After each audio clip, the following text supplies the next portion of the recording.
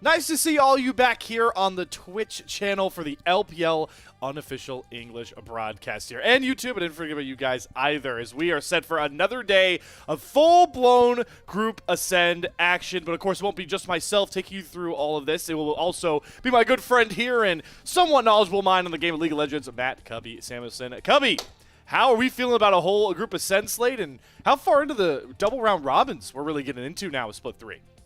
Yeah, down to the wire. I'm excited for the later matchup we have tonight. IG versus BLG, with IG, just taking down a pretty big match against Top Esports. BLG, of course, dropped to them. They're on an upswing, but had trouble, I should say, beating the teams above them in the standings. So that could be a really fun one. Of course, Waybo versus FPX tonight. Both teams looking for wins for their own reasons, and going to have to see if they can find it against each other, as we do have a matchup that's a little bit lower in our standings, a group ascend to kick things off. Yep, so 6-8 matchup, and I know we're starting to get... This is when you know we're getting close to playoffs, is I like to play this game called How Much of the Color Grid of Our Standings is Filled Out. For a while, we've had NIP and EDG chilling at the top of Nirvana, but now we're starting to get some of the colors coming through for Group Ascend. The main two you can see, Top Esports, heard Cubby talk about it. Get that big win, get to 9 wins. 9 wins is the number to get you into playoffs for all those teams in the middle of the pack. And yes, I do understand that WE are ahead of FPX right now, but they are locked into the play-in because the best they can do is 5-9, and they will not be able to get over AL at the 4th spot. So we'll also potentially be filling in more of these colors depending on our matchups tonight. But as Cubby alluded to, let's start talking about our two squads here, and especially our first squad up for this matchup, our 6-8 matchup like we talked about. It is Waybo Gaming, WBG, coming on in here at 4 and 6, and we'll take a look at their roster now. Still pretty familiar, especially across the whole year. It's Breathe in the top side, Tien in the jungle, Xiaohu in the mid lane, Light at AD carry, and then the newcomer, Crisp at support here. Matt, at this point here, into our 11th series here for Waybo, who's standing out to you so far this split, and who do you have the most concern of, maybe questions coming in as well? Yeah, I think for Waybo, the addition of Crisp later on in the season, they were hoping to maybe find, versions of Tien and Crisp of the past versions that even competed on FPX and were able to compete to win world titles. But sadly, it looks like their form is a little bit closer to the current FPXs. It's been a bit of a struggle for Waybo Gaming, and I think that we don't really know where, this team's at in terms of, we're looking at Xiaohu, and it feels like, when he plays well, that's the engine that makes Waybo run. He plays side lanes so well in the middle stages to latering stages of the game, but we haven't really seen them be able to get to those stages consistently, and I think it's been a team effort in terms of just not having the best setups, not having the best team fights, to make sure they can find more winning scenarios, because frankly, with how poor Team WE and Team FPX have looked, sitting at 6 in Group Ascend, that's not a great sign of strength either. No, you definitely want to separate from the pack here if you are Waybo. The problem is, for WBG, when it comes to playing those teams that you have to beat if you want to make playoff runs, if you want to try and gobble up one of those 4 world spots, Matt, it has been tough pickings for this Waybo squad. Yeah, and you can see they haven't really been able to break that glass ceiling above them, which, again, I think the Team WE and Team FPX, pretty much the entire group, this split has beat up on them, whereas last split, they were quite competitive. I thought they made the group very interesting, just haven't been able to find the same form this split with some of the changes over at FPX, and then Team WE just not really having the same sauce this split either. So for Waybo, those wins, that's been kind of free for the group. What can we do outside of that as a team that you highlighted? I mean, names and people that have been competing at a very high level for a long time haven't been able to find it. And even that win against AL was an AL that's kind of out of form. So it was, in a way, it really feels like they haven't found that signature win, if we're going to reference college football here, with the playoff committee. And we're just looking for Waybo to put really any wins on the board against a team in Group Ascend, where LPL, usually such a competitive league, doesn't feel like Waybo has really been able to meet those standards so far. Matt, you alluded to a college football anecdote. I'll use a college basketball one so we cover both the bases here. Looking for a quad 1 win out of Waybo, and they cannot find that one currently. But you alluded to it. There are certain players that coming into the year you just don't expect to be missing worlds. You don't expect to be playing at a lower level. And nobody with Waybo starts that conversation more than Xiaohu. And I do want to make sure we broach. What I like to do is like the recent series look when it comes to Xiaohu. And again, Matt, there were signs that of the classic struggles he had, getting caught in some of these side lanes, especially earlier on in these scaling champions. I think sometimes his team fight decision-making alongside what Waybo wants to do is head-scratching, but even in that BLG series that they lose, there were shades of the general that can will this team to the promised land, in my opinion. Yeah, and I think at times, he can take really great plays, still feels like he can make them, but I think the pieces around him just haven't been as consistent enough, because you're okay with your playmaker not finding everything. I don't think that Xiaohu has played, great always to get to that level, but that's been the issue with Waybo, is that oftentimes it just feels like they can't find the right conditions, whether that is in draft or in game, with just a couple things going wrong, to consistently be able to replicate winning scenarios, the likes of which the top teams in the LPL can do. So I think an opportunity against FPX tonight to demonstrate that they are able to find those setups, and hopefully can take that and build off of those fundamentals and take them to the better teams. But we haven't really seen those fundamentals. And I know that we kind of joke and meme a lot about LPL fundamentals, about how we don't have the cleanest league across the globe, but still, hey, this is a really talented league. And for Waybo to not be able to put together enough to actually take a series, I think speaks to the level that they're playing at, and that level just isn't good enough to start threatening for a world spot. And it's what you said earlier to me that I really want to make sure sticks with all of our viewers as we move into this series, is we want to see Waybo garner themselves winning positions and then comfortably execute. I think with Waybo, there's a lot of chaos. There's a lot of struggle to kind of keep up in a lot of these series and from game to game and make sure to execute on the comps that they drafted and play their style of the LPL. Just really felt like I haven't seen it too well towards this point. But no better spot than up against their current opponent that we've been alluding to. Let's introduce formally Funplus Phoenix, currently at the bottom of Group Ascend, the 8th spot. The roster will go as Sheer in the top side, IYY in the jungle, Care mid lane, Jachi in the AD carry position, and Jue rounding out support. A team that has been through a lot this split, but still have a lot to play for, just likely through the play-ins. Yeah, and look, obviously, Shadow leaving was a bummer for this team. He was the leader, the shot caller, and coming into the split, we were decently excited, right? I thought Sheer and Care put together some, okay games in the last split. Keep in mind, they took IG to 5. They looked competitive in the regular season and somewhat competitive in playoffs. A lot better than really the expectations that we had for this squad. But they haven't been able to really find that same level or replicate it. Losing your leader in Shadow, especially when you have a lot of youth around you, can be difficult. But this youth hasn't been able to really come together as a team to really challenge the teams we have in Group Ascend yet. Certainly, Cubby, and they have had to struggle with a lot of things, on the Rift and off the Rifts, and as you saw with our roster, and recently IYY coming back around, Jungle Carousel has been kind of a tough one for FPX for other reasons, so kind of want to take a bit of a journalistic approach here and make sure to present everybody what the Milky Way situation is right now. There was a lot swirling around this. There were a lot of rumors, Matt, but I do want to make sure we set the facts straight and currently see where Milky Way and FPX are currently sitting with all the off-the-riff issues going on between them and their jungler. Yeah, this is the official announcement made by FPX. There is some, more, I guess, scatterings online about how Milky Way, there's a rumor that the evidence used to actually warrant the punishment might have been fabricated, and he's hiring lawyers to work on that, which adds a little bit of murkiness. So that's kind of where things are at from his perspective right now. We don't know how that's going to go, so we're kind of waiting for an update to see if it'll stand or not. Obviously, this isn't the first time that Milky Way or players from FPX have had issues with this either, looking at past history too. Yeah. So it's been a bit of a bummer because, again, Milky Way, I think, returning to FPX had a lot of fans excited. RNG was not the org he used to be this year, as they really struggled, and it was like, oh, get Milky Way out, get him back to FPX, where he was originally, made that huge rookie splash and had a lot of fans globally excited for his play. It's been a bit of a bummer. Now, with that said, I think some credit to IYY. Frankly, FPX has looked a little bit better with him in. I just think that they have more straightforward game plans. He's trying to put things together. The big win they had over IG early on in the split was actually with IYY before Milky Way came back in. So I think that that's credit to IYY as what he's done as a jungler. But again, I've been able to find the same success as early in the split. And as some of the Group Ascend teams like BLG, AL come back from MSI or in the new patch and scaled back into things, FPX hasn't shown more success. No, they have not yet. So we're going to hope that they can rally behind IYY and do that and put behind whatever's going on behind the scenes.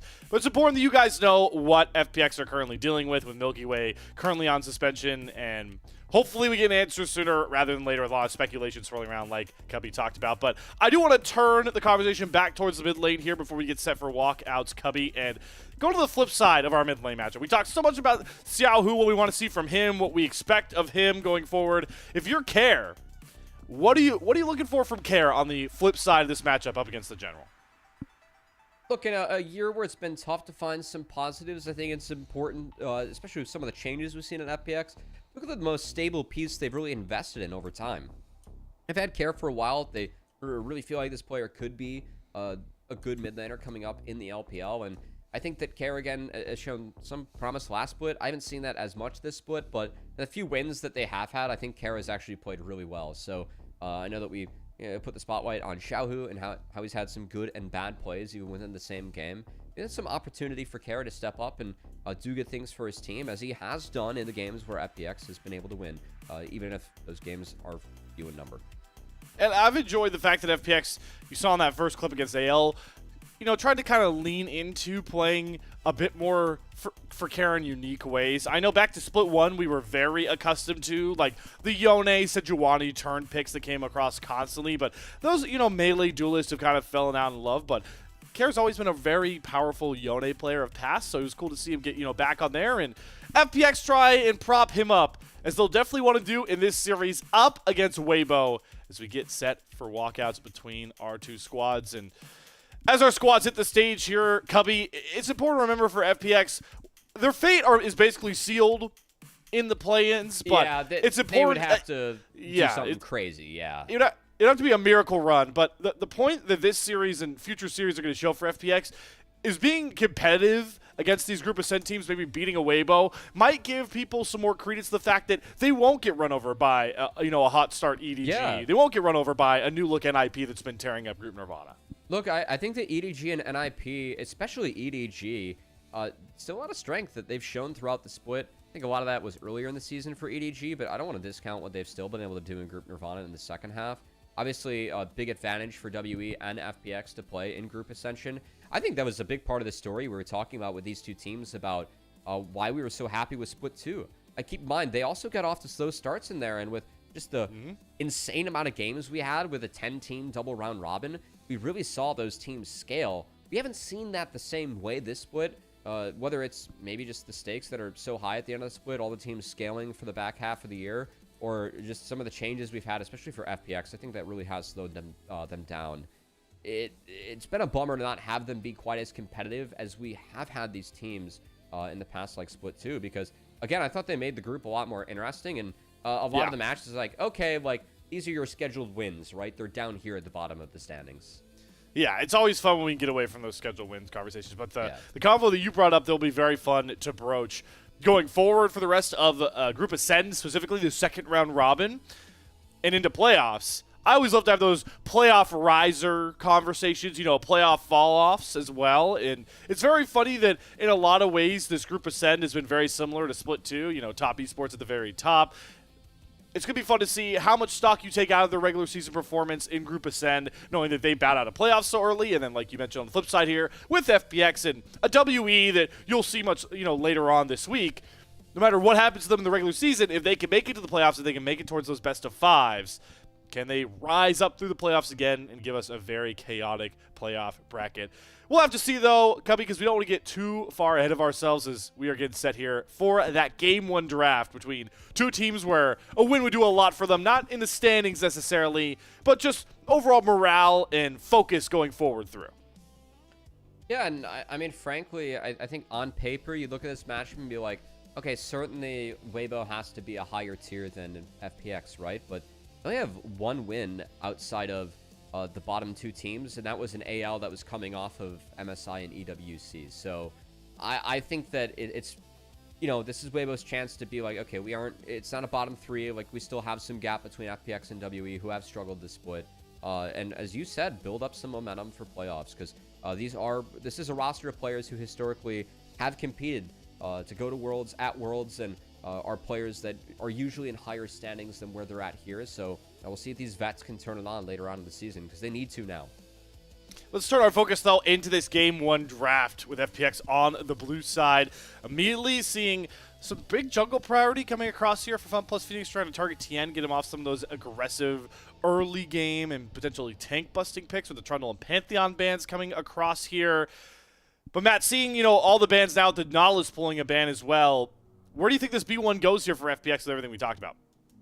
To me, a very high priority between both of these teams. I know usually, you know, you talk about Azir here, Varus still an option. I think there's a lot on the board, the Gwen Rumble handshake. So we'll see what FPX wants to do. It hasn't been pretty much any Rumble for Waybo. Really been deprioritized for Breathe. So I think if you're FPX, that is a bit of a gambit you can play with that first pick Varus. You like the Azir Talia handshake, even if you're really Talia sided. And you know that Waybo will probably opt to give away that Rumble if you still want it for shares. So it feels like this Varus, I believe we're still on 15 today. Yeah, actually, no, it's I think we, yeah. Yeah, we'll have That's to see why I if think we got it's the swapped or Nautilus not. ban early. I actually do not know. I'm making an inference here, but the fact that we got a first round Nautilus ban, wonder if that's more for the jungle changes, right, than the support changes. So won't be getting that. Trundle's still banned. I think the Trundle, Yeah, like that's the true. win rate dropped off a lot. He's kind of the same champion, so we'll see. The attack speed nerf, I think, was the right way to attack him. We'll just say that he's far less just, you know, GG if he doesn't get out right now in the game. Well, as we're not going to see him. Rumble. Yeah, we're not going to see him on the Rift. There's the Rumble, Yeah. like you called out. IOI going to go pretty facilitator mode on the Skarner. Answer TN's Wukong. So a bit more, you know, playmaking trade-off for some bruiser power for TN here. Where do Waybo want to go with this third pick, though? Because I don't feel like they want to go AD here. Maybe take away support early? I Okay. like this a lot, actually. I think that your ability to play into Skarner in that front line, and some front line is important here for Waybo, because Skarner can really mess with Gwen's game. He doesn't care about the Shroud. It would take a very talented Gwen Shroud to get out of Impale. Pretty tough to do, so I think it's kind of important that Waybo are able to control the front line and try and assist this Gwen if Breathe is going to be big later on in the game. And FPX have a nice Wombo setup. I mean, Skarner with Varus Rumble. I think Varus with what's showing, actually on-hit Varus could really be in the cards with Skarner could really help in power. Whoa. So we'll see. Cubby Renata campaigning for ban. on-hit Varus. Yeah. I thought I'd say the light of day. I mean, I think Braum ban maybe too for Waybo would be really powerful here. Already Or a kind of Silas main ban? engaged with Skarner. Do you need to throw a Silas ban? Not if you can just lock it in here for Xiaohu. You already have Skarner True. Rumble Verisol if you want to blind it. Ooh, that could be. That's a fun way to counter it, right? Usually, it's paying the Also, respect of a ban. They did fix it, right? If we're on the new patch, like it's not banned. We probably should have brushed up on this one before Slayer. It caught us off guard. Neither. It's going to be a Poppy ban, which I think is still warranted. Okay, yeah. So, do FPX want to try and take away some of these 80 carry options into the Varus to try and punish it more heavily? Or do you want to try and... It's really hard, right, going after Light and Xiaohu's champion pool at this point. I do like the Annie. It's a really good pairing with the Wukong, so they want to get rid of that one. And we'll see if that Silas tech comes out here for Xiaohu. We saw him already rock that in the last series against BLG in a loss, but I am always a fan of getting playmaking going for most of the team through Xiaohu and Tien. That's how Waybo can get into those winning conditions we talked about they should be getting into, but you let Talia slip this long as well. Oh, they're going to leave the counter. I will say that Silas gets Alistar ult, but it's not like the happiest game for Silas if it ends up being in the hands of Care. So I think there is actually some value with that, and also Xiaohu would get counter pick. So if they aren't going to ban the Silas, I don't mind this, because Silas doesn't really want to see Sivir in his game. You know, like Wukong Gwen's actually pretty good in the Silas. So it's a trap, is what you're saying. Maybe it's a we'll trap see. being We're still going to laid. get it. I mean, I think that you can really... Like, Silas with Alistar ult, it is pretty deadly, but if you're a really good team, you can hide Alistar before some of those picks so that Silas actually has to take a different ult. Sometimes that's doable. I don't think players play around with that enough. Also, Alistar brings a lot of CC to the table. You can kind of like punt and stall Silas out. It's just that your spells have to be used there instead of like following up with wombos. So we'll see how it gets played out, but a very heavy dive comp showing for FPX. I almost feel like this pairing in the bot side for Jouet and Jachi I like Galio, yeah. is going to signal that we're going to get that on-hit Varus like you're talking about, because that's more of a pairing for prolonging and setting up those fights. Yeah, the Galio coming through here, I mean, that's always going to be clutch when you see double AP solo lanes. Yeah, and also just ability to control the Silas. I think you have enough damage between Gwen, Wukong, Sivers, so I kind of like how Waybo rounded out this draft. Again, I think that if you're going to leave Silas up, they had a good game plan for it by taking Sivir and Galio later on. I can't really complain about that. It is one of those games, as you know, a little bit of an on-hit Varus hater myself. We'll see if it's patch 16. I know. I think we're on 15. I'm pretty confident we're on 15. It's a new week.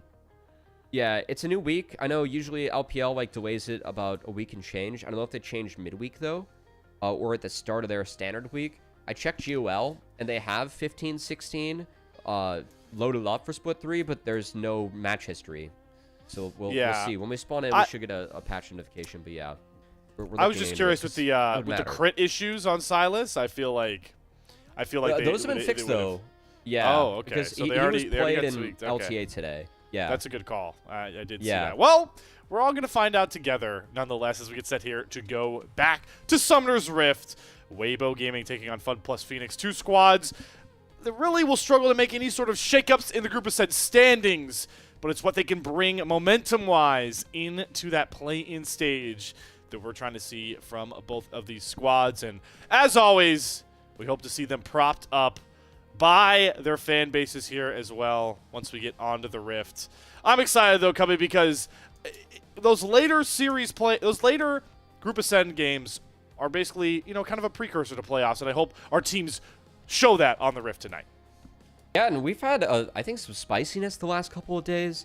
Obviously, IG, BLG. IG trending up, BLG trending down. I think that's interesting with BLG really being the gatekeepers that have stopped IG a lot. But, of course, we got Waybo FPX as an appetizer. We're going to have to see if Waybo can take care of business here.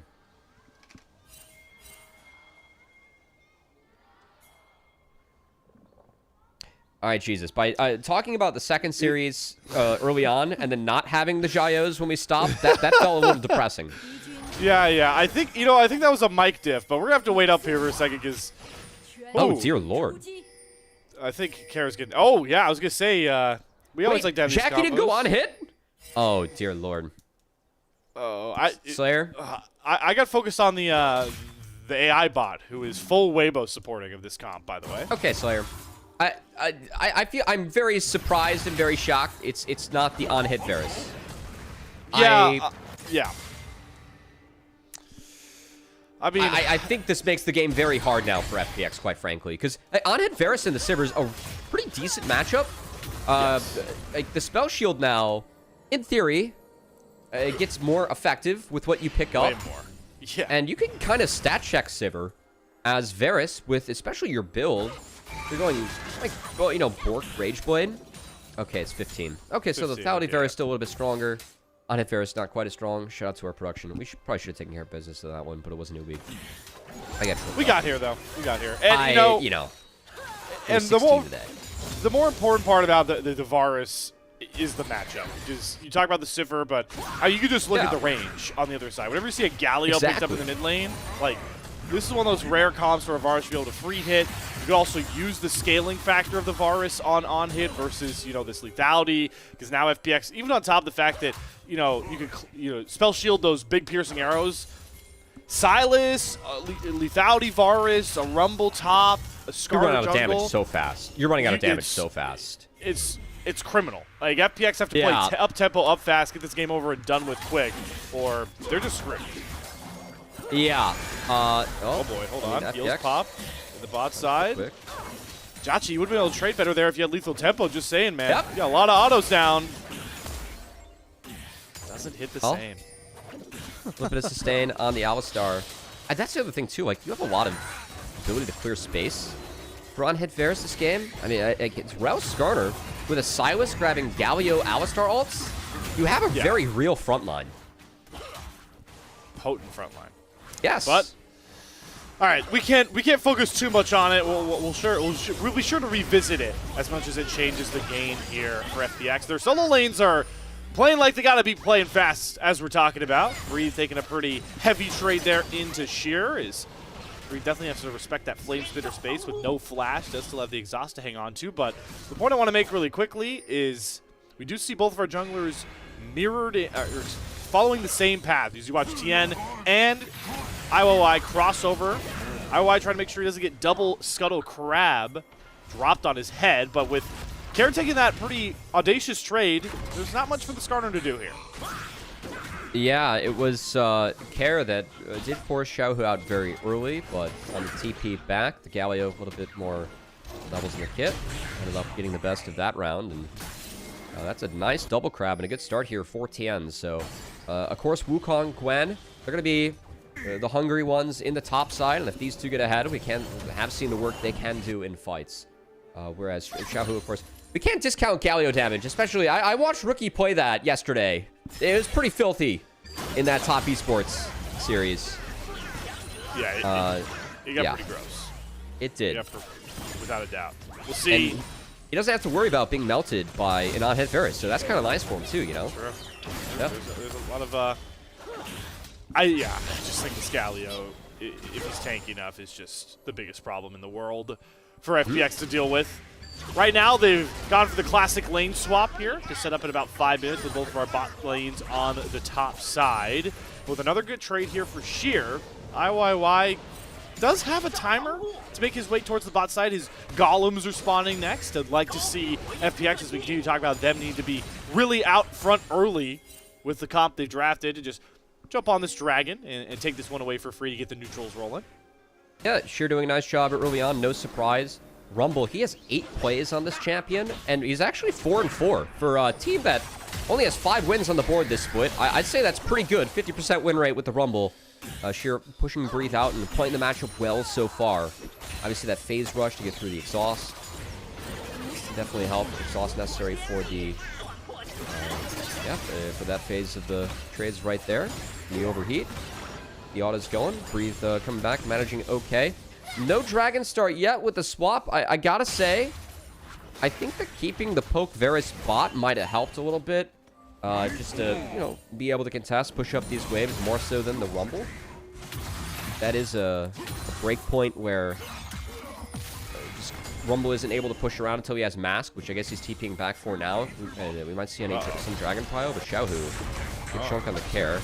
Just impact down, gets the stun.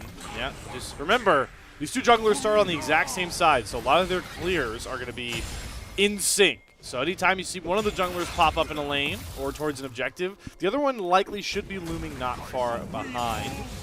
As on that timer, Tien's going to path up and, I believe, double crab once again to keep his farm lead steadily improving. And yeah, he's going to get the hit squad to roll with him here. Xiaohu and Chris going to find that blue buff spawning. So tempo-wise, liking where Tien's at, liking where Waybo's at. Just what can they turn this into now, especially that the Cyclone is online for Tien in this Wukong.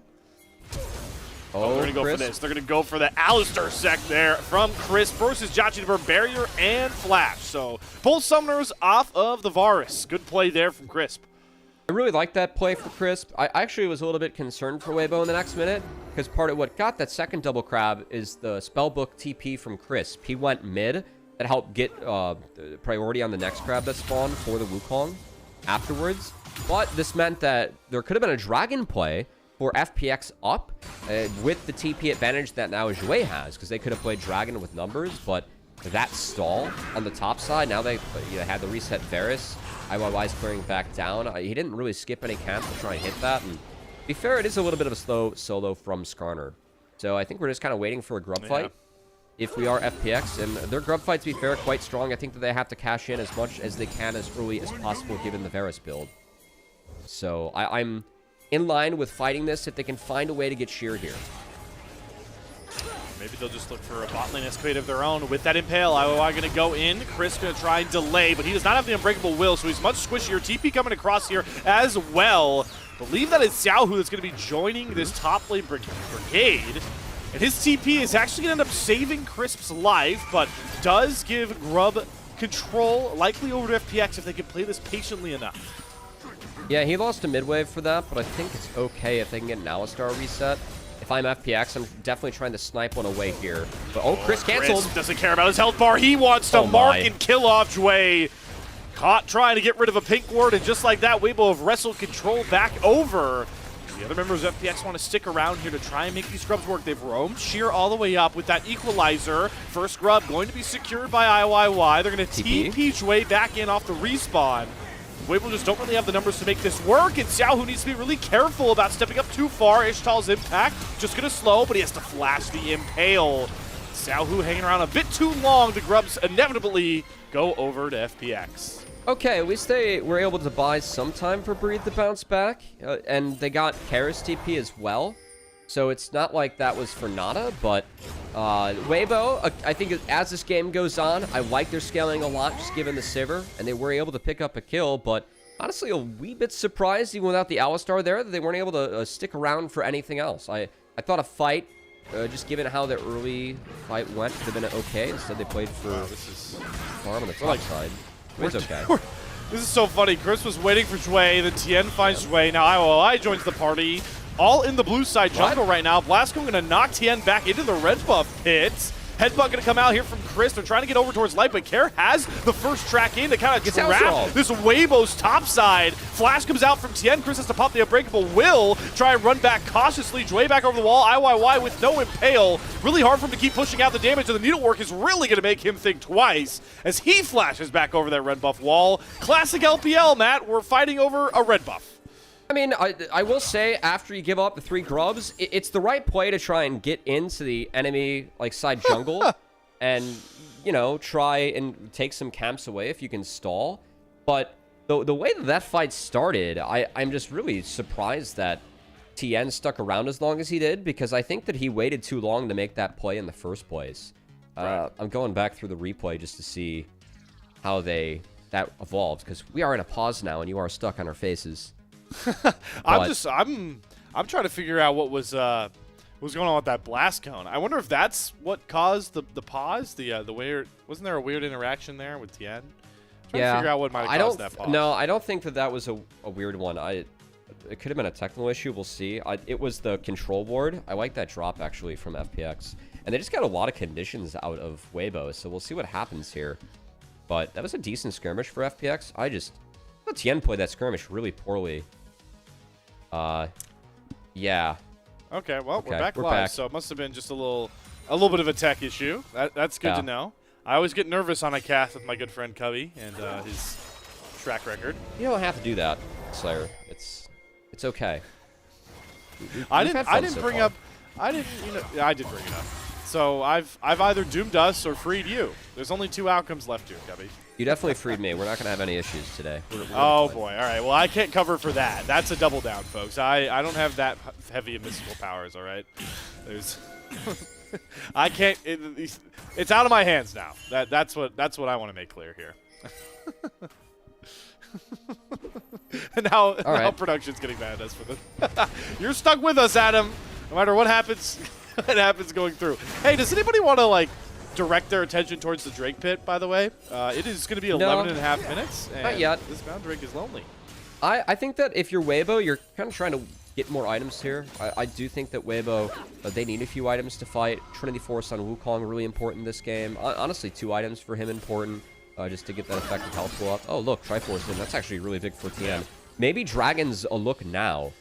I think they're still waiting for first item, though, on Xiaohu. I think that the timer with his TP maybe getting back, that might be the Dragon look.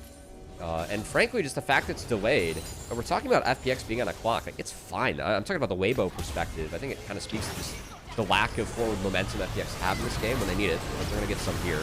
Here's some topside momentum. Impale, Equalizer. That was a beautiful way to layer in the lava, but Jway gets clipped by Crisp, and he makes sure to trade out his support buddy. Has Unbreakable Will, so don't know if we really want to try and make this dive work any further, FPX. They're just going to take their plates and leave. Yeah, I mean, look, I don't think that this is worth for FPX. Yes, they got something, but the first dragon, a mountain dragon, is going over to Waybo in a game where you have Lethality Varus, and we're saying you run out of time and damage later on. I think that's a really worrying sign. And getting a singular kill onto the Gwen, while it's always good to take economy off the Gwen, I don't really think that's worth it moving forward. This Sivir is still going to exist in the backline, and that Gwen's going to be big later on. So I very much prefer the state of the game that Waybo have so far. Let's see if Breathe wants his revenge on Care here in the 1v1. all Both leader works being traded, and I don't think that Chris is even going to be needed here. No. Breathe, one more snip with the scissors, should pick up the bolo, and he does. Feats of Warfare, the revenge of Breathe coming expedited. I mean, that just completely neutralizes the dive, too. And that bot turret, pretty low for Waybo. I know it's 3 grubs for FPX when we look at threatening first brick. But that's a big pickup for Breathe, because, again, he was the play for FPX and giving up that dragon. He comes back, gets that gold right back for himself, gets to farm the last few seconds of plates, too. As just an overstay from Carrot, didn't have the help, wasn't able to play that extra wave, and Breathe knew it. All in, really no real threat to Breathe going down here. So just a great take from him, and a big mistake from Carrot being on that wave. And what really compounds the issues here is knowing that Waybo, I mean, they could have already coasted, giving away a lot of assets to get to the points they want to be at with this composition, but now, with a bit of a lead, getting some really valuable solo gold on you mentioned Breathe on the top side, but Xiaohu gets, I believe, 3 of the 4 plates they took on that bot tier 1 turret solo by this point. He gets a ton of gold, and you're buying all this time to put this Sivir now in the mid lane who could just delete waves over and over again and be that scaling insurance policy. It is, we are there, Cubby. We talked about the pre-show. Waybo in winning spots for their composition. And time is only their friend. I mean, it only gets better from here. That's the thing. Like, this isn't the timer where if I'm Waybo, I'm thrilled to fight. What I am thrilled about is that I'm up 1k gold and 1 dragon, because I think this is a game where at this point, FPX needs to be looking at like a 1 to 2 dragon advantage and a 2k gold lead plus. So by those metrics, I find Waybo to be way far ahead in this game. I think that the outs for FPX are to try and make plays around this Poke Ferris. Just so that you can use his strength right now to set folks behind. It's probably weak side Rumble, take advantage of the equalizer timers, and just hope that he can eat those bonus waves and then be effective later on. And props to Sheer, he's picked up a lot of CS this game, so opportunity for Rumble to be big later is on the table. And I think that Sheer has done very well in what we've seen so far. We know that he plays this pick well for the team, but FPX need to make some things happen, or else, again, time is just going to be so grim for them. And so far, the pace of the game has just been entirely dictated by Crisp and the few good plays he's made early on. Well, here's FPX's turn to dictate that pace, as you were calling out to. They are going to pick up this Rift Herald despite being on vision for virtually free. I like that timer a lot. They don't drop any waves. They're able to match Xiaohu on the bot side, but Jia takes the path away from his frontline tanks, and it costs him his barrier for no reason, really. Yeah, like, I mean, didn't even hit the wave. Just a really greedy walk. I know that this FPX team, you know, sometimes young, but that's one of the little things. They weren't even able to defend that control ward. Good chunk there from Light, who, I will say, going way back in time, Light was a decent AD in the Sivir Zeri. Yeah. That was actually a decent time for Light. That I thought he played that one decently well. It's, you know, it was an easier time for AD carry players in general. Whenever Sivir's in the meta, turn the clocks back here. Yeah. I mean, whenever Sivir's in the meta, like, you have like 2 jobs the entire game. It's don't die early and delete waves mid game. That's about it. How quick is your auto W reset, and how accurate is your Q? You know. Hey, Breathe nice lost use his of Herald there. Yeah. Now they're running right at Breathe. So Breathe has constantly been the target for FPX. But they actually don't want the fight any further. I think they sensed Crisp was roaming over, and right when I thought Kara was using the Herald aggressively, he actually uses it defensively to make sure nobody gets collapsed upon for that first brick. Yeah, I think that Kara using the Herald there at least escaped Gwen R3, which is not bad, but still just a straight dip was, I'd say, not the best use of Herald. Oh, actually, you know what? They got first brick off that. Yeah, that's what they. So, that was the main. Okay, that's okay. That's okay. They denied feats. They actually can really contest feats at the Dragon here. It spawns in 10 seconds. The resets are very late for both teams in terms of this setup. TPs are up, not for Xiaohu though. So he's going to have to walk back. We'll see where he goes. That's going to kind of dictate through which way Waybo wants to play for this Drake. I don't think that this is even a necessity for Waybo.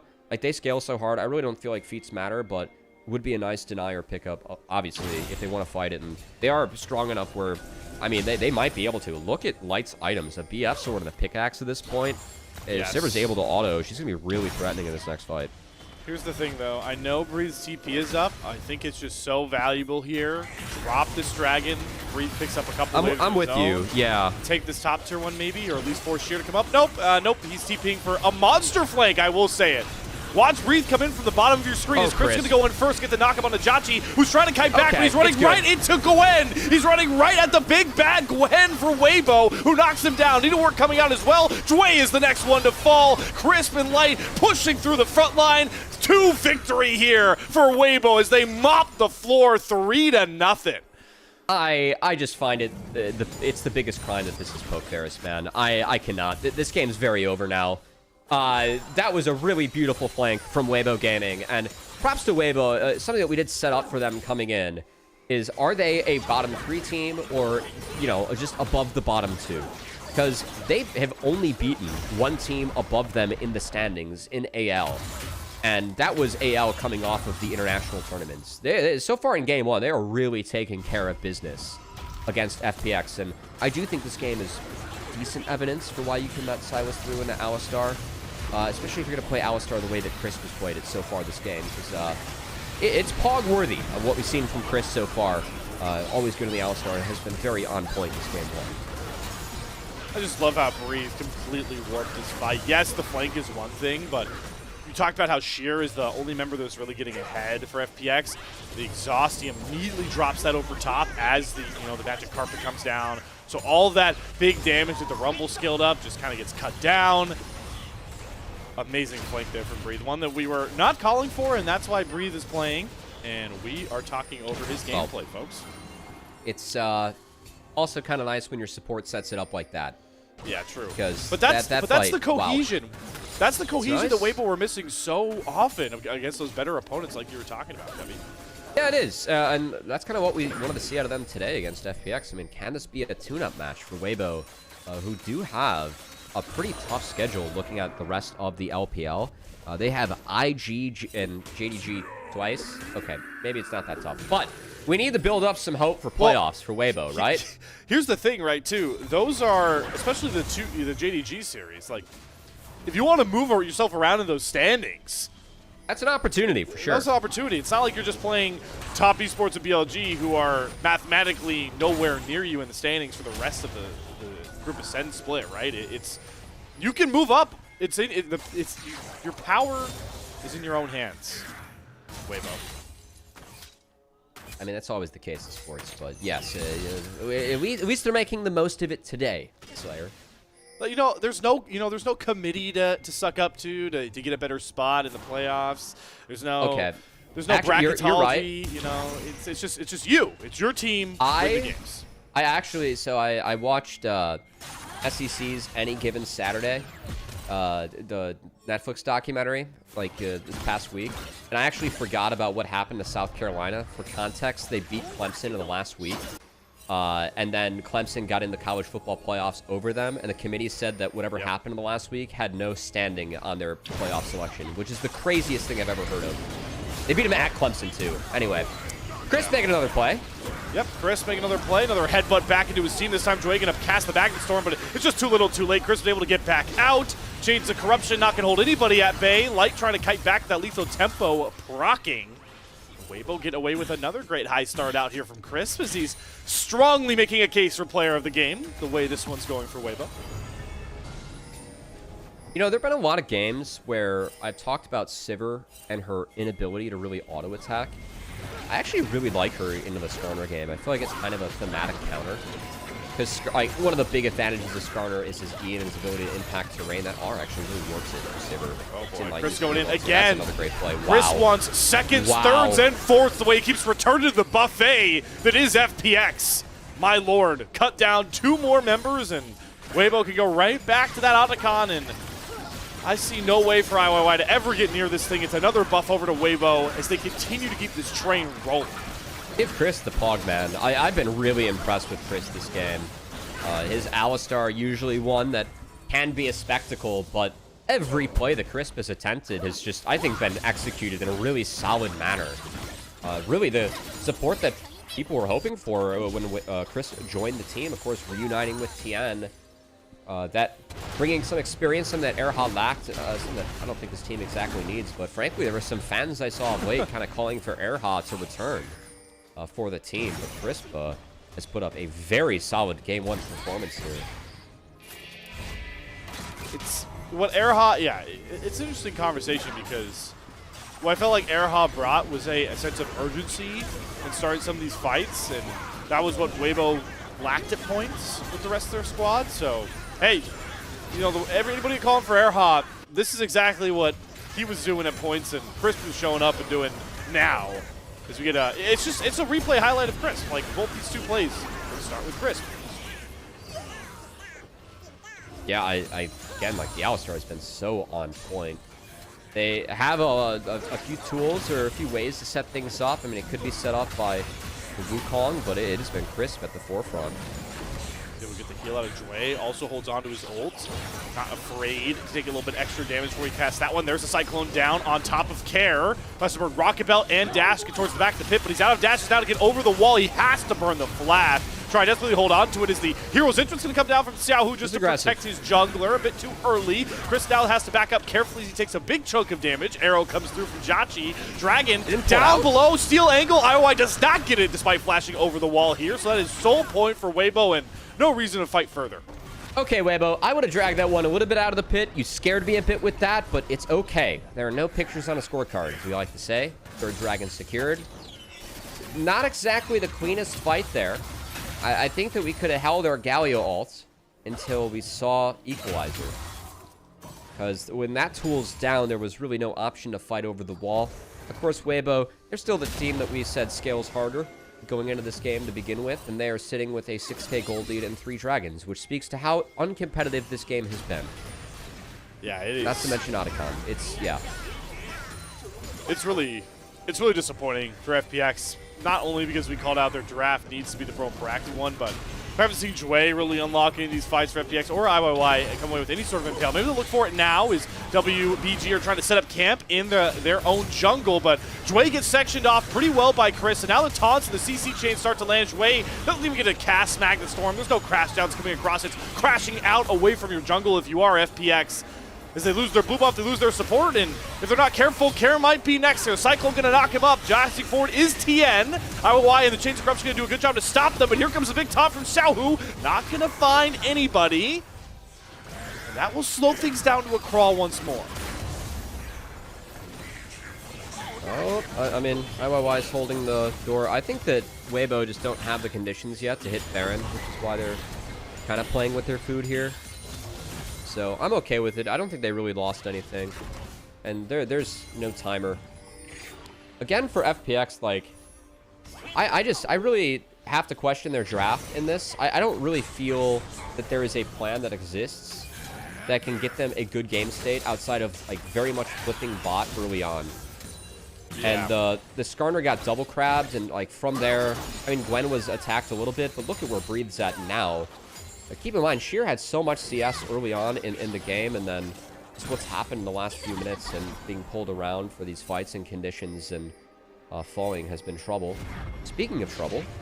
Okay, he's going to TP out. Tien does not have Cyclone, and he recognized, hey, no way I can cancel that one. So he just lets Care. Yeah. Do they pull the Baron? Do they pull the Baron card now, though? Oh, yeah. They want Sheer's TP, too. Yeah.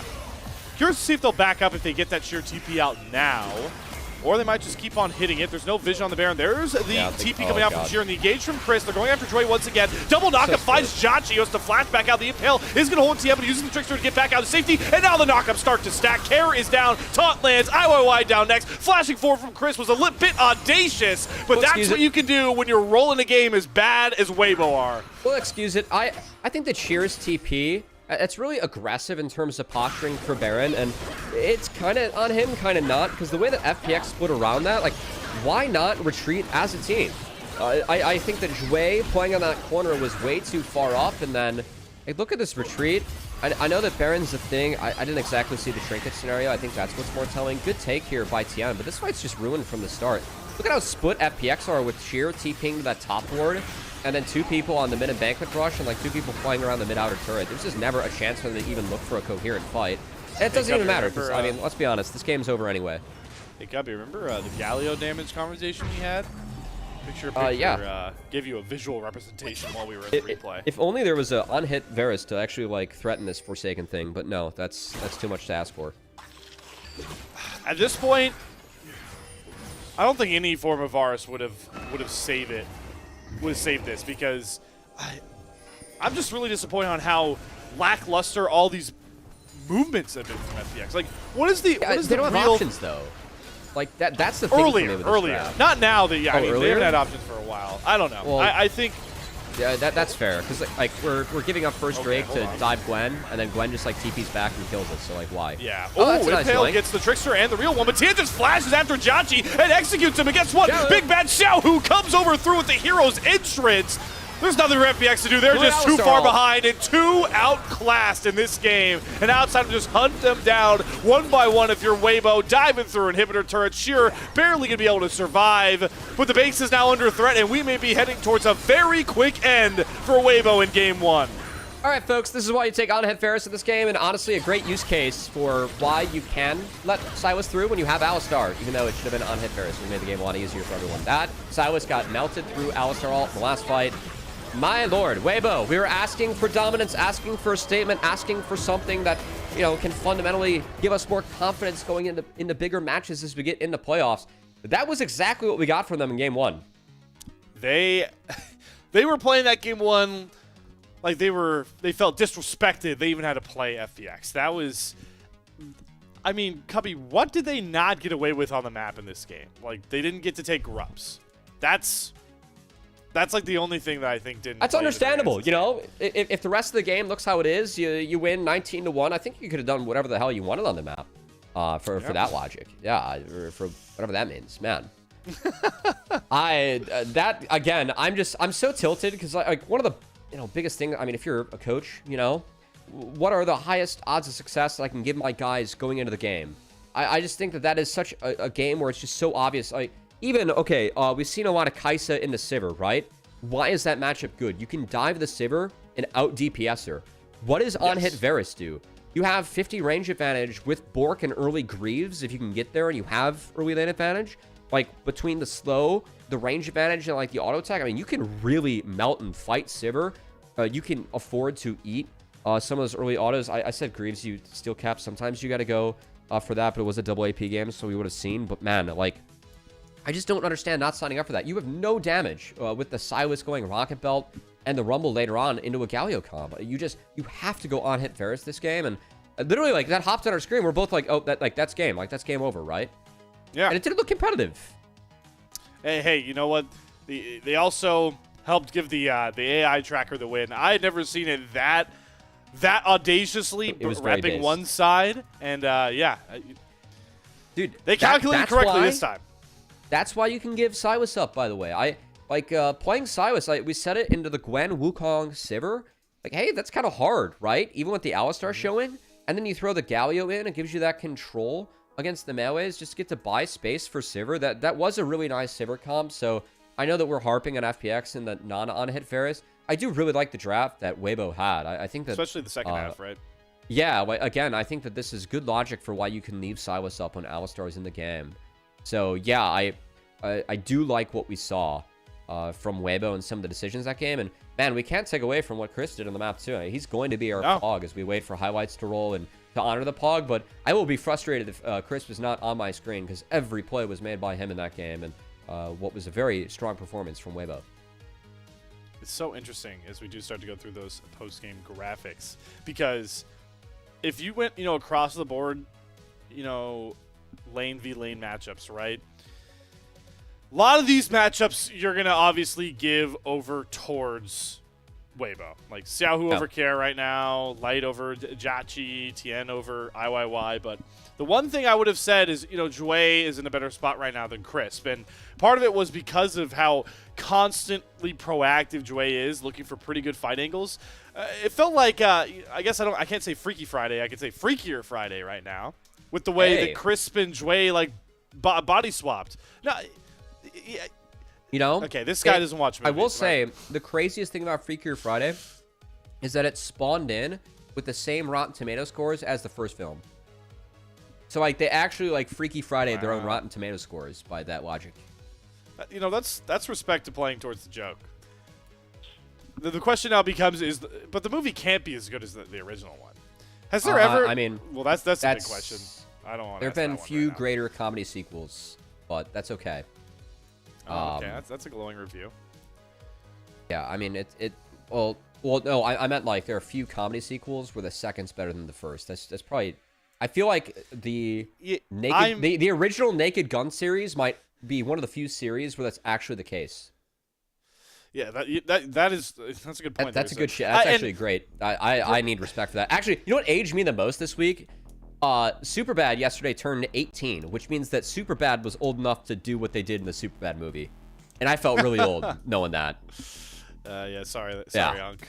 Yeah, sorry about that. By the way, I know it's Monday. The joke was that they made a new Freaky Friday movie, so it's Freakier Friday. That was the entire point of the joke. I'm not. Well, you're talking to ghosts. You know, that's at least for the viewers at home. That's Listen, fine, there's some people that got paid a lot of money on TLC and other random cable channels to talk to ghosts that weren't really there. So yeah, that's. Man. That's all I have to say. I can pretty. This is what happens when a team, by the way, wins 19-1 on the Rift and does this the entire time. We already picked player of the game. Like we could have revealed this earlier. That's just the decimation we saw start this series out from Waybo that we're talking about. Yeah. God, you know, we love the broadcast so much, Slayer, that instead of just like skipping to a 15-minute break and playing a Q game behind the scenes, we stuck and gave our thoughts about comedy sequels. Well, what would be another good comedy sequel? I think they've used up all the good ones. Here's no, I got American Pie sequels. The first is a classic. I think that later ones, though, are actually better movies. Okay, that's good. You're saying which ones were good sequels? I was like, were the sequels better than? Oh wait, Austin Powers. Rush Hour 2. Rush Hour 2 is the best one. I cheated now. 22 Jump Street might have been better than the first, but both bang. No. I think that making a good comedy sequel is just very difficult. Like, it's Anchorman impossible. 2 could not have been better than Anchorman 1. You cannot convince me. I also just believe that, like, in this day and age, I think we should just stop touching franchises that made single movies and just leave them alone. Like, that's true. Like, even the Happy Gilmore, like, sequel, it was fine. It was good, but, like, I don't think we needed it. You know what? You went in knowing that it had 80-plus cameos, and you got what you asked for with that. Yeah, it's true.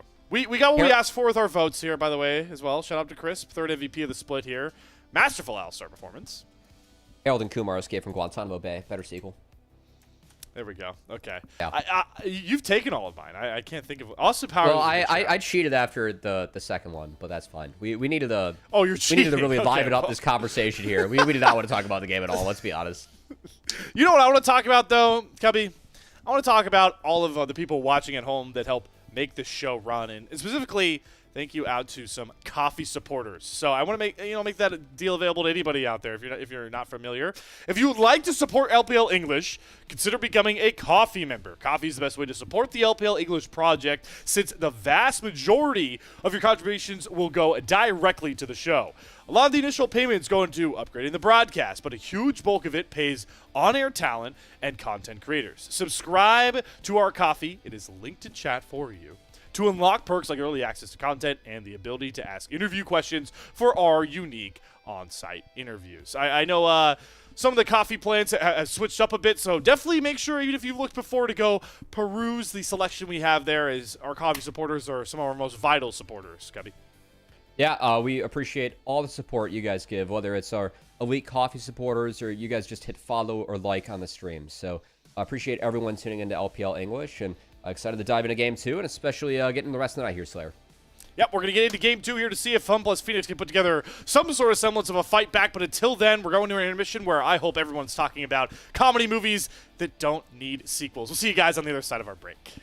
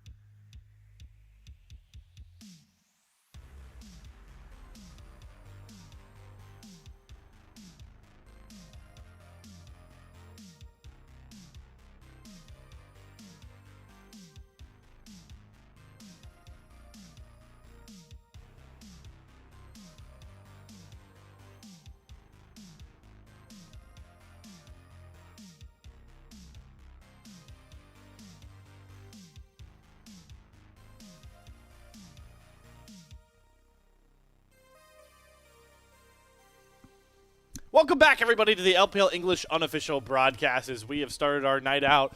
Usually I like to say bombastically with a banger of a series. No, we got what I'll label as a palate cleanser for maybe what the future of this series looks like, with Waybo taking care of business against FPX to the tune of 19-1 in the kill count. That's all you need to remember. Yeah, it was definitely a confidence builder for Waybo, which we said they needed going in. I'd say I'd put it in terms of that. This really felt like FPX didn't help themselves a lot in the draft. We thought that the lack of on-hit Varus, it was the poke Varus, was not the right choice for that game.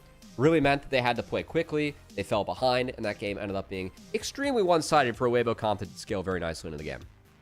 Yeah, so, again, it's the sort of double-edged sword of talking about expectations for two teams going into a series, right? Is ultimately one of those teams is not really going to meet the burden required by this point, but FPX, I just hope that however they come out of this draft, this Game 2 draft, wherever they're positioned, they're able to try and kind of execute on what they want to do. Because you mentioned, like, the on-hit Varus thing is a whole other thing, but they just really never put themselves with their comp in position to do a lot in that last game or find any resemblance of an identity besides diving breathe.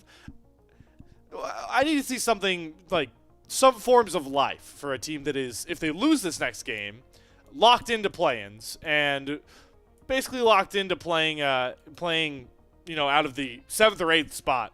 They're just fighting with WE for it, so. Yeah, and I mean, let's be honest, the difference between the 7 and 8 spots and everything else is actually very real, with EDG and NIP being far greater threats out of Group Nirvana than likely the other two teams that we're going to see sent out. So I do think that's at least the stakes that it's worth noting. Also, though, if I'm in the FPX camp, I mean, based on what we've seen so far, this is really no surprise. We just thought that this was a foregone conclusion at some point, as it would require IG losing out and FPX winning out for that not to be the case. So, yeah. But hey, any hopes of getting out of there, it would have to really start with beating Waybo, coming back into this series. They can still try and find the 2-1. So, I think this is a pretty big game for FPX because it pretty much solidifies, as you highlighted, that you face EDG or NIP, which is a lot stronger than the other competition that's possible to face. A lot stronger than Group Nirvana has ever been in this calendar year so far, but yeah, we've seen FPX and, you know, W, like we were talking about before, go on serious hot streaks. And how do you start one like that? One game at a time as we get into this Game 2 draft with FPX back on that blue side once more. Looks like they're going to try and single out a similar champion pool. No, this time they're going to forego that Trundle ban for the Ambessa ban, which has been one of Breeze's most comfortable top lane carry champions. So wiping out just some pretty big comfort picks for all the Waybo top side here. Yeah, expecting to see a Azir Talia trade of some sorts. Both teams do have a pretty high priority on Talia, so curious to see where that lands, actually. As, yeah, okay. Yeah, I was expecting a Trundle ban there for Waybo, so I think it's probably going to be Azir Talia opener here. Yeah, and I wouldn't be surprised. Usually we'd see, I think, a Azir Slam, but I wouldn't be surprised if it ends up being that Talia. The classic trade that will come out. I will not fall for any of these hovers. We're going to switch over to Talia or Azir. Oh, first pick Sion? Okay. They're going to first pick Sion. That's a curveball. Yeah, it is. I think that's somewhat okay. So we're going to have to see what the option is now on the other side. As Yorick is up for Breathe, but with Gwen off the table, it definitely does free up one of the bad matchups for Sion. They were able to throw out an Ambessa ban, too. Yeah, they covered for the Sion pick well, so... Yeah. Do Waybo... They're going to pick for Breathe here at some point in this early turn, but they're prioritizing the Rakan already as an engaged tool. How likely does that make potentially, you know, a Xayah turn coming out here for Waybo? Do you feel like? How much do you wager the strength of the Lovers duo right now? Oh, man. Frankly, we'll see, because I think that Xayah is still very vulnerable to range. So if, you know, you are able to lock in like a Ezreal here, I'd say that that's something that could really threaten a Xayah.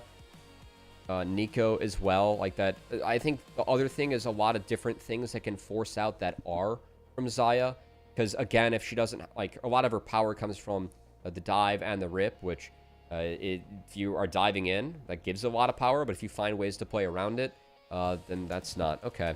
Well, I mean, if Kaisa, it's just going to be Nico. that, then it might as well be... You're kind of asking to get Zayed now if you're just going to play Yeah, Kaisa yeah, like that. without a doubt. Yeah, So you just coast over the Pop Blossom.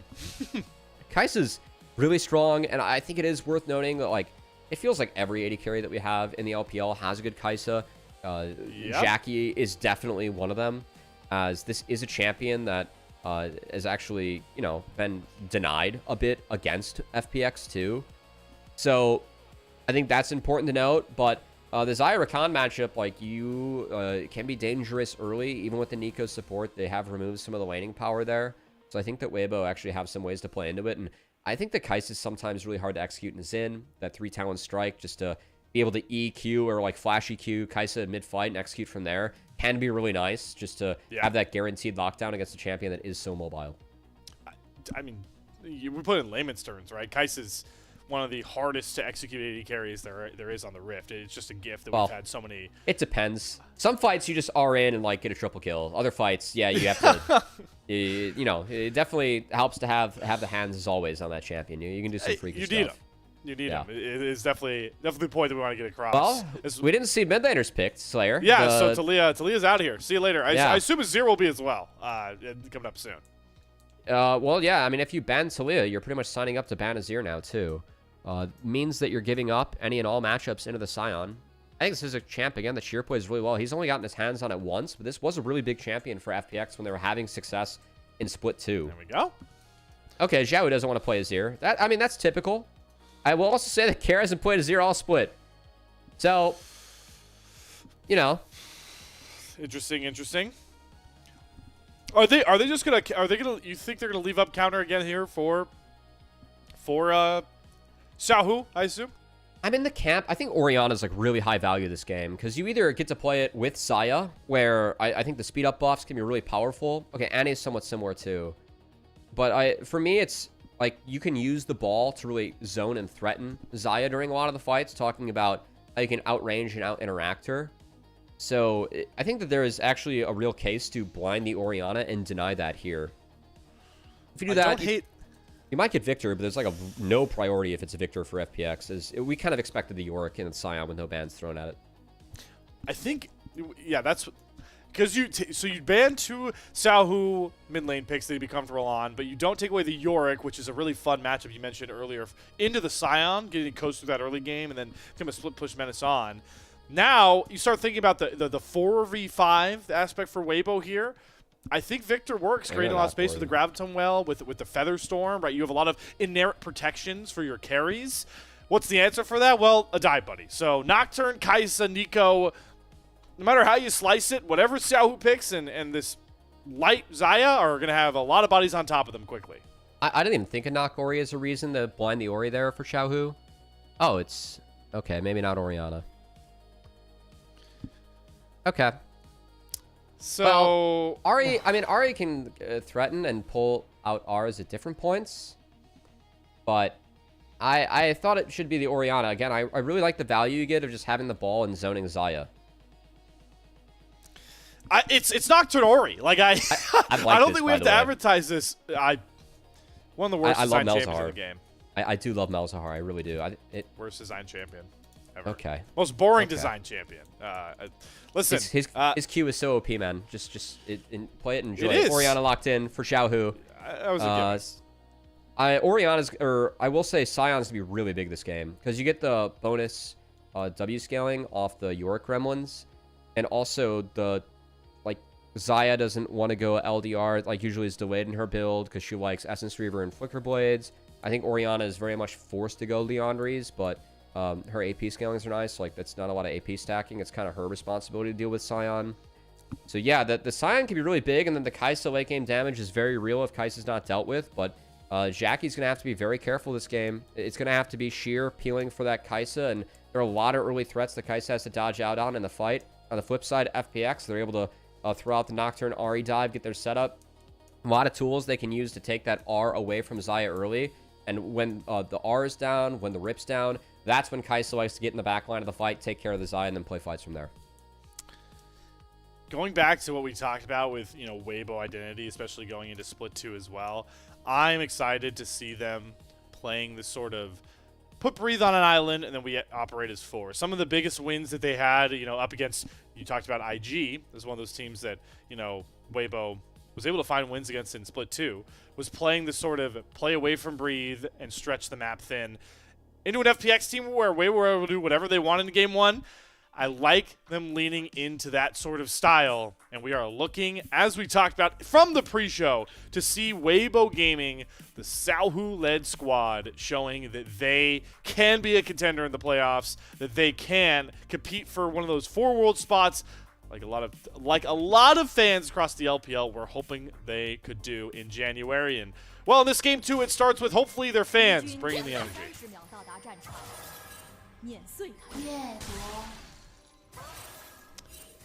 Or have we lost I heard stadium a few. I heard mics? a few. Oh, I heard a few. Okay. I heard a few. I just feel like I'm getting thrown off. But, nonetheless, we're on to the Rift here. Getting into some hijinks with some potential anti-invade tech coming out here from Waybo. Just trying to see if anybody moseys their way up on towards this blue side. And we get to see that, as expected, FPX, with their playmaking of the Nocturne, the Nico, these big teamfight ultimates at level 6, playing a pretty big role. The AI tracker feels like they're favored going into that mid-game, but kind of like last game, if they don't bring momentum there and carry it home, Azaya, Yorick, and Orianna level 16 Shockwave is a lot to deal with. Yeah, could be. So, am interested, should say, to see what Jachi can do on the Kaisa, as it's been a big pick for him in the past, and definitely a lot of priority. I mean, you knew you were signing up to get Zaya Rakan. So we'll see if FPX can play out this lane, because do you think after the Nico nerf, this lane is a lot harder to be able to execute? And Zaya Rakan, can always find sneaky landing prowess into a lot of matchups if it's played correctly. For now, though, gonna have to give away control of level 2 here. That's a pretty big wave stacking up, so we're going to play a bit slower. Luckily, they do have Tien pathing down towards them if that is needed. Again, another game where IYY and Tien are going to basically follow each other along the path, which is always fun to see how these clears do come across. I'm interested, Cubby, though, to see if hopefully FPX get into some sort of quick bot lane swap, because that's always the power you bring with Sion on your team as one of the best weak-siding 1v2 champions. A good call. And a lot of CS tonight early on for Light.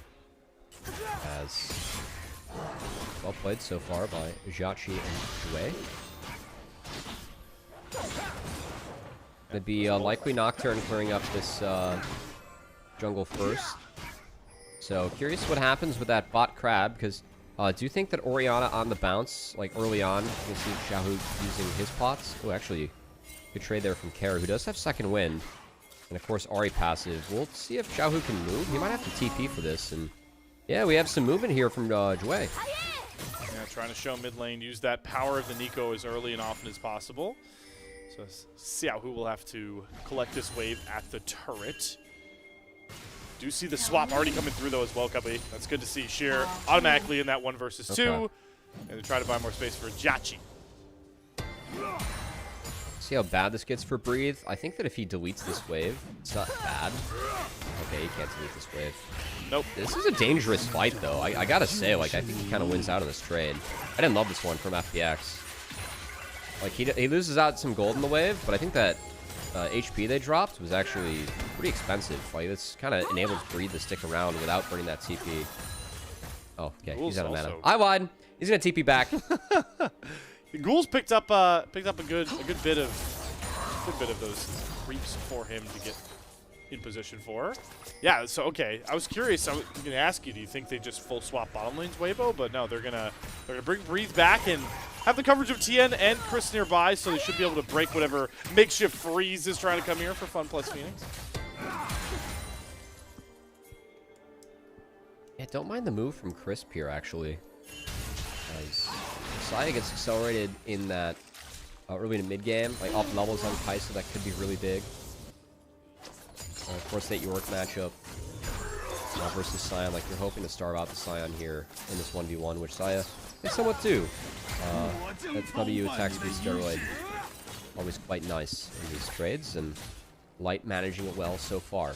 I actually kind of like the scenario, prefer it, in fact, for Waybo. Because I think a lot of this Kai'Sa tech that teams figured out was, when we had the lane swaps of earlier on in the year, it was how early can we get Kai'Sa in that 1v2 scenario to get that solo XP, because the levels are actually really big in terms of hitting her evolve breakpoints as well. And if you get Kai'Sa accelerated in the game, well, 3-item Kai'Sa is a very common win con that is thrown around for very good reason. So, you know, knowing that, how much value do you really see Light gaining already? The fact that, he's going to go through another big cycle of waves, picking up this solo XP where you can see that Jue is finally now going to give Jhachi that solo time, but how much has Light really gained by this point?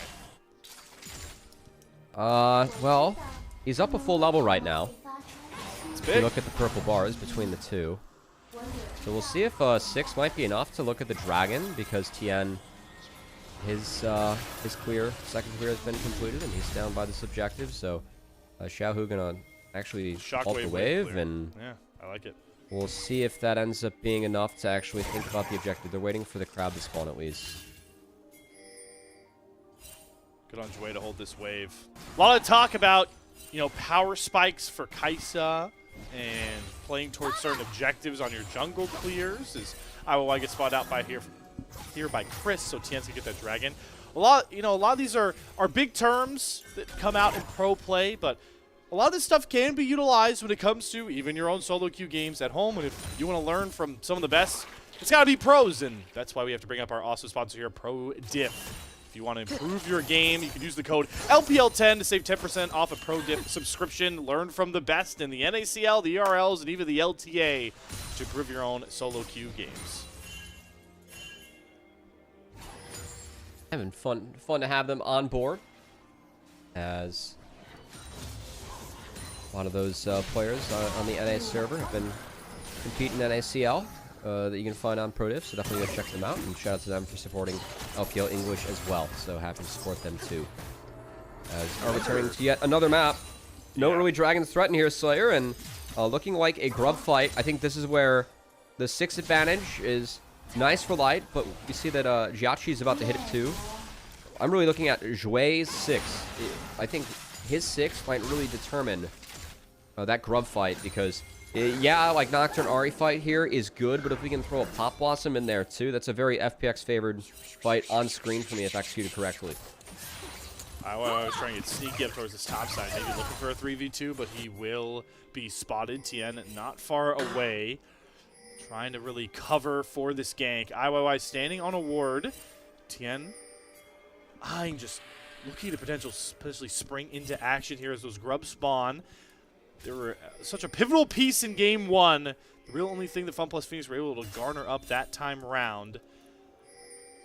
Still just a lot of posturing, both top laners with TPs, with ults, but actually mid lane where the play gets made. The shockwave onto Care. Good charm mid-dash though on Tien. He does have to burn the flash on his own, but that gives IYY time to start up these grubs. And yeah, I like the flash burn there. I'm curious if Care, he doesn't really have time to wait for that TP, because he has ult up. If he's able to, like, TP back would be big, but okay, here we go. Here comes the trigger. Pop Blossom, flash forward from Jue, is only able to grab onto the support. A good feather and blade color pullback from Light to create space, but they knock down Chris with 2 key ultimates. Siendo looking to re-engage. Spirit Rush out of Care. Another good charm comes across. Kresigar going to go down. IOI has to flash. Snare is going to land, but Jhachi can't get close to doing the damage. He's going to get knocked up. He has to flash back, but Xiaohu just doesn't have enough damage to really make sure that one hurts. Care going to land another nice charm here onto Xiaohu. Now he has to burn his flash. And everybody walking away wincing. Okay, I like how FPX executed that fight. Again, we're talking about Nico 6. They had the 6 advantage there between the supports and used it quite well. Oh, that's very critical, though. Jhachi's base stopped, and I think he's headed for the gray screen. Yep, a gift to Tien. Good call there by Chris to cancel those backs, and another plate gained as well. That is a huge saving grace. Yeah, I love Waybo and Tien there walking up, pressuring. He did the crab instead of taking that last Gromp. I think that a lot of junglers would just stick and maybe finish off the objective. Really like how he walked up, pressured with Chris, found a canceled recall, and that's the best kill you can find on the back half, slowing down Jotchi on the Kaisa. So I like the play from FPX. I thought they executed that fight well. They layered their ultimates so that Light's Featherstorm didn't get max value. They attacked afterwards. I know the Light got out, but they still took away his conditions with the cleanse and the flash. So again, see a replay. I mean, going on to Rakan, maybe not the call there if we want to really get picky. But again, we took everything away from Light. Like, that was executed nicely. And then props to Tien here with this skirmish. He's in with a red buff. Very powerful at this point of the game. And Jotchi, this chunk ends up being really expensive if they find him in the end. I just think Care, starting to see why maybe the Ahri was the priority here. He's hit a lot of really clutch charms. This one on the south. Yeah. Another big one. He can definitely pressure. Like, not a lot of things can stop him from just R'ing in and throwing an E out. He can kind of sneak out of Orianna shockwaves. It's not like, you know, he's got Syndra with a scatter coming for his face if he doesn't make any mistakes. So, but his pick, like, the damage, it does fall off later on compared to the Orianna. So gonna need to have Jotchi carry that late game. So I think it's why it's really important they slowed him down. It's Waybo in return to the map. They've gotten back on. They get a dragon for themselves. They do indeed, and that's, you know, something we talked about earlier that I want to revisit with you, Cubby, is by getting that dragon. We talked about this Breathe Yorick pick. You think, how well positioned do you feel like this Yorick is picking up that dragon and the slower nature of this early game once again? Ooh, I mean, I think the biggest part about Yorick is that if they want to attack him in this mid game, they have to bring the Kaisa. Or like Ahri's, I don't think is not enough damage to get through a Yorick or Ahri Nocturne. There's going to be a pretty early break point in the game where Yorick's going to be able to survive that. And it's probably going to be second item if you know, everyone's kind of on even footing.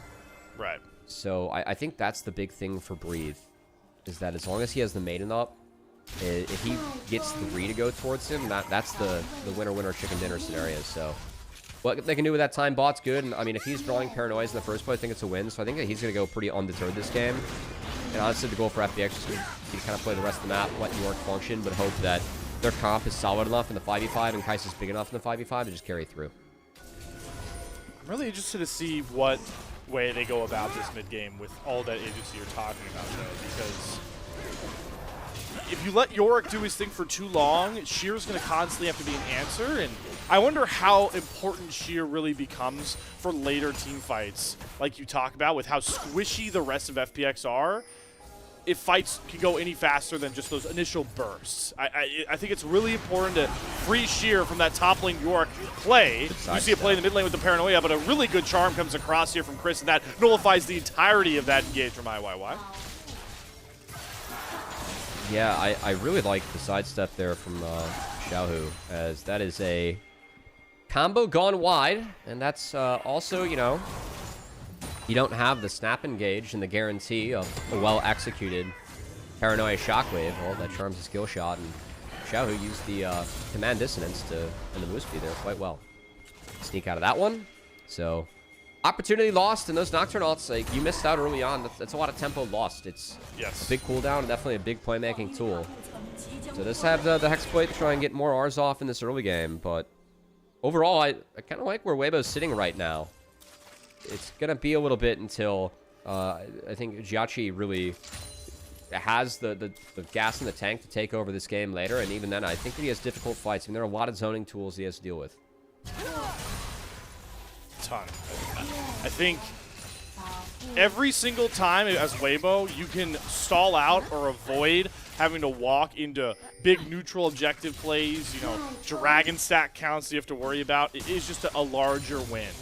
And the slower the pace goes this game, it's just going to buy more space for them to really play the map and play towards this Yorick. But for now, Tien going a bit fishing here in the enemy jungle. Is Waybo are really making it a point to try and get that first brick off the board. I mean, the top lane pretty weak, the mid lane tier 1 as well. Hurting so far. Oh, that's a good pick. Snap engage on his way. That's a big flash taken away. That's Nico flash. Yeah, that's always a big flash deny, so I think that's a really good find by Chris. as they will protect the turret, but they have no real threats for first brick themselves. So FPX likely going to lose out on that element of feats.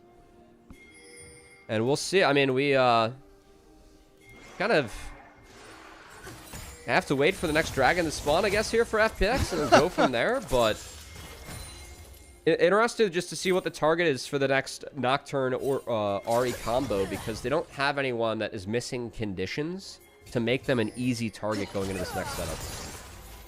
Yeah, he's still got flashes on both the Orianna and the Xayah Featherstorm. It's just such a nullifier of this comp. I think it's another game where Waybo have done a really good job letting the draft come to them and shutting down obvious win conditions here for FPX, but gotta commend them for still playing up tempo with the pace, knowing they've got the paranoia, they've got all their ultimates back online, so they're forcing down this Rift Herald. TP is coming across from a mid laner and a top laner. It's Xiaohu and Sheer joining up here. Finally, they get the Scion involved as that tanky front line. Keep in mind, every second that ticks by, Cubby, you're leaving the Yorick alone on the side lane. Okay, here we go. The conditions are bad. They went after Tien. The shockwave hits absolutely nobody. Xiaohu casts it way too early, and now he's got to deal with Sheer right on top of his. Chris was going to charm up a bunch of FPX members, but Xiaohu was dead. There was no way to save him. Killer instinct forward. Good dash back towards Chris, but Light cannot save him. Jhachi flashes back forward, and now Light is cut out of position. Does have his flash available, and the Featherstorm. He'll have to drop the ult just to get himself back out. That's exactly what FPX needed. Kills on the board. It was a bit of a botched fight there from Waybo, as Tiana and Xiaohu did not sync up there, but Tian's looking to steal this. If he finds the eye, it's his. I ward. Yeah, IYY's going to flash, hit the eye, and then smite it to secure it. Now Tien has got to be back on the back foot here. Breathe can use the playplace trying to protect him, but Tien is on a one-way mission, and he's going to give another kill over to Jhachi, who's now 3-1 on this Kai'Sa. All right, well, I saw the vision there. Unfortunately, the eye did not look your way, Tien.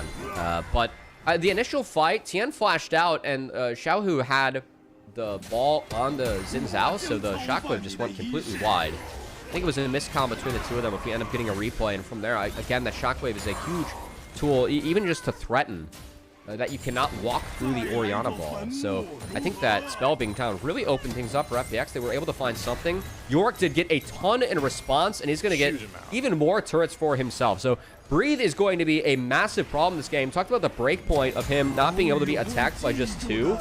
I think that after this next base, we might have already hit that. But yeah, keep your eyes on Tien here, because we're going to E the Xin Zhao, and then I think he thinks the Tien's going in.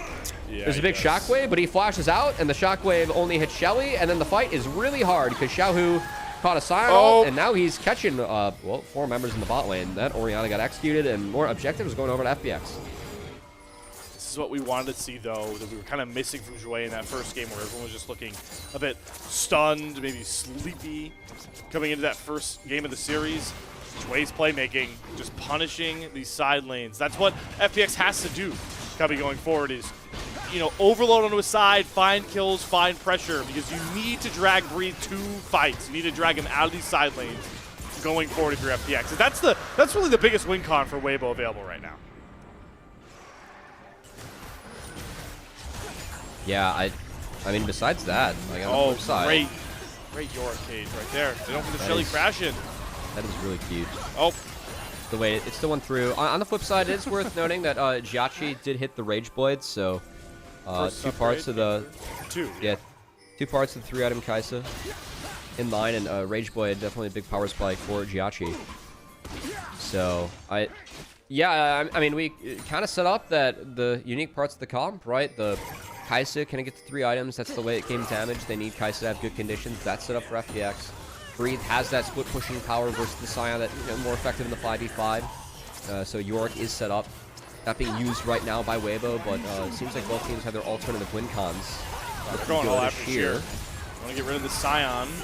Supple onslaught. Going to use just get a bit of space. Good charm there from Care, though. Get Sheer out. Breathe wants to still go forward here. Chris going to force a flash out of Care as well with that Grand Entrance knockup. Waybo really wanting to force some sort of fight here, but they just take away some pretty key summoners and knock down the last tier 1 turret. Honestly, nice by Waybo in the long haul. I liked how Sheer played his way out of that one, though. Oh boy, Breathe, I don't think he was wanting to deal with the jungler over the wall here. Paranoia back forward, Otherwise going to go on in. Immediately gets charmed up with a Pop Blossom. Hits onto all three members. Shockwave comes back down. It's Xiao who is still finding a way to turn this fight. And with the healing of the Sundered Skies, he nearly fights Jachi as well. Care gets away with a double kill. FPX still winning out in these skirmishes. I mean, 2 for 2, though, at this point. At least Jachi was able to survive. I think more gold going over the Kais is good. It would have been really bad, though, if Jachi went down. So the fact that he lives is pretty big. And this from Waybo, I mean, Lights, he's slamming the recall, man. Like, it's a Xayah Rakan recall. Blast Cone to put Breathe in a tough spot. Yeah, okay, Chris canceled. Light did not. He needed the second item and created the numbers advantage. But even with the numbers advantage, like, that's a lot burned. I think, again, Nico Flash, very significant. That being burned for a 2 for 2, I don't think is really a big win for FPX, especially when they don't get any neutral objective in the back half. We're going to have to keep our eyes on this Nico, on Jouet. A champ that I think Jouet plays very well. It's a great champ for him in FPX and Split 2. He's one of the early supports to really adopt this pick before it became dominant in the LPL, as it really hit the LCK first. I do think that missing that flash now for bigger fights that are coming up as these monster objectives are about to spawn is very significant. Honestly, kind of a win for Waybo, considering they got a 2 for 2 in an even game state. But what will drag them back towards another 5v5? Good old Otacon. And FPX leaning up towards that side of the map here. A fun game to play now going forward. W, you talked about it earlier, you know, 2 people to match Breathe, but I'm curious who FPX feel more comfortable catching side waves and just, you know, keeping this York at bay. Because right now they've made the switch there. They're sending Care down to clear out these waves instead of Sheer right now.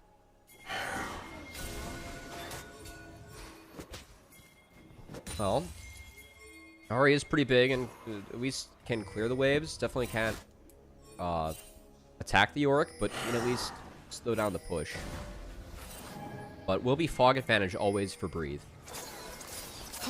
And yeah, I guess TP up for both the Ari. It's no TP on the Scion, so kind of forced, just given that Otacon's the only objective up. We'll see if that, I think it's a good highlight though, Slayer. We'll see if it changes when the Dragon spawns here in a minute, because it could be very telling what the priority is.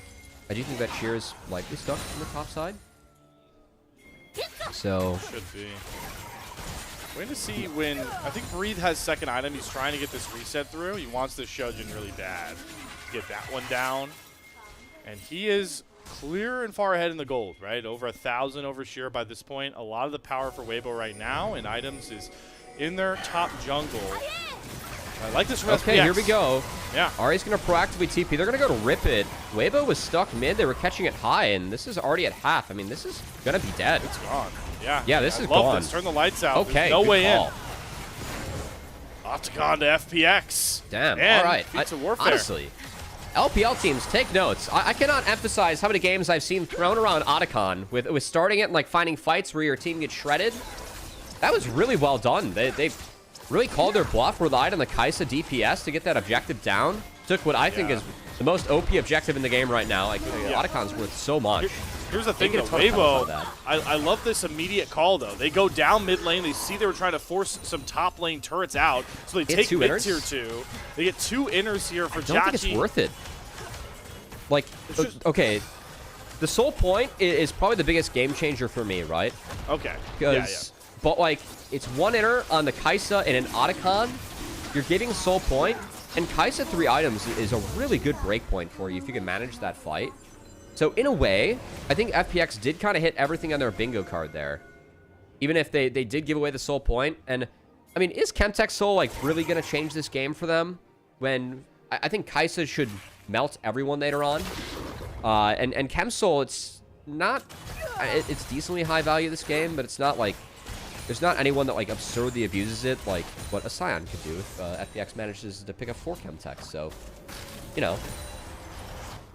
Who knows? You talked about it earlier, though, the 3-item Kaisa win con. I want to talk a bit more about it because Kaisa is a champion. So many ways you could build out. So many ways you could go about, you know, a game from hybrid to AP to on hit. how are you feeling about this full-on hit AD turn here from Jachi being this far accelerated? Great. He's got to do all the deeps on the planet, and let's just hope that he picks the right spot to go in. I think he really needs to wait on the Crisp combo, and then needs to be very careful of just a TN, you know, flash knockup or flashy knockup or flash combo from the Xin Zhao, because that will have a Rakan piggybacking behind it if Waybo is playing it well. And of course, Jachi didn't elect for the cleanse this game, so can't get out of a Rakan combo. So I think he's got to wait for a few things to be thrown out in the fight before he can choose to enter. But how we've seen them play out the fight so far, like the idea, you layer your spells to get that Featherstorm out early, and then once that and the rip is gone, you send the Kai'Sa over the top and play from there. As okay, they're going to threaten with Kai'Sa DPS, hitting this Baron. It's already at half. Nocturne's very low, though. They're walking Breathe all the way over here. Too low. No TP. Chris was going to go in with the Shockwave into the knockup. They're going after the Nocturne, and Tian picks up the kill. Great marking of the jungler, and now Baron is basically leashed here for Waybo. FPX, what can you do? Do you have to fight? Do you have to leave? They're going to go forward with a Pop Blossom on the 4 members, and the Scion steals away the Baron for FPX. Sure, they're going to lose 2 members, but Sheer just got away with a heist. Now Jachi's got to find a way to get out on the wrong side of the map here with his own Baron. Jachi's dead, but at least FPX don't leash Baron over to Waybo thanks to Sheer's heroics. That was a heroic. I do like how Waybo played it. My biggest beef with FPX, why was the Nocturne tanking this when you have a full health Scion? That Nocturne, like the FPX just hitting the Baron, it should always be Scion tanking it if you're going to burst it like that. I need to get a replay because I wonder where Sheer was standing. Like, was it actually a threatening position? Because I love the call from Waybo, but that's made way too easy when the Nocturne's at half health just from pulling the Baron. I mean, Sheer hitting his control ward, that's not as important as tanking the Baron beforehand. We didn't really see how Nocturne got to half, but that Scion just doesn't take any Baron damage. Why are we getting Nocturne down to half? And you get a front to back for the Xayah. You don't pressure the Xayah at all, so you can't go over the top as Kai'Sa, which is the fight you want. Until now, where we really see Jachi get stymied. Oh, it's stopped in her tracks. Just a miss smite by Tian, who, okay, he's dead when we get back, and Chris was also on the wrong side of the map. Okay, well, that's not great. Good how we got to this spot. All right, Chris, how long can you delay? Oh, they're going to give this kill over. All right, they're going to give it to Care. He's using the redemption. Guys, Crisp is still alive, and we're taking inhibitor turrets. Is that worth for Chris? That took 20 seconds. I mean, they don't lose any major monster objectives for it. They kind of stall at the Baron. It's whatever. I don't know how Waybo got there because we were in the replay. It was kind of weird. But, yeah, I think that it needs to be a world where... I mean... Yeah, FPX shouldn't be here. Like, let's be honest. That Baron should have went over to Waybo. If they get that Baron, like, it's game. We're talking about this like it's a really clean 2-0. All right, here we go. They're trying to take Care's Baron off the board. I mean, Lights in base again, man. I don't think this play exists. As Tian, okay, yeah, he R's, and I guess that's just an unconnected play because Crisp and Xiaohu didn't go to help. But again, Lights in base, so and they had Baron. Just don't think that's there. That said, we can play for Dragon Conditions now, and of course, this is Soul for Waybo. So, the Otacon play, I like the boldness from FPX. I thought the Otacon take was actually a decent idea. They got an inner on Kai'Sa just to give away 2. But now, this is the gambit that you play. They at least have Baron to help, and okay, fast play. Tien, no flash. They're going after Tien without flash. Crescent Guard doesn't mean squad because FPX drop all the damage on top of him. Good double snare also comes across as Jachi goes in the backline, flashes away for the grand entrance. Jachi is just turning, burning through Waybo, but the Shockwave will tag him. It looks like he's done enough, though. As Xiaohu and Breathe are the only 2 left to try and deal with the rest of FPX. Care gets caught in the play place, though, and now they've lost all their damage, and Breathe is starting to free roam on to this fight, trying to use the Matum and his spacing as best as possible. As once again, we get 2 teams caught on the wrong side of the rift. Xiaohu is going to TP back in. And IYY is going after his Raptors camps, and we get a wacky end of that fight. I mean, he has the jungle privilege because I like the fight from FPX. I like the idea. Tien was dead right when he looks at mid-wave, and they execute, but he tried the jungle privilege back, which delayed his recall. Now he recalled. Dragon might be ripped, and there couldn't be a smite. Keep in mind, this is Soul available for Waybo. Orianna has a lot of DPS. Paranoia is up, but he's gonna have to Paranoia for the steal, and Waybo's here first as a group. So I thought, like, FPX, the way they played that fight out, wasn't good enough. They still lose out on the soul, so they win the fight but lose the soul. And that kind of makes the Otacon Gambit null. Gotta think how much impact. Yeah. How much impact did Care dying there in that fight without TP being able to come back?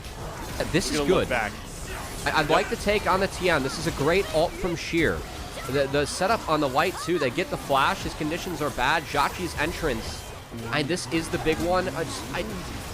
I guess go and execute Rakan plus Xayah, but you could just ignore the Rakan, start hitting the Xayah early on. I mean, maybe it kills Xayah like that much faster where you dodge out on one auto and then have better conditions for the fight to live. Xiaohu did have a wonderful fight there. The fact that he played out, was able to TP back, is the reason they were able to pick up the Chemtech Soul. So I know that Kara's had, you know, the big numbers on the screen. I do think that Xiaohu has navigated his way out of some of these plays quite well. Keep in mind, this is a matchup where we said he scales really nicely and can threaten that Kai'Sa.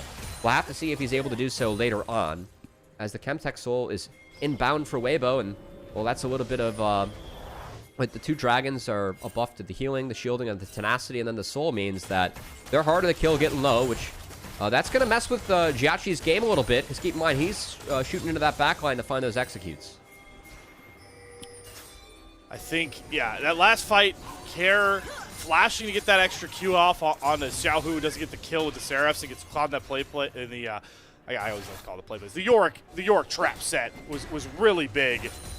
It's just the small things at the end of some of these plays for FPX that are head scratching. This game in general has been really topsy-turvy with some of the mistakes made, and now we settle into a spot where Baron hits in about 15 seconds, and Cubby, we get to test it. How much do you value this Chemtech Soul you're talking about? Might not be that much of a difference maker. Yeah. Well, I mean, we'll see. Like, again, the scaling of the Kai'Sa, you see the DPS, and of course the Scion. Like, Sheer is so big right now. And he's holding the door, so we'll see if Waybo can get in. All right, let's see if FPX can secure this Baron on their own. IOI's definitely healthy enough. They're going to go after the Scion. The lights go out just so FPX can secure this Baron. Sheer is going to die for the Baron that FPX are going to get. Now they've got to get out with these 4 members sporting the purple banner. It's kind of a hide-and-seek game for Waybo. They're not going to catch Jhachi. He gets his back off. They instead go after Care, who does manage to kill off Chris and gets another stack of his dash back up, but he is surrounded. Xiaohu has to be careful not to die next. Here's a shockwave. Once again, hits no one, and it forces a cleanse out from Light just to make sure they kill off Care. Okay. I think that's okay for FPX. I mean, at least they get the Baron. It's, this game is a bit of a tester now. And again, I just really want to see if Jhachi can carry this through. He's going for kind of a drain tanky build between the Terminus, the Bloodthirster, and what looks to be a GA Blast. Yep. So, and he has to be very wary if this is the build. Keep in mind, there's no magic resist in that build. He has ways to play around the Shockwave, but that's going to be a really threatening spell to look out for, too, now. We teased earlier that he has to be, you know, you're waiting for Xayah to burn her skills to go in, and then hoping that Rakan's in, or down, like, spells, you're going to track that. You really need to track ball placement and Shockwave now. Because at any point, Xiaohu, I think, can make a really proactive play, and if a Shockwave catches that Kai'Sa, that is a game-changing moment in favor of Waybo Gaming. So, Jhachi's going to have to be careful, but, again, definitely has the power in the items now to see if this guy can carry late. I wonder how much value you would have gotten out of being able to upgrade that W Void Seeker, build a bit more hybrid. Yeah, I know you like the Drain Tank, and you know the Crescent Guard can nullify a lot of this AP threat, but you are leaning so much onto that, like you called it, the really critical positioning, building this AD. Yeah. Whereas you have a little bit more space bot with the hybrid. Honestly, I can see it with like setting up Nocturne. Yeah. But I think it makes it harder to break the base, which is already very difficult. That's true. For FPX, because like when the map narrows up enough, then the poke doesn't matter quite as much. So that said, Elder is going to be up here in almost $120, and Baron won't be on the map, so I'll focus on that.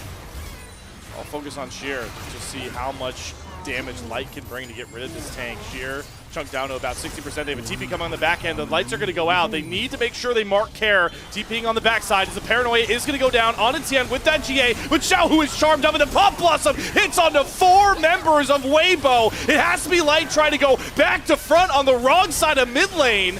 As Chachi gets trapped in that place, able to get back out. Sheer zombified Mummy goes back out, but the charm hits onto Crisp, forces the cleanse out of Crisp as well. And now FPX have first track on the mid lane with that Baron still alive for a couple more seconds. Looks like Chris caught that on purpose to protect his teammates. I know it got him low, but yeah, that fight, I mean, that was a really nice execution on the Xiaohu. I'm surprised that he lived as long as he did, frankly. Because I really like the angles that we saw there from Kara and Jue. That was a good start to the fight. Yes, Light got some work done. But again, this is nice. We're hiding the TP with the Paranoia. Waybo have no idea this is coming, and I think that going for Xiaohu is warranted after the impact we've seen if he's able to function in the last couple of fights. Really nice charm thrown towards both the carries. Xiaohu chained up. Again, surprised that he lived as long as he did. On the flip side of the fight, Jachi had flash, had ult, so I was looking at him to see if he went deep within the last half, but just wasn't the case. Shears ulting back to this, won't have ult now for the fight. It's getting very low. Yeah, we're flipping. FPX, they have to go forward now. It's going to have to be a hero steal from Iowa White. He doesn't get it. Tien secures the Elder, and that's just going to ruin the entire game plan for FPX. He goes down valiantly. But now the big bad Greybeard Dragon buff is onto Waybo, and with that, they feel like the most confident players on the Rift right now, and they're going to walk and march their way towards the base of FPX.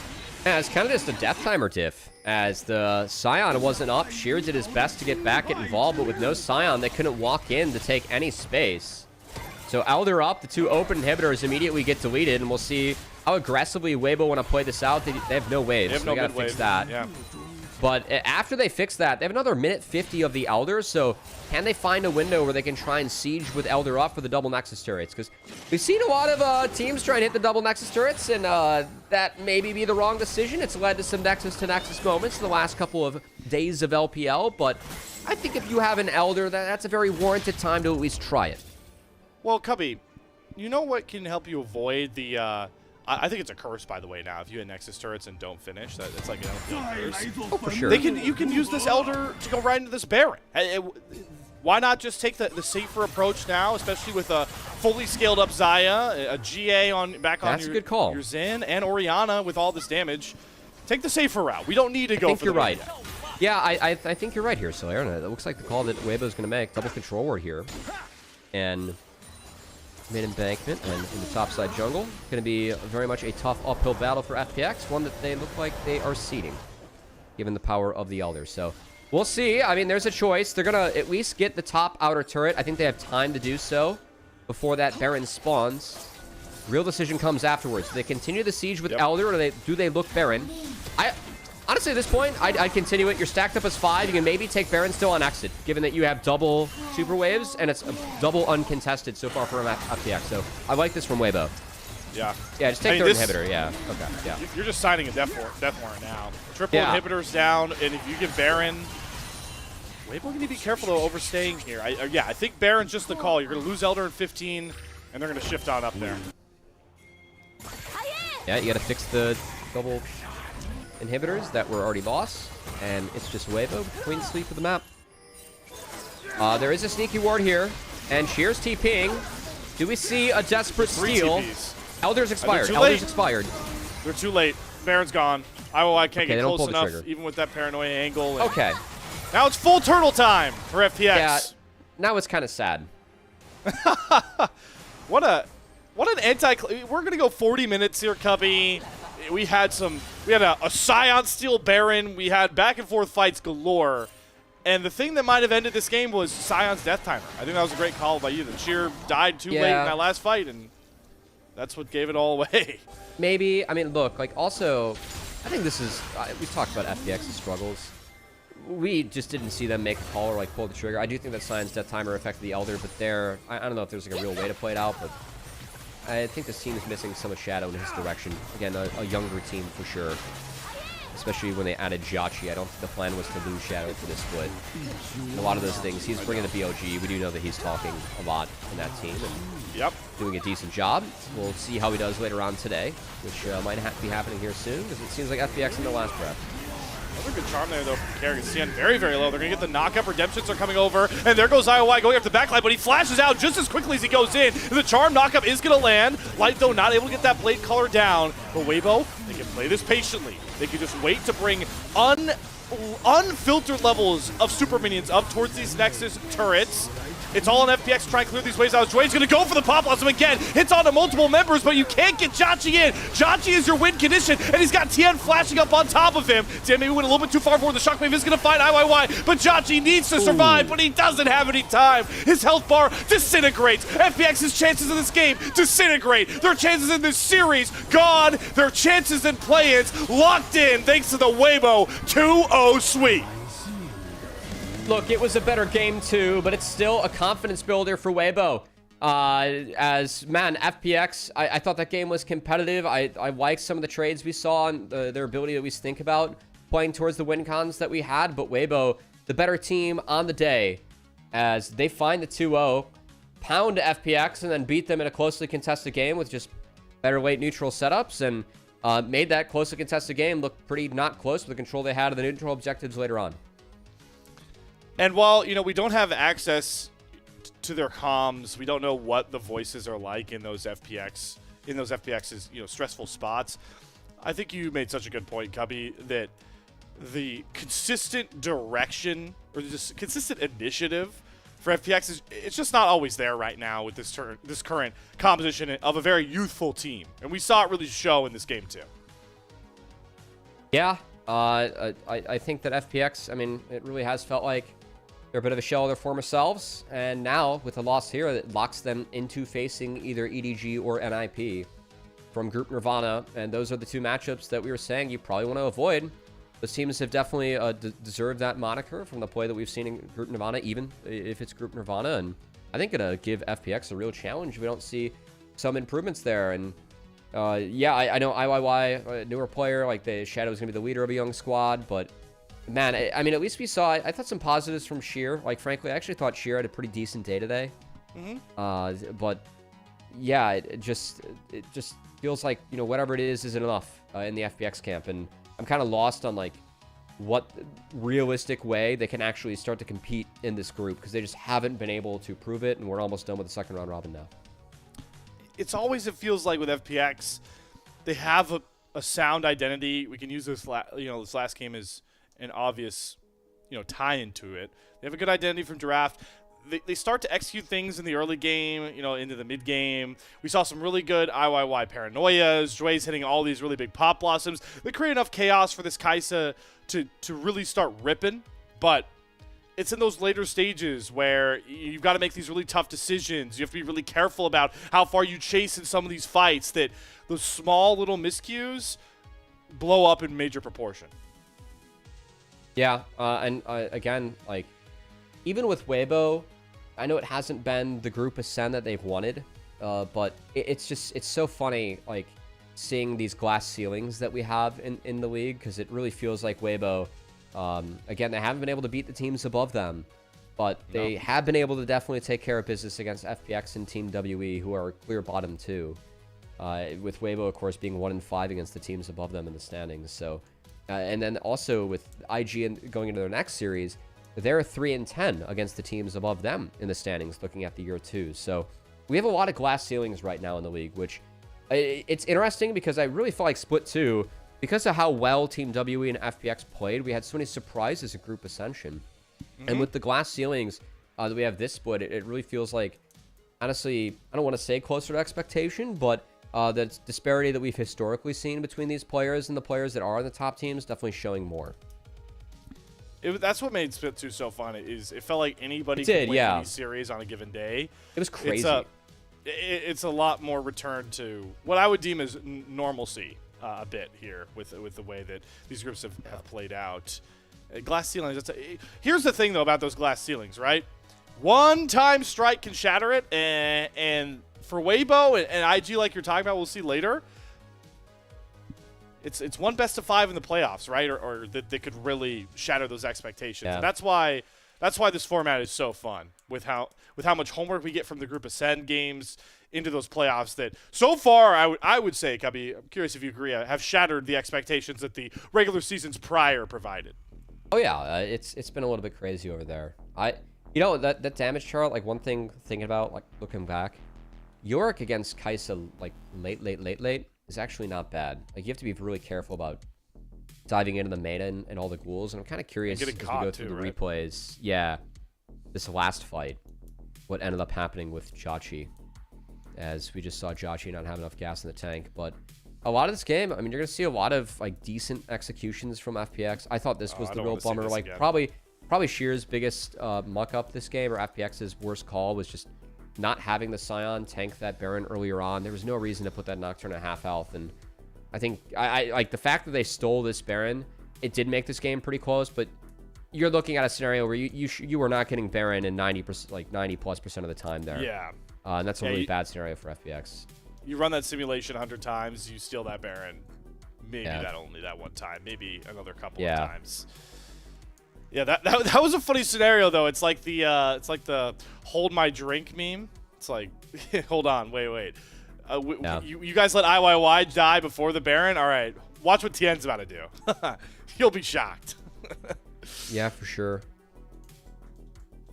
Man, for FPX, it really feels like, I mean, I'm kind of curious about confidence levels, because obviously you have the experience of playing in Group Ascend.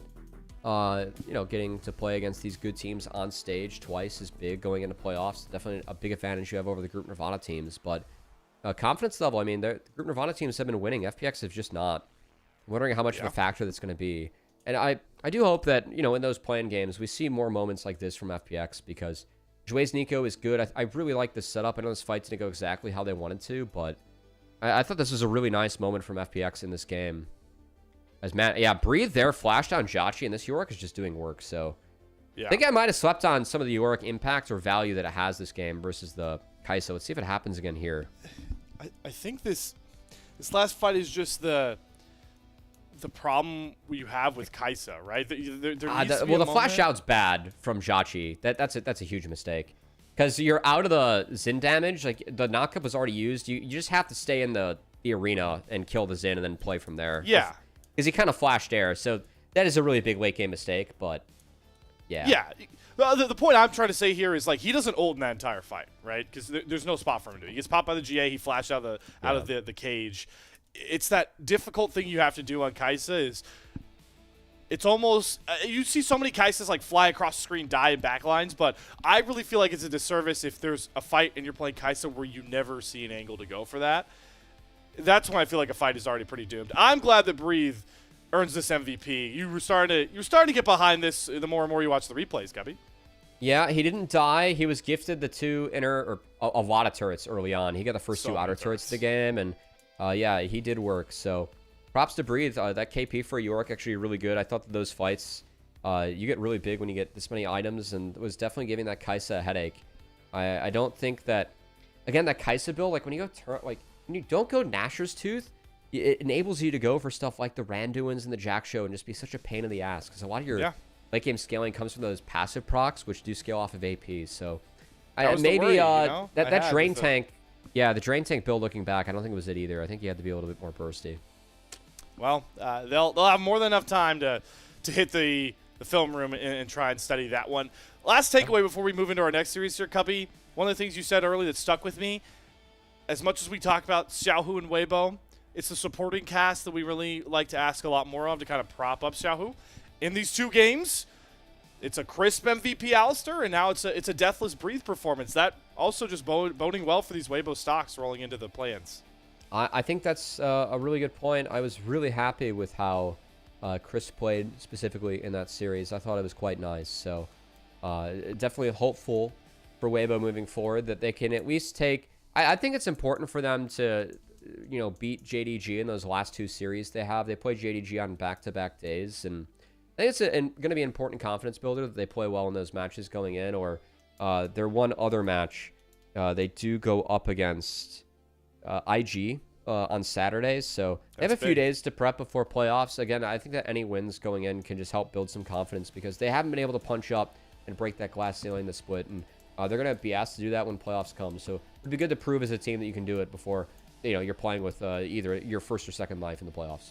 And hey, like we talked about, JDG and IG, two of the teams very close to Waybo in those standings. But it's time to talk more about Invictus Gaming as they try and conquer their own glass ceiling that the proverbial Cubby has given them by taking down BLG on a bit of a slide. IG swinging up, BLG swinging down. Somebody's got to come away with this next series, and we'll see you guys on the other side of a break to go into our final matchup of the night.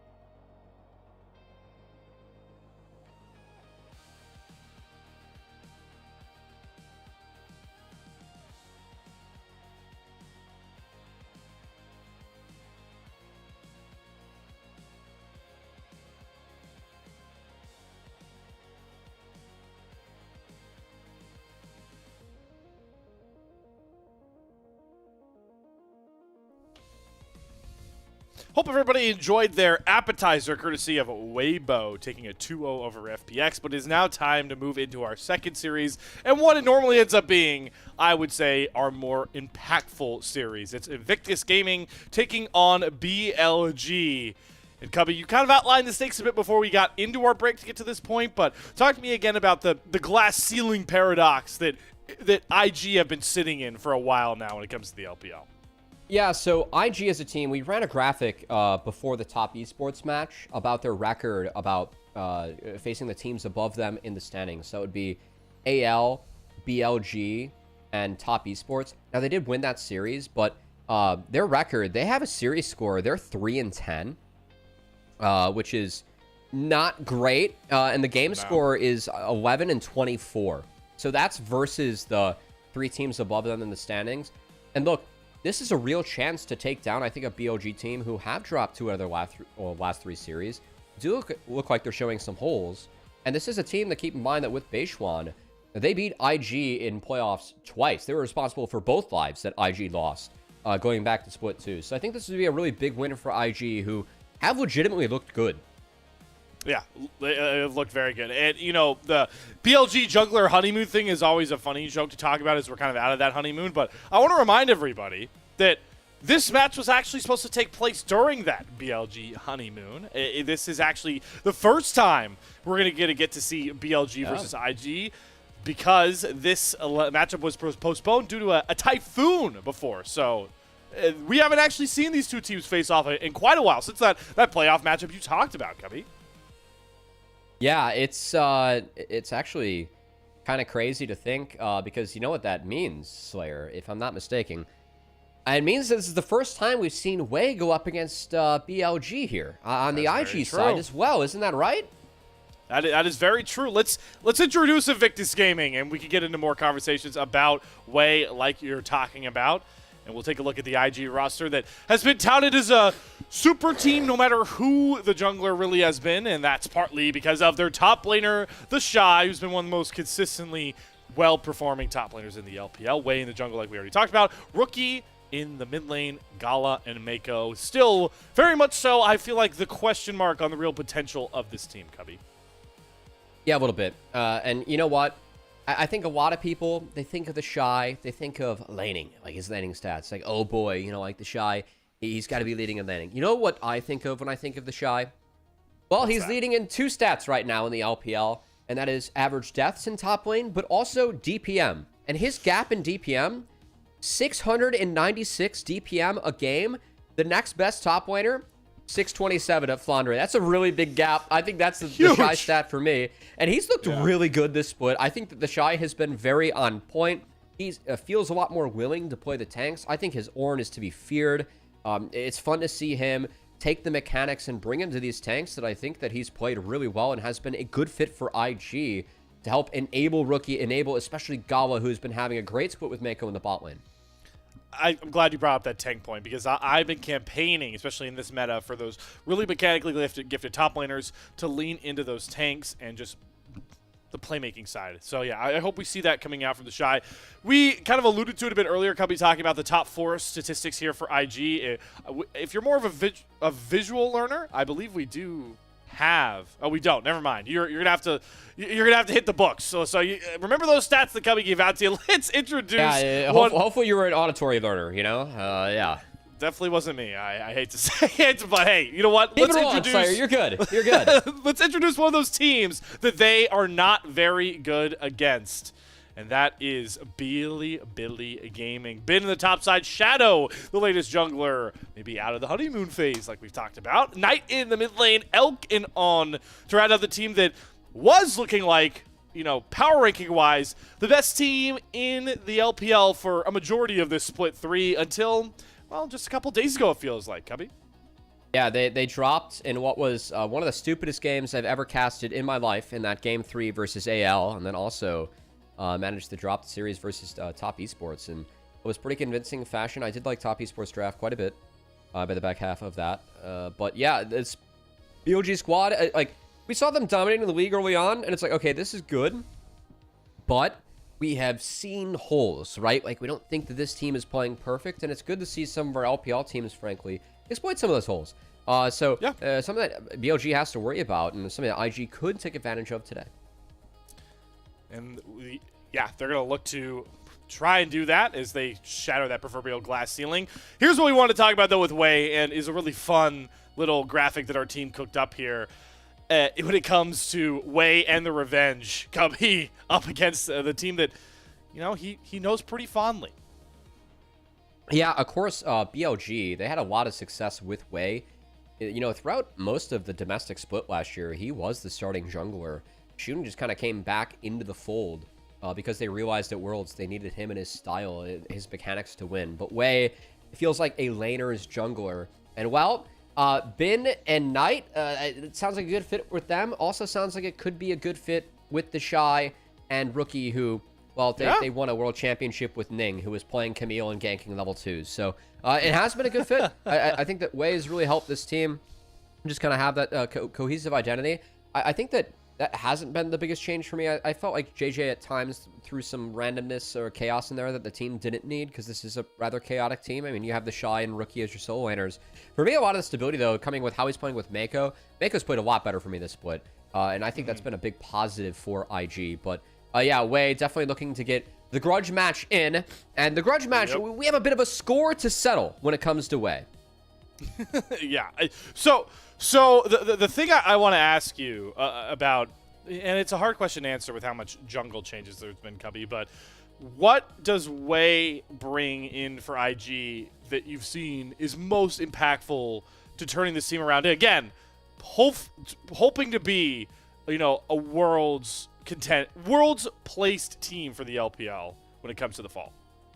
Honestly, like, in a way, I just feel like it's been consistency. Like, I really feel like IG is in the spot they're in because their bot lane's just playing much better. The Shy's having another great split, and they're more consistent as a team because of those things. I do think that JJ at times had hit or miss games. It feels like Way is a little bit more steady, closer to the mean, which is good for a team that has a lot of chaos around it. I think that that's always been where Way is fit into rosters, and that it sounds like, oh, that's almost insulting. No, I mean, I think it's great to have consistent role players. You need that. Yes. I mean, think of basketball, think of other sports. Think of League of Legends in the past. Don't get me started. Faker man. needed his Bengi, man. The game changes a lot, but Way has just been what the team needs. That's been great for IG to let some of their main characters really take over. Hey, Cubby, listen. All alien death rays pointed at the earth, memes aside, Steph Curry ain't getting a lot done without Andre Iguodala some of those years. Oh my God! Right? Okay, so. you're not wrong. Also, the roster before KD, how stupid gross was it? They were 8 or 9 deep with Sean Livingston coming off the bench. If you just want to go further. Anyway, we gotta dive into this game. Looks like Mako fixing the hair as he's got to look good coming out. Take down BLG. I think that's such an important thing, though. Is I want to get rid of this bad sort of connotation that floor raiser players have when it comes to competitive League of Legends, right? Is you need somebody on your team that's not going to do a lot of flashy things. You can't lean on them to solo carry a lot of games, but they perpetually raise up your other players. And I think Way embodies that so well. And I think on a majority of stages, including the LPL, that's really all this IG team needs. Yeah, I mean, that's not. That is very. That's very true. That's very true. Like a true Canadian. You also would not have won without the Kawhi 1-year rental, and that's fair. I'm glad that Kawhi won another. He definitely deserves it. We don't bring up the bouncing.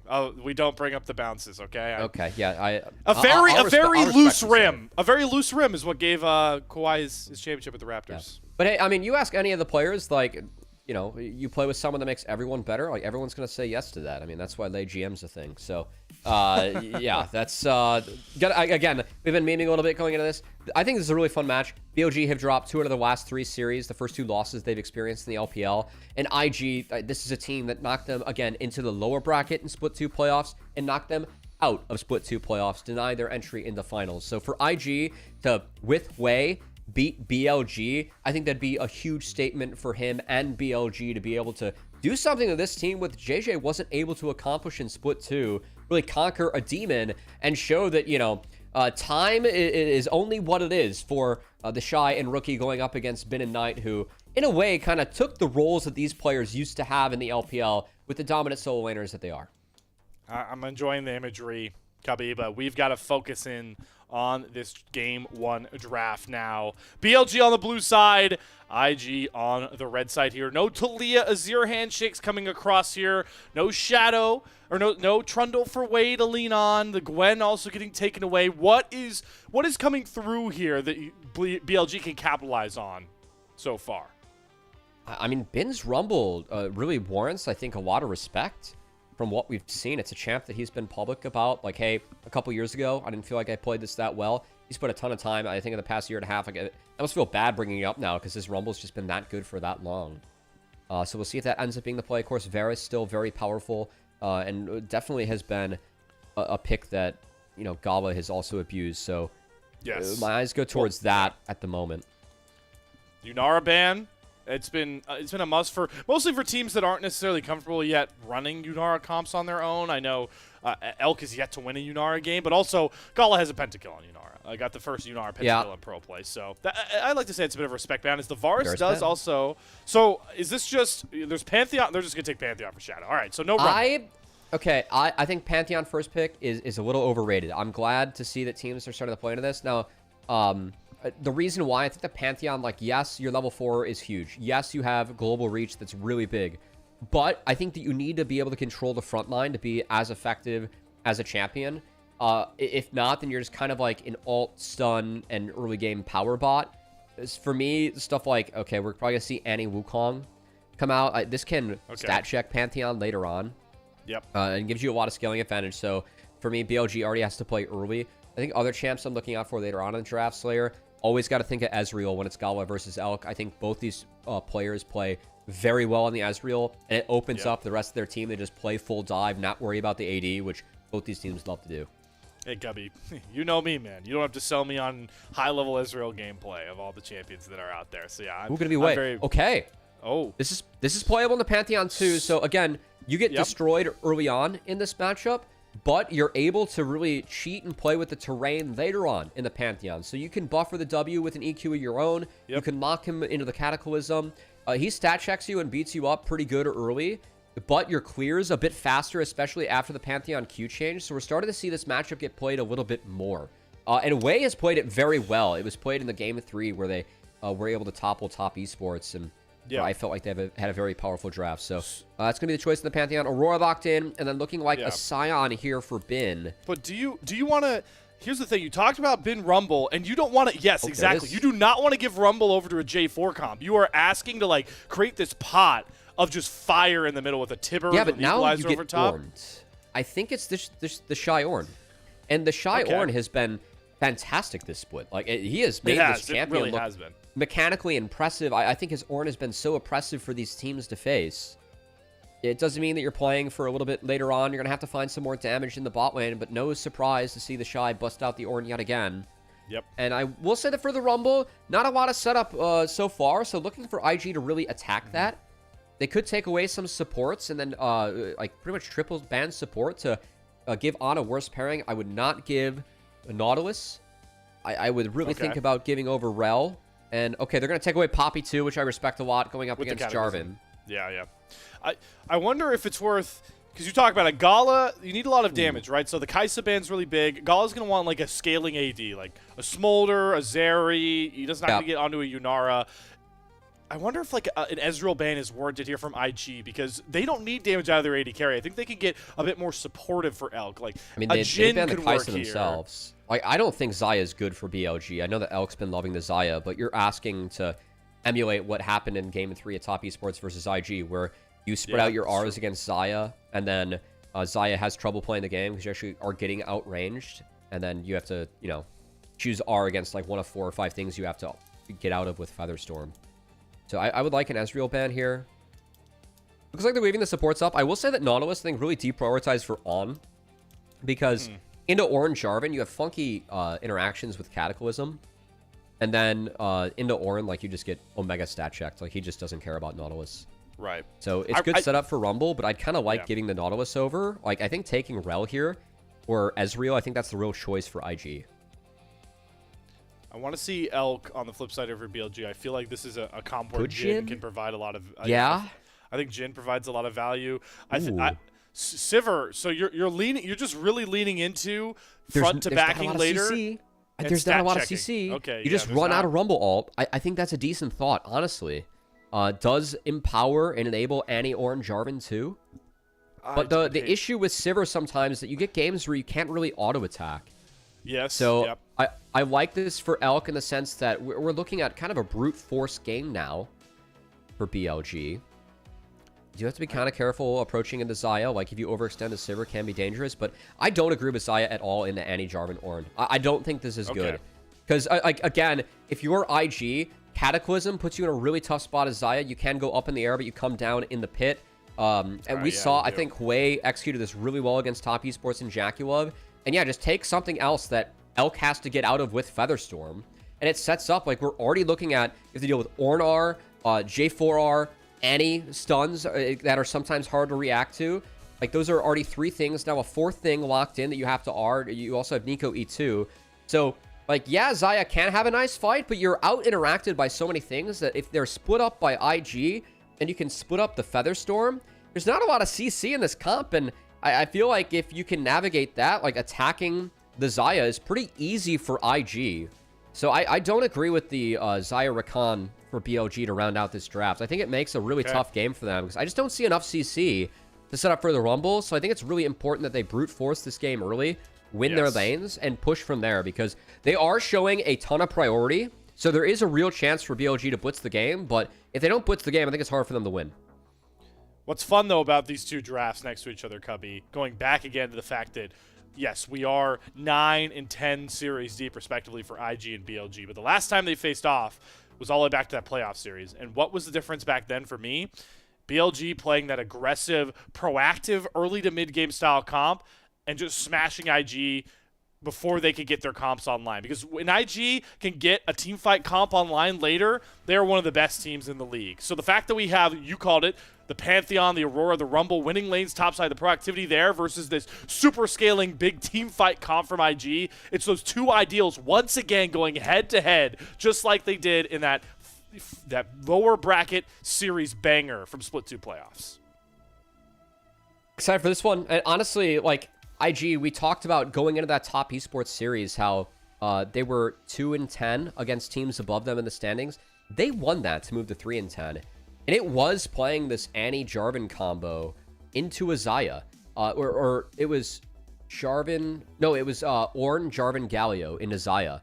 And it was the same game plan of, like, let's split things up, really pressure the Featherstorm, and try and execute on the Xayah afterwards. I want to see if they can do it again. They proved they could do it against JackeyLove and Top Esports. Let's see if they can do it against BLG. Let's see if we get our Gyos back loud and ready for our squads as well.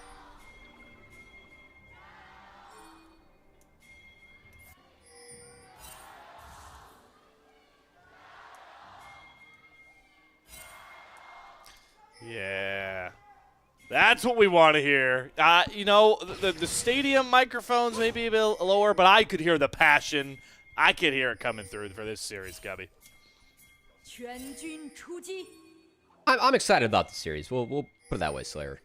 I do think that there's a world where we could see IG really take down what has been a demon for them throughout this year so far against BLG. So, yeah, I mean, I think, BLG have played one more series. But I think it speaks to how clean some of the series have been for IG and why we are excited about this team. Because clean is not usually a word that we associate with IG, but it is one that they have earned in terms of the moniker. This Elk Gala made a mistake level all 1. Of that lethal tempo, yeah. Yep. So many valuable autos down. Also, shout out to Gala for the skin choice as well. I want to get that out of the way early. I mean, that's always a sick one if you are Sivir. That was a poor choice from Elk. I mean, how much does that ruin this bottom lane already, Gubby? I mean, take very that much. reset. Your down experience. You're really setting up for good conditions for Sivir, who can delete waves against the Xayah like it's no one's business if you get ahead. I mean, that's the concern about Sivir, is that once you get wave access, your ability to delete these waves, it can make for a very annoying game if you are BLG. A lot of pressure on Shadow to use that global to stop that later on in this one, but gonna have to see. I will say that, you know, we talked about some of the history between these two teams.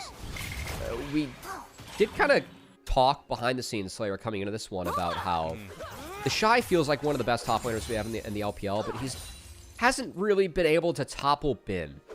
And how this split might be the first split where, like, we're having real conversations about, is the Shy the best top laner in the league right now? Because I'm in the camp where he is. I think the Shy has had a brilliant split here in the LPL. It's so hard. It's for me, I feel like it comes down to really splitting hairs. Yeah. And, you know, the but difference... it's a conversation. It was in the past.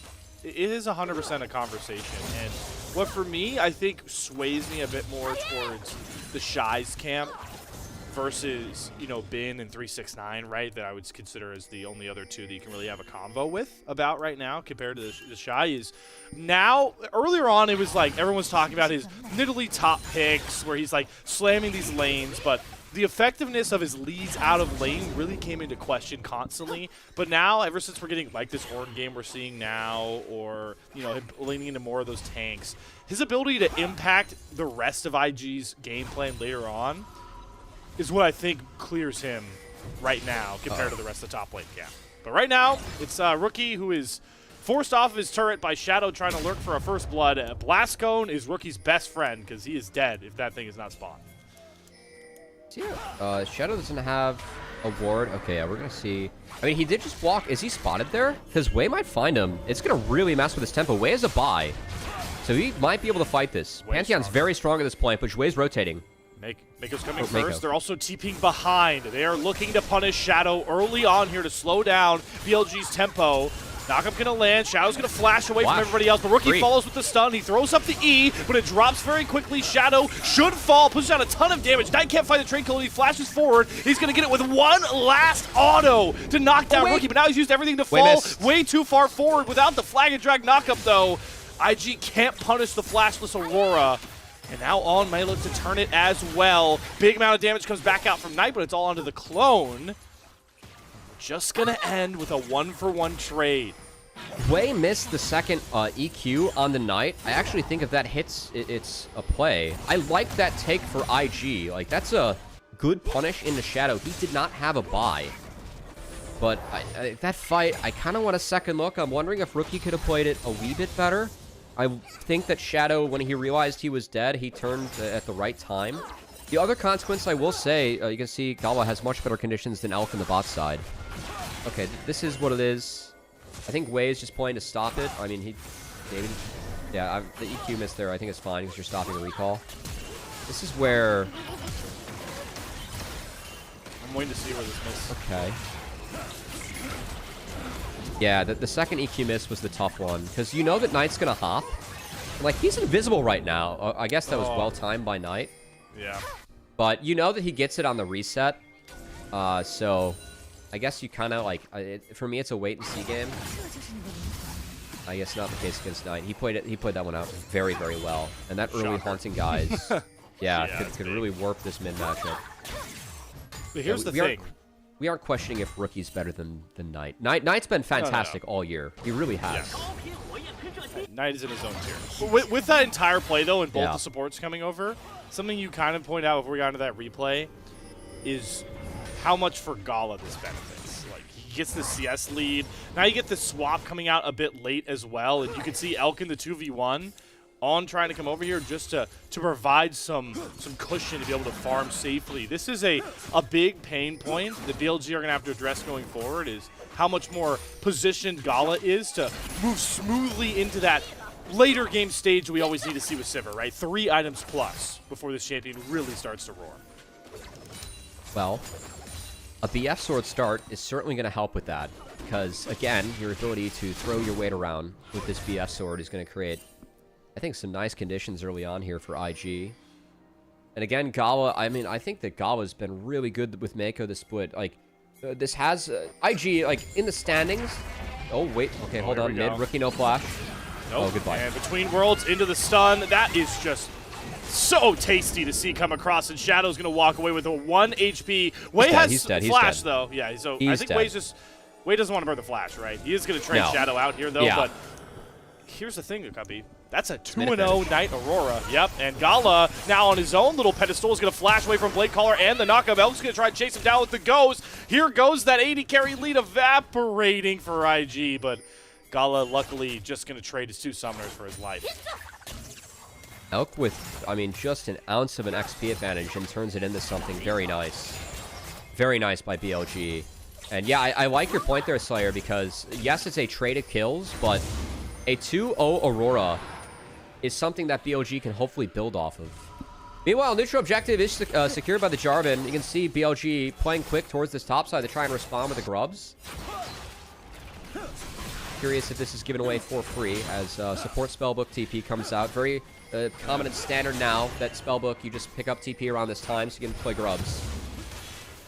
Shadow's going to get one. To a pretty big wraparound. Knight does not have a Twin Worlds back up. Wade's going to have to flash over the first knockup as Rookie stuns Knight up to hold him in place. I love that route, though, from Aln to get a critical summoner out there. But they do have Elk resetting now.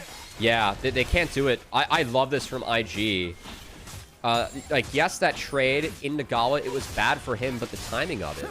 He was able to reset, so because he doesn't go down, he gets better conditions. Yes, he loses out a little bit, but the timing of it, he comes back. Elk has to respond to that reset, and it's while the grubs are up and spawned. So IG end up with the first 2 neutral objectives of the game. And yes, there's a bit of gold in the hands of Knight, but 2 neutrals early. This is a lot of scaling for IG, a lot of ability to pressure. We said that BLG, they have a full-court press, and I think the game is hard for them to execute as it goes later. There's not enough CC in the comp, and the damage is kind of tough into all the tankiness and the execution we feel like IG has. This is, I think, a very good game state for IG. I'd be very happy if I'm in their camp. I'm glad you used the full court press analogy because it's actually 3 winning lanes, winning jungle, you know? Yeah. Well, hold on. I can't even bring up my point here. Gala is going to have to burn heal and the spell shield, but they're going to drop the Cataclysm on top of Elk, who does have the Feather Storm. He's going to hang on to it and use the Blade Caller to get rid of Way, who is just not expecting Shadow to be hovering towards this top side. Yeah, Way missed the EQ out. Again, I like the play. You want to attack Xayah with the Cataclysm. You can see how you're still stuck in the terrain there. Oh no, Mako! Those are the issues that had us so down on Mako in Split 2 there. Yeah, that was an oops. We don't like seeing that. A couple oopsies there from IG, and again, a lot of gold given over to BLG. Damn, Tibbers. A comp where they need to be off to the races. Oh, wait, have I educated you about Summoner Bear? Oh, no, yeah, Summoner Bear, yeah. Oh, yeah. Yeah, we like the Summoner Bear. Of course the Cubster is going to educate me on Bear law. It was a Miko original. I got to give him some credit. But that's a nice Cataclysm. Look at the EQ out, though. It just doesn't connect. He misses it. Oh. Yeah, it feels bad, man. Because I think that if he gets out, he sticks out of there. Elk level up, making sure that he lives. Dawa doesn't want to step up. No sums to try and clean up the kill. And that's a win for Elk. Oh, here we go. Another Grand Starfall play. This time it's on to Gala. The stun lands. The Blade Caller doesn't get the pull back, and all gets the kill. It's the piercing spear of Shadow to find the trade. But a trade still for Gala. Yeah, it's a trade up, though. You remove Sivir from the map, and we're attacking Sivir with no conditions. So 1-for-1, not as good as it could be, but still a win for BLG. I like the play from Shadow. Mako did his best there, but you can see the idea, some of the direction for BLG. Elk has to be careful, though. He's still no Flash, no Feather Storm. I think he's dead. Yeah, especially with that cleanse already coming out here. On base early. Definitely a bit of a sloppy game 1 from both of our squads here. A couple mispositioned and aggressive back timers. This time it's Elk to fall next. Was a bit surprised we didn't see Xayah Rakan use the recall there. I think On should hover Xayah and then, hide the recall. Rookie has Flash up. He still gets stunned, but yeah, gets over the knockup. Yeah, you can't get out of the stun. I think that doing that, he actually lives because Knight didn't use his R. I think if Knight R's, Rookie goes down. The Merc Tread's rush was nice. Definitely helped him out a little bit there.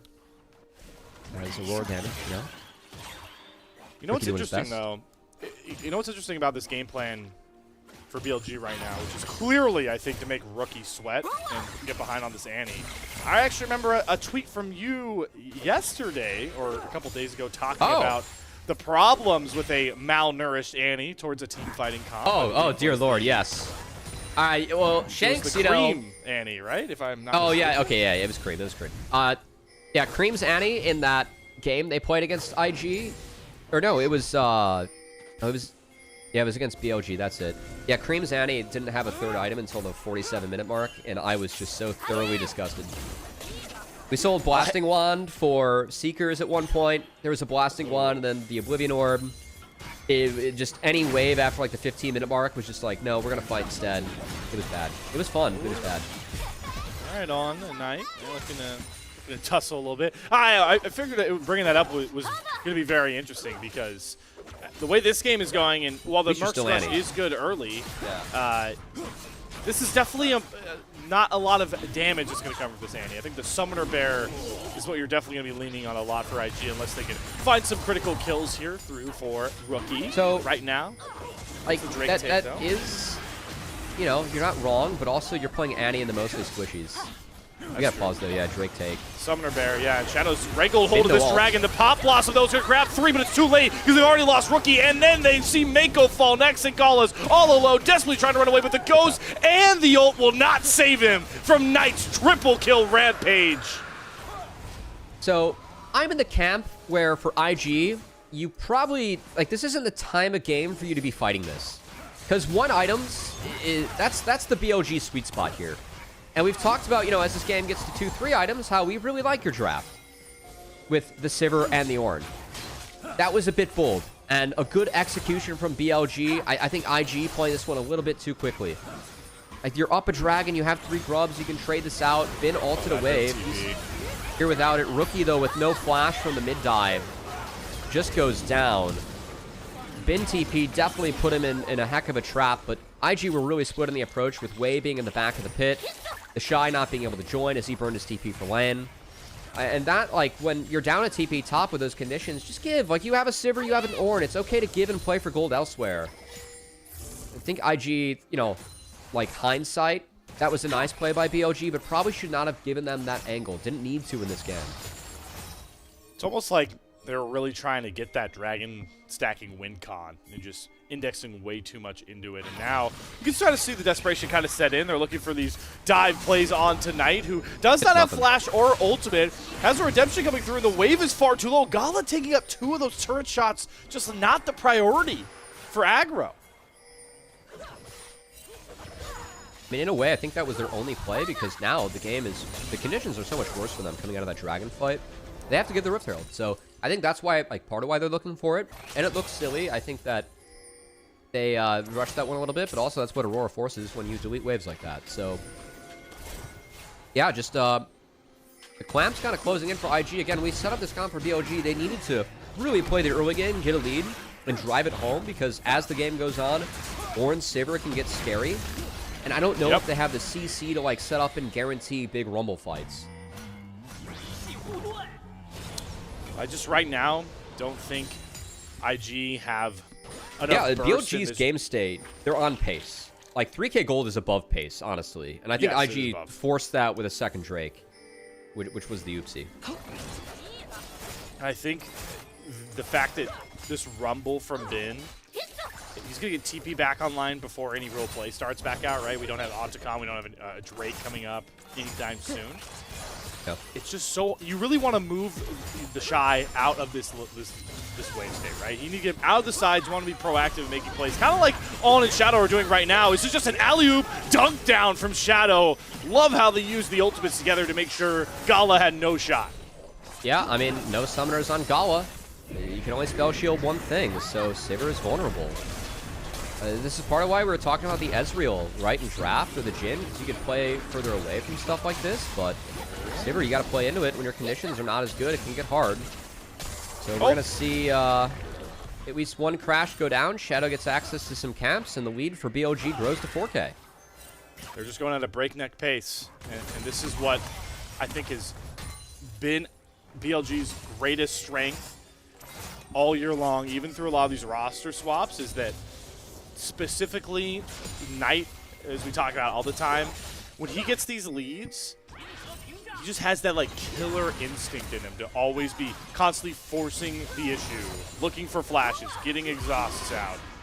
looking to be a threat. And that's why I think Shadow has been such a great help compared to all the other junglers. I think Shadow understands best how Knight likes to approach a game and really just lay waste to his opponents as quickly as possible. So what you're saying is that Shadow is the most okay with being on the tightest leash.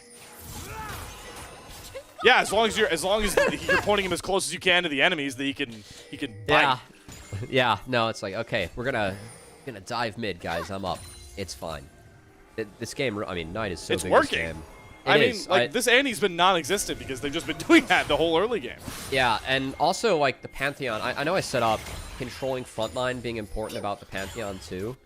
This is where a champion like Arel can be nice, because Nico... Pantheon's very, very good against Nico. You can get one shot. Whereas Rel, kind of tanky, can really might make life hard on the front line for Pantheon, just with your QW and even your R works. So I know that it was kind of for lane, like getting Sivir out later on, but I think these are other options that IG could have looked at, where they might have given themselves better conditions for drafts. Because you give yourself more squishies for Pantheon, and we have seen Shadow really cash in on that. We talked a lot about in this game one understanding draft conditions and power spikes and executing on those right timers. It's been right now through this 5K gold lead, BLG understanding that assignment, and IG playing a bit above their pace. And that's something that you can even recognize in your solo queue games. And I want to shout out our awesome sponsor here. Hopefully before this top, or prodiff. I'm going to do it now. Yep, all right, been ult to the way. Prodiff.gg. LPL 10. You could get 10% off a prodiff subscription. Immaculate insight from NACL, ERL, and even LTA pros to get you gain an LP in your solo games as soon as possible by learning from the pros themselves. All right, while that ad read was going down, Free Dragon was taken by BLG. I will say, I think that Ocean Soul is like the worst draw of Soul that BLG could have ever had. So there's just not poke on IG, and they do not want to play a long fight at all. And this gives IG, like, any dragons for IG. I think that, I mean, it's definitely just, I think, higher value for them than what it would be for BLG. So. Yeah, I think BLG also don't want to get to a point where Dragon Soul's ever an issue in this game, the way they're playing, the pace they're playing. They want to end it faster. They are up 5K gold. And, yeah, again, a lot of that lead is in Knight's hands. Up 2K on his own, Riftmaker completed. I have to imagine that any fight, IG's going to have a game plan for Knight. So far, it really feels like the game plan's been attacking Elk, but BLG has done a pretty decent job of making sure that the Xayah can play. The question I begin to ask now is, as you talk about the items, when is IG going to have a reliable damage source for any of these fights that they kind of have to make to come back out, right? They're so far behind. Yeah. Annie has only a Malignance. You're getting like a Phantom Dancer or a quick Flicker Blades out of Gala. There's no damage in this Sivir until the IE comes through. It's such a like catch-22 scenario, and now you've got Ben even beaten on the Shy here. This is okay. These 2 tank items. So, okay. like, why this is okay is that they're going to play for the Shy's TP on Otacon, and now you have ult advantage if you're IG. But you got to know this is going on, because the Shy's got to complete the base and TP in. If it's just gone before that, then okay. This, the second Dragon contest from IG is, I guess, just game losing. But that's the thing, again, Tubby. Yeah, the game was good, and then they hit the second Drake, and now this game is just super doomed. But that's the thing. If you're IG and you want to be getting over the hump of going out of the loser's bracket right at the end, get over the hump of solidifying yourself as a Worlds team for the LPL, you have to be able to beat opponents that will only allow you to make one little mistake like this. Now you can see IG, they're trying to dive Bin with no wave. They're going to get the anti-stun into the pop loss, so Bin is living forever, so that when Knight comes around, he forces double flashes out immediately.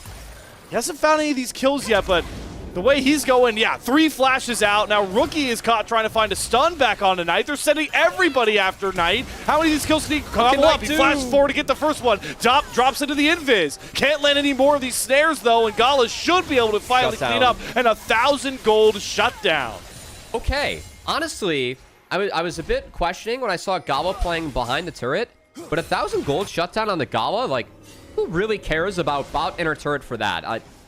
I guess that's the best case scenario after the Otacon went over for free. So that's a pretty big win now for IG. Did say that 3 items was what they were looking for to like even think about a fight again, and well, that really accelerated Sivir towards that 3rd item with the BF sword now in inventory. So Sivir is kind of on par now with Elk. That is a pretty big win looking back. That's undeniable. So we got to give IG a little bit of credit. Like, yes, this looked a little bit desperate, but I think it paid off. Again, the gold going on the Sivir is huge.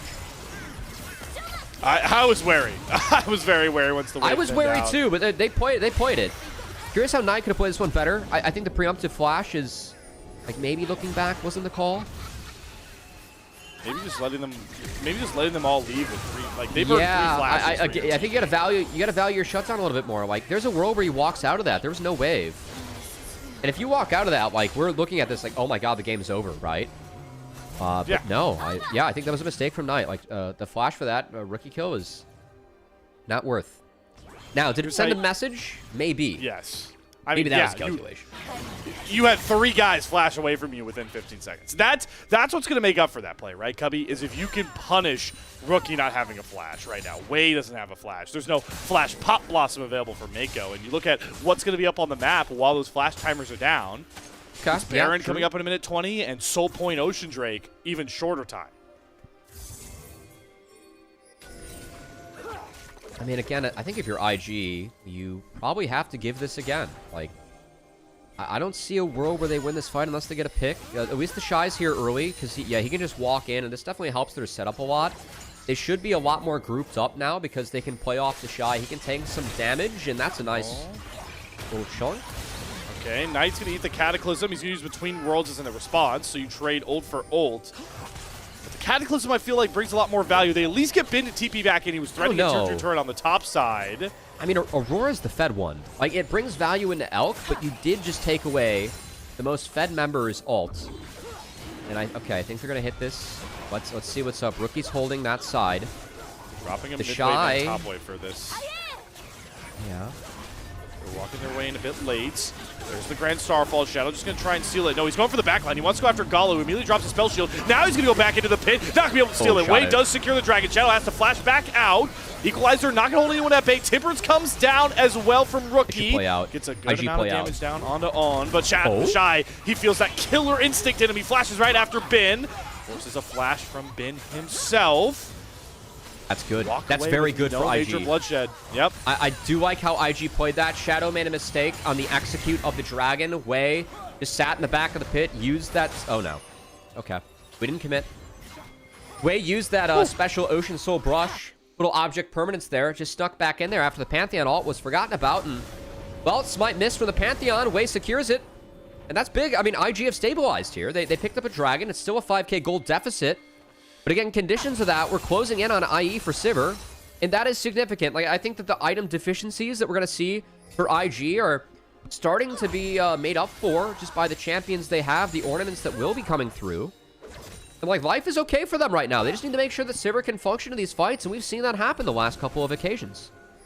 I think you called it out. The Shy being there is the real big X factor. I know he's sitting here zeros, like zeros across the board, but his presence is what buys Sivir that space. No, that's a good shout, and this is like where Orin scales so well into this game is that Aurora and Rumble just cannot move him. But he's got to fix these waves, so get them to neutral, and then he can start fogging, joining the team, and actually, you know, helping out with some of these warning missions is, okay. You know, eye test-wise, we talk about how the Shy Orin does look different. I'm glad that the stats back it up too. As I don't know about Ramstein though. We might have to talk to Rare Adam about that one. It's always fun though when the eye test and stats line up, because those are the two greatest battles no matter what competitive sport you're talking about, is eye test versus stats. What the stats say on this engage from home, we'll have to see. That's the quickness down pretty quickly, pun intended. Mako's going to have to reset, but I don't think BLG can pounce the Baron off of that play alone. I thought there was a world where Mako could have buffered his Pop Blossom and actually picked up on, because I didn't see Elk able to, like, insta-E back. That said, the shield from the passive support item working overtime, as I'm going to see a second item Frozen Heart from Mako in a double magic damage game. Ooh. I don't like it. I wonder I why. will say, Frozen Heart in support, it has some value. Ability haste is good. The unique passive is good. I don't like it this game. I don't. There's an Ornn. Like, there's also an Elk already done with LDR. there's also a 6-in-1 Aurora that's just deleting me. Yeah, very quickly at a torrential pace. We'll have to track how that one plays out. Right now, though, BLG are trying to use those long waves to their advantage, and I'm really liking that aspect. In fact, they have tier 1 down in top and mid lane right now. They're able to take all the space up in the jungle, and it's forcing IG to constantly be looking to check it, but the Shy just hand stiffs on, catches him in the middle of his dash, and well, the Shy's on the board finally, his first assist of the game. That sadly for On, that reaction time was a little off as he gets taken out. That was a. I'm gonna let your I had to let your pun marinate right there. You went for an on-off pun, all right? You had to sit in it for a second. I was gonna say that was a Ram's bottom to the back.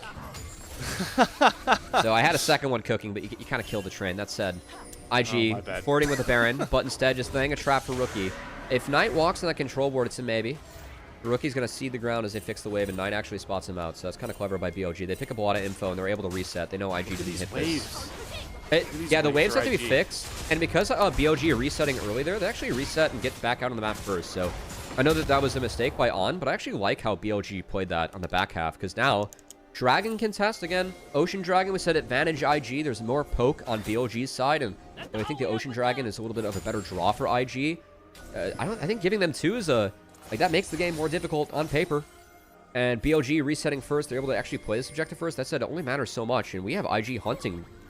Oh boy, we're doing this again. Yep. This is huge. I love this. Okay. Between worlds through first. They're covering the dash. Yeah, Knight is just cooked here. There's no way out. A rare side lane catch onto the golden left hand of BLG, and IG are once again prying that door back open, and they're hunting for more here. Send their pearly whites on the Baron. And look, we said that this Dragon doesn't really matter for BLG. Like, Ocean just has no impact on the game. I love this from IG. They're going to insta-force out Elkar. There's the Feather Storm, and yeah, immediately gets his flash out, still gets knocked up. Bin's desperately racing to try and cover for his AD that's now lost all of his key summoners. And Mako knows it, goes in for the Pop Blossom, does finally get towards Elk. Down goes the Xayah. Gall is able to flash himself back out, but Bin gets so much damage out of this Rumble. Instantly finds himself a triple kill, and just as quickly as the play started, it disintegrates. Man, that setup onto Elk was so good, but they forgot about Bin in the top side. His Rumble is so farmed, and he just barbecued IG. Pretty much solo forced Gawa out of that fight, by the way, as he dings 18. And is the difference maker for BLG in that one, as they might secure the Baron now. What a save for Bin. Everything was starting to go wrong. Knight gets picked off. Elk out of position, then gets punished, but it's Giga Bin on his Rumble that comes dashing in like a stallion to save this one. And now the uncontested Baron's going to come across here. This gold lead is going to explode. Bin's getting Drake too. What happens with Drake? Because Bin's on it right now. Okay, he can't finish it. It's leashed for IG. So it's sole point for IG. They're going to TP back. Is it, Guppy? Here comes... No, IG should get it. Okay. Yeah, IG's going to get it. IG's going to get it. They do get the Shy's TP out for that, though. Yeah, the Shy should not have TP'd for that. They're going to get... I mean, this turret's going to fall to Baron anyway. So let's see what IG can do with the Silver Wave clear. Let's take another look. As... I mean, Gaba's already kind of hurt for this one. I almost would have liked it if IG just like would have reset and controlled the map. They forced really hard on this. Keep in mind that the Tibbers was already used by Rookie. And I think Rookie overkilled Elk. For me, Rookie overkills Elk there. The flash W onto Elk, I thought Elk was already dead. If Rookie just stuns up Bin, I think that it prevents a lot of the rest of the fight from going the way that it did. As, okay, we return alive and On's dead again. Picked off. Yep. You know what's so... They really, I cannot emphasize enough. I think they overkilled Elk. Elk had all of his tools missing. They threw everything at Elk. Rookie flashing in there. Again, if he just stuns Bin, I think that actually like makes it so that Gawa can kind of play out the rest of the fight. Maybe the equalizer still gets down, but like Rookie flashing in just pretty much killed himself to Bin and allowed for that Rumble to just have a massive fight. It's always such an interesting conversation when we talk about Bin on his Rumble. As we're gonna replay, look at On just... I mean, just wait for your AD to hit the mid wave, man. Like, All right. Yep. So, Moving on. yeah, I'm trying to remember. I'm trying to recollect this the last time because I feel like actually the last time Cubby, you and I casted, we got to see. Yeah, we did the BLG Top Esports Series. I distinctly remember a game 1 where we talked about Bin's Rumble not having the right setup for that ult, but he's just better. And that fight you saw, that equalizer is what brought all those damage. He didn't have much setup. He just positions these equalizers so well next to these walls. Yeah. It's such a big difference. No, How again, he plays Rumble. and it's something that intentionally Ben has really talked about, how he wants to be, or he wanted to be better at this champ. And yeah, now, I mean, his Rumble has to be feared. I would say best Rumble in the league. It's up there. There are a lot of good Rumbles in this league, but it for sure has to be talked about now as being up there. And Well, yeah, there's a real conversation for number 1 too. So that's a good shout. That said, even with the Baron, it's really tough to break a Sivir. And Gala doing his best to wave clear as that equalizer. Oh wow! All right, yeah, that's got a lot of good damage. It's mainly trying to get the wave back up, but again, Okay, On goodbye, gets On. popped way too quickly, and the Horn's coming out from the Shies. They look to chase down the Scatter members. Watch Knight to the top of your screen. His Shadow is going to drop, but Knight, he can't find a way in. The GA's pop for Shadow. Good stasis from Bin, but he's just going to get jumped on, collapsed inside the Cataclysm. The hero of last fight for BLG is limping on out, flashing and dashing to saving himself. Bin gets out. But BLG can't turn back on IG. The only kill to find once again out of the fight is On. I think that BLG, like, it's really tough for them to break the base. I see the idea of Bin's equalizer to actually push Sivir off the wave, but again, Sivir has so much wave clear and there's so much execute here. The BLG is split. Like, for me, Shadow should be the one mid with the ultimate to be able to join, and Knight actually with the team. And then On just doesn't respect Annie over the wall. He gets Summoner one-tapped. Bear. And then, yeah, from here, like, Knight's kind of in between the fight. If Shadow's mid, he could insta-TP in, and then it would be numbers for BLG the entire time. Instead, Knight's never really able to get in, Elk's never really able to get in, and they gave IG a really good fight on their conditions, like, in this pocket, where I think their comp focus is a lot better than BLG. BLG wants to use Fog and get picks, I think, at this point. Really tough to siege in the Sivir. That's a great point to make, because when we talked about this game from draft, right, it was the mid-power spike for BLG and their global threat on the map and that pick potential. Once you get 35 minutes and you start, like, shortening the map and trying to break through a really good wave clear comp, a Pantheon comp, an Aurora comp that really needs the space the map provides to create those avenues, it's a really difficult point for BLG to be at this point. And unless they can draw IG out in an uncomfortable spot, I don't know if they're ever going to be able to really break that mold. And luckily for IG, them being at Soul Point, when's the next time we really feel like IG are going to get drawn out of this fortress they've built? Well, maybe Soul Point. So, good chunk on the way. And BLG More has Baron good in a minute. control to start. But look at Rookie. They know that Elk has conditions. Going to try and start removing them, as that's not a great start. Yeah, Ornhorn down. Now you're really relying on Tibbers. But Elk has Featherstorm, Cleanse, and Flash. And now BLG are looking to pounce here with Shadow, cutting off escape angles into a pop loss of the Gala and Gala Rookie can't will have fight. the Flash out. Featherstorm comes across from Elk just to zone Rookie and Gala, and that means the Shy has to pay the Pied Piper. The front line down for IG. No Baron, no problem for Billy as they go after the base once more. Okay, 5v4, they're going to take the Dragon on exit. At least mid inhibitor falls. What else can they get? As the Shy, I mean, I get trying to play to milk Elk summoners, but that was a little bit bold. Elk just kind of strolled his way casually out of that one. And then created a really good scenario for BLG. I like the take from Shadow. It really split him off. His Gala, They're great going reaction. forward. That was an amazing reaction time to cleanse that stun. So it does take some of the bite out of Shadow for right now, and that's going to slow down the push. They're only getting 2 inhibitors. Yeah, we'll say 2 big things. 1, Gala, no flash for the next fight. 2, no vamp. Like, we're seeing him eat a lot of poke damage. You're a 500 range Sivir. That's part of why I think Ocean Soul is important. So, yeah, it's only vamp from what he took in runes, if he did take it. Yeah, it looks like he took it from runes. And now, that Dragon taken. Okay, double TP committed here by BLG with a Spellbook TP, just to ensure that no Baron is the response from IG, who are all back up on the map. they recognize the timer was a little bit off, so they have to commit those TPs to get back up here. This Baron could really decide things. We've gone 38 minutes, potentially 40 between Rookie. IG trying to Rookie. break that glass ceiling. Rookie. He might have found a pick over the wall onto Bin, who's recalling and falling asleep. Another avenue gifted over by BLG to allow Invictus back into this. Sometimes it's just the little things, guys. All BLG was playing in the top side towards Baron. Bin takes a pretty aggressive recall that Rookie is able to sniff out as he's trying to lie in wait on the Annie. And that's a really big pickup as IG Okawa still no flash, but on whiffs. Out Bin, and Pop whiffs. Blossom turn from Mako, gets sniped, he has to flash back out. Redemption's drop on both sides of Shadow, stuns up the Shy, and there's more than enough damage for this Elk Zaya to push through it, but he gets caught in the Cataclysm and executed by Rookie, and down falls Shadow towards the backside. Knight and all the only ones to live, and that should secure the Baron for Invictus Gaming. And because of the double TPs to actually get in and try and contest this, that means that they can't threaten the base. So this is just a free take for IG. They can use the Baron duration to play base defense, get all this farm on the Sivir now. And I think IG have slingshotted back into this game. With the Ornn, the Sivir, I think their comp, the Goldie doesn't matter anymore. As let's take another look at this. On just whiffed. The quickness doesn't even pick up Gawa.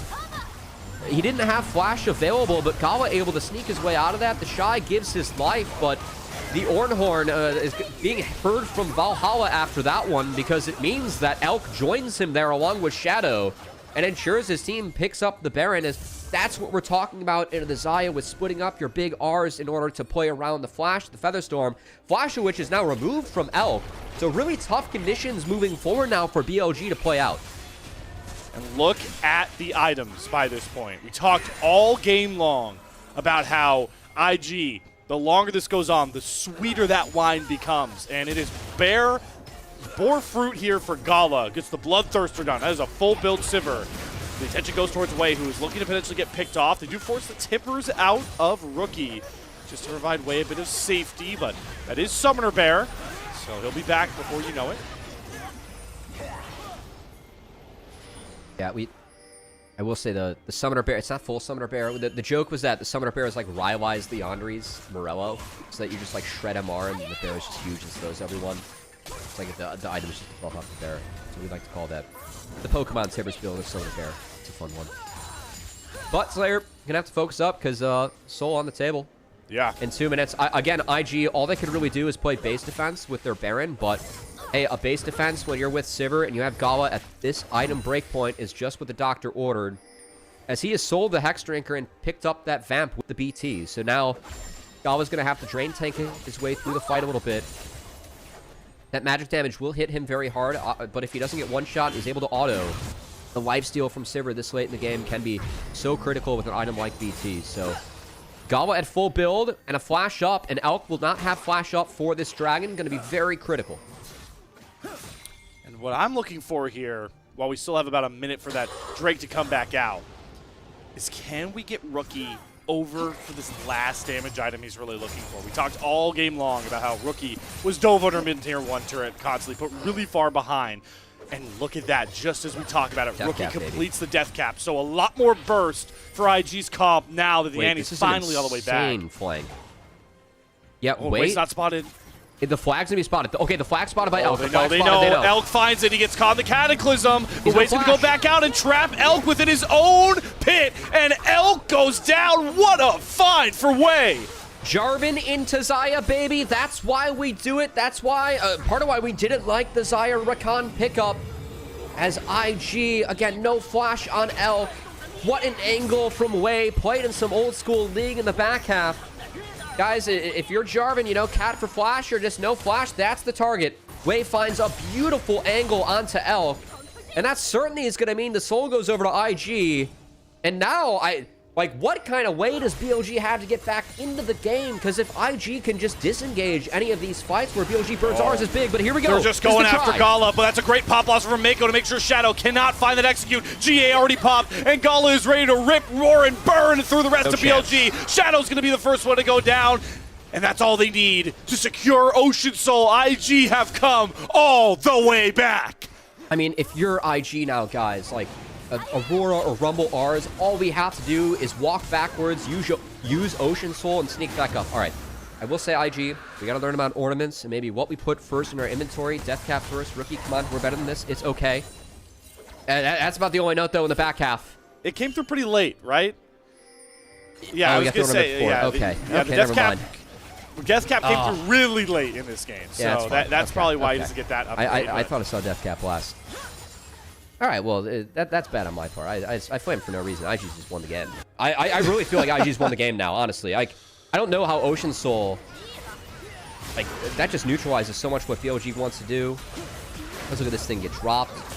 Gawa heals up the stun. Oh my god, that is beautiful from Gawa. The spell shields have been on point. That raw reaction speed out of the AD, so good in that moment. Making the rest of the fight look easy because he reacted to the correct spell. No Mikhails, no cleanse needed, man. Just the reaction speed of Gawa, that's it. And now the brute force of a fully scaled up comp for IG, and they're just picking apart limb from limb. Billy Gaming. Bin's already down, and the assault on the base has continued. IG looking for that killer blow to find the comeback in this game one as they continue to try to break that glass ceiling, threaten that top three. There's only a couple Nexus turrets standing in the way of doing so in this first bout. God, even just the Shy, that angle there on the bin, like that ease, just the min-maxing that the Shy is able to get. Just the pixel on the back half to pick up the Rumble. As, yeah, Baron on the table, Ocean Soul is up Slayer, and this game one for IG, kind of like resounding. We had some questions about the BLG comp, said it was going to be really important for them to push the game forward, and we're now seeing why as they've run out of gas. And the execute for BLG just so much more difficult at this point of the game compared to IG. And what's really so hard to grasp is how well this comp has countered what Knight wants to do. This Aurora was so far ahead, but it feels impossible to get Knight in a position to drop all that damage. And now he's getting hunted down by Mako. Catches him on the edge of the Pop Blossom. Between Worlds has to be used defensively. Knight buying time for BLG as they do sneak out with the Baron on the back side of it. IG make the mistake of chasing down the golden left hand, and they gifted a lifeline. But Way wants to go after Elk. Trades flash for flash with him. Elk still has the GA. Polished off. Horn going down. Knockup's going to land. Knight, Shy's going to go under the turret. It just deletes Elk's health bar. He goes into the GA. Shadow, though, coming on the back line with a big hero's entrance of his own. Going to get the GA out of the way. Now Elk can try and turn and burn through the Shy, whose health bar is his best friend. Look at Rookie hold on to the rest of BLG at bay with a huge stun. And now it's Gala's turn to turn into a real-life buzzsaw. And the only thing in front of him is BLG and Elk. Down falls BLG's AD. Knight can only scramble back. The comeback completed. Invictus Gaming are going up 1-0. There was no chance after Ocean Soul was secured. The heavy damage comp from BLG, it ran out of fuel, and Gawa ran them over in the late game. What a statement for IG. 3-10 against the top three. Now positioned in comeback fashion to bring that record closer. Yeah, I mean, looking at the scoreboard in the back half, too, like, Elk ended the game with 0 kills. It just was attacked for the entire game. Again, I really just have to call into question the Xayah Rakan with the Ornn Annie Jarvan showing. I think it's so hard to execute in late game. We really saw why. Like, the ability to split up those really big spells to take away the flash from Xayah or the Featherstorm, and then create a fight where when Xayah doesn't have those tools, she is just not the same marksman. There were not the tools that BLG had as a comp and with that top side to really defend against that. And we saw that as the game went on, because it was a really big deficit for IG after that second Dragon. I mean, BLG, they had the early game they wanted. They were able to push the pace. They got a clean Otacon, but it was really only 1 or 2 mistakes where that 1,000 gold shutdown, I think specifically going over to Gawa from Knight, that one death that he had was really expensive in the back half, because that was really, I think, the starting point for Gawa to slingshot back into that game and be that late game 3-item Sivir where the setup from his team was so good and Gawa delivered. And yeah, you talked about the setup. You mentioned how often Elk was just taken out of position with his summoners and his ultimate. what does that all track back to? Cubby, what we talked about before we got into this game. It's Way. It's those guys on your team, the floor raisers, the ones that are willing to sacrifice themselves. Constantly, Way, he finds these clutch flashes, these flanks. He dives in, no care in mind, knowing if I can get Elk out of this fight, if I can separate BLG, the rest of my team's got me. That game really showed the value that I think Way specifically brings to Invictus Gaming in Split 3. Dude, I honestly, like, now that I think about it, so it's funny, because, like, back when he was on BLG, right, Way was always pictured as, oh, I'm a little bit more of a team-oriented jungle, whereas Shun can play these sick carries like Nidalee Kindred, Invade, like we can play the full court press, kind of like what BLG was trying to play that game.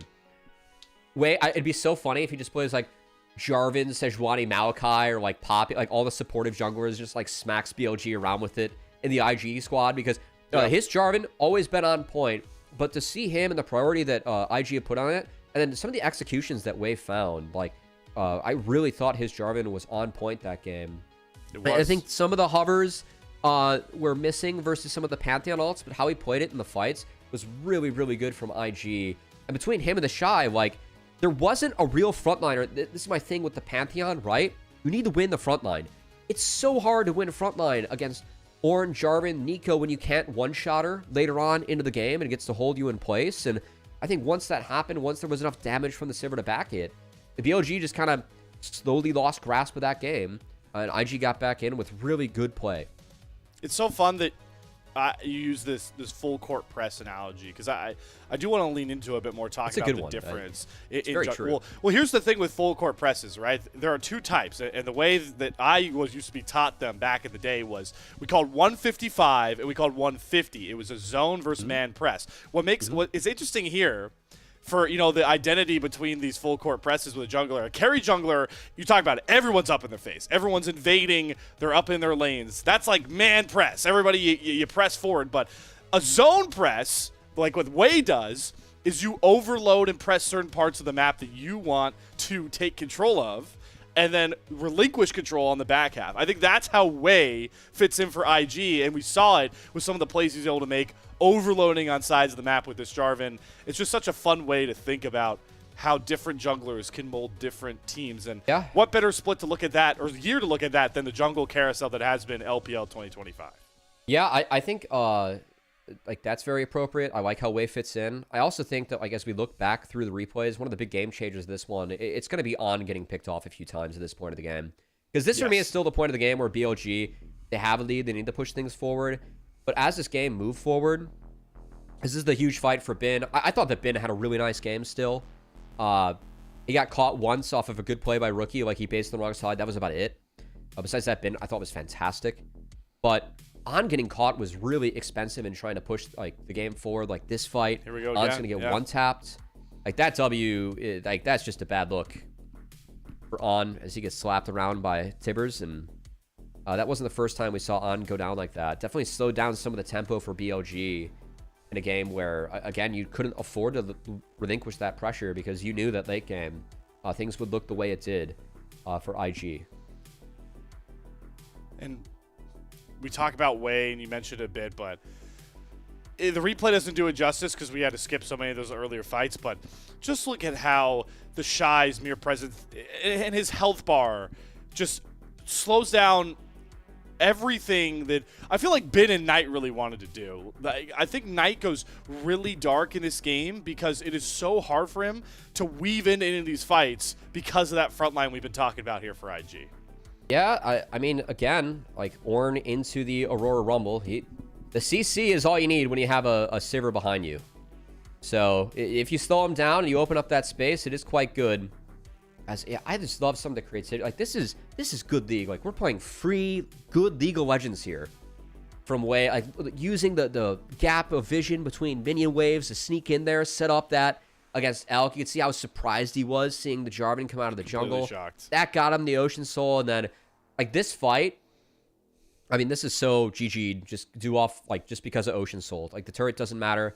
Shadow was a little bit late to join. Yes, they get Gala GA, but as this rolls out, there's just not nearly close to enough gas in the tank on the BLG end. And as that gas ran out for BLG, the Shy, oh, if only he was playing Choo Choo Ornn, man. He just fed it into the train. Just imagine that, and then gave it to the rest of his team.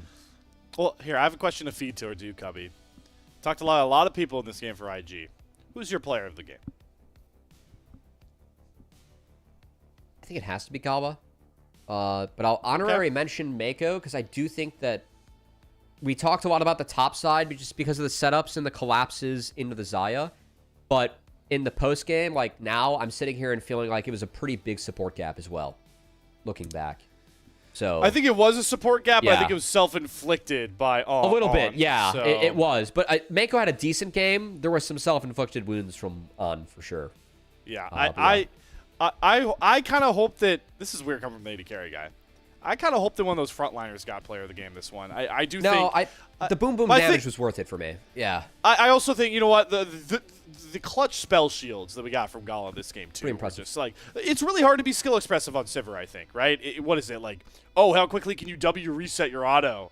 It's really the spell shield, and even Gala showed his just immaculate timing on a champion like Sivir. Congratulations, Gala, for your player of the game. Wow, what a start to our series. We got more action and excitement in one game of IG BLG than we did the entire Waybo FPX series. But guess what, folks?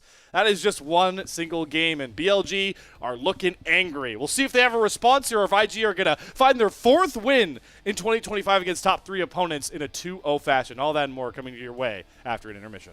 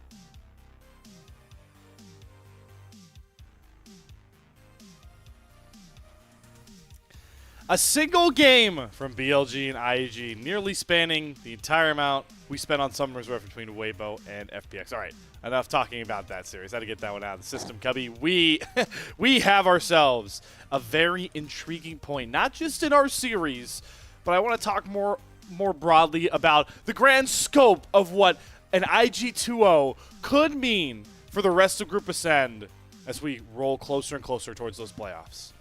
Look, again, coming into today, IG they were 3-10. 3-10 series yep. score against the teams above them. They are 11-24 game score against AL, BLG, and Top Esports. BLG, the team that took them out both times, responsible for both lives in playoffs for Split 2, going up against IG. And man, like, for IG to beat Top Esports and then, their last series, yeah, they beat Top, right? Yes. Yeah, okay, we're good. That was last night, or 2 nights ago. We're good. To beat Top and then to beat BLG, the team that really, beat them both times in playoffs last split, I think that would be a real statement for them and the rest of the LPL, as they're slowly emerging as one of the true contenders and favorites to make it to Worlds. Like, I think at this point, with how IG has played, I'm in the camp where I'd be disappointed if I don't see them on the international stage at the moment. I think that IG really has been that good this split, where as an LPL fan, like, I want them to go international. I'm actually putting some hope in this team. I don't know, like, if that's a trick or not, but hey, like, I think the way they're playing has been really, really positive, and I like how they're fighting. I like some of the decisions they're making. Not all, but hey, that's part of the fun of IG and a team with a shy and rookie, and they're good enough players. They can win like games like that. So I've really liked what I've seen out of them. I think you are tricking some, but I think it is. I think that's fun. It's our warranted. job as casters, we got to spread fake narratives to make sure that everyone's a fan. Yep. Yeah. That is the truth above all. I don't know how much my journalistic integrity would agree with the statements you've said, but I like how they sound. If I remove fake, a little bit more, But. Yeah, there you go. There you go. Well, the thing I want to say too about this convo around IG being at the world stage is all year long with Invictus Gaming, we've talked a lot about the shortcomings of a super team. Not being in either the finals or Split 2, not going to MSI. What can wash away a lot of those past demons, those past narrative points, would be them going to Worlds. Because no matter what happens in January through August, this team was crafted to go to Worlds. And that had to have been one of the biggest goals in mind. So getting there could be a huge relief for a team that, like you're talking about, seems to be really scaling up. Yeah, and I mean, I think that a lot of people looked at the IG roster and was like, oh man, like, what year is it? The shy and rookie, is this going to work? Especially, think of the history of all of Rookie's tragic LPL splits where he didn't even get to go international while he was playing well. But man, like, whatever's in the water when these two get together, it's worked out. He threw Mako in the mix, one of the most successful LPL supports of all time. And it really feels like this team where I think a lot of people looked at it and doubted some of the expectations. Like, man, I know these guys are perennial international contenders, but can they do it as a core? It really feels like Way is the magic sauce that this team needs to pull things together and find it. We've seen some great late game fights from them, and yeah, everything's up for IG. Meanwhile, for BLG, again, I think they're at the point where I saw some of these holes in their play when they were sitting at 7-0, and it just feels like more and more of those holes are being exposed as some of our LPL teams scale. So I don't think the things are super abysmal for BLG. Like, for me, I'm almost more concerned with the draft than the play, because I think the direction they took going into that game was pretty flawed, and that's why IG ended up winning like way later. Well, that's what I wanted to ask you, because where are those holes? You said the draft. Where are those holes, and then more importantly now, scoping back into this series, where do BLG against IG need to correct them? Or patch them up, maybe even if it is just a Band-Aid for now? We can meme about these BLG games going too late and the BLG late games, but we've never once drafted for late game as BLG, and I think it speaks to what's going on. I thought that the last iteration of BLG with Beishuan, there came a time where that jungle support duo just wasn't good enough to compete on the highest stage. And I think now we're starting to see, I think, some more holes in On's gameplay. I thought that this duo with Shadow, it's been better because for me, like BLG said, Shadow's talking a lot. On's become more of a follower, and it felt like his play was just better and more in sync as those guys were, working that as the game plan. But I do think that On has been a pretty big part of the last couple of losses for BLG, and I thought that was the major flaw in the Beishuan on duos. So I think that's the most concerning thing for me. That, and I would say I'm concerned about disrespectful drafts, but like, this is BLG. They're some of the best players in the world. I don't think they've ever really drafted like super respectfully, because they can just get away with it because they're that good. I would like for that to change, but we'll see. You know, that's definitely is a wait and see. Might not have to wait long, because here we are, game 2 draft. Same sides going down from game 1. BLG want to stay on that blue side, and we will continue to make sure Talia and Azir, that common mid lane trade, will not be occurring in this one. We saw Varus and Yunara bans, AD carry bans come through last for both these teams last draft along, and this time a bit of a switch up, a Jhin ban. That is a very intriguing one for me. What does that signal? We're asking for a Varus ban, and then I think we're gonna first pick Trundle, or like Xin, like probably Xin. I think they're asking for a Varus ban, and then they first pick jungle, and like I think Xin would be really good here actually, or like it'd be like a Vi Xin trade. Okay. Or so Varus doesn't get Yunara's banned, too. And Yunara also stays up here. Gala gotta be licking his chops thinking about that. But you get Elk onto this Varus, which, I mean, if you are willing to pick Yunara, immediately a huge bot lane advantage for BLG early. Yeah, you'd be signing up for kind of a similar game pace, game flow to the last game. Which is right in IG's wheelhouse, right? As much as we've talked about BLG as like a disrespectful draft, play to smash early, there's no team I'm more confident in later game stages right now than IG. Okay, the Shy again. Double tank duty. Just tank duty for the Shy. And God, he does play tank so well. Okay, for people at home, if you're an old man like me and truly enjoy League of Legends, guys, there is a lot of mechanics, or there are a lot of mechanics required to play tanks. Because you have to use your ability at like interactions a lot, because you're going to be living for a long time. It's very important to actually have good mechanics on tanks. Watching the Shy kind of embrace that has been honestly a real treat for me, because it really feels like he takes that in stride. And when I watch the best tank players in the world, like, that's what they do. They make sure they get those interactions right all the time. It almost gives you more chances to interact. I know that's something that Doinby always talks about, like with building his champions tanky. It just gives you more opportunities to interact and play the game. It's fun watching the Shy really embrace that. But with the sign locked in for him, he's going to face Bin Zambessa, which has been, oh boy, yeah, I'd say pretty damn good. So we'll see if he's up to the task there. Well, for all the talk we have had about the BLG early game, IG late game, we're doing it again. We've already established that the way these 4 picks have gone so far. Yeah, it was always a Vi Wukong. I think Xin against Yunara definitely goes down in value. But the Vi with the Ambessa goes up in value a lot, can layer those Rs, so a ton of single target damage onto that Yunara as threat, showing very early on for BLG. So how do you try and remedy that? Okay, is it cooking too much to try and pick Renata now? Am I overcooking? I feel like Renata into Vi Ambessa is... You'd have to throw out Enchantress bans, I think, if you do. But it's not unreasonable. Okay. Galio now for rookie. Wow. I guess it's a bit of a deny from Knight. They might have been worried about...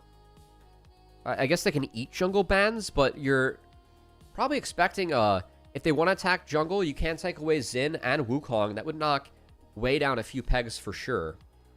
Why not just lean into that facilitator mentality?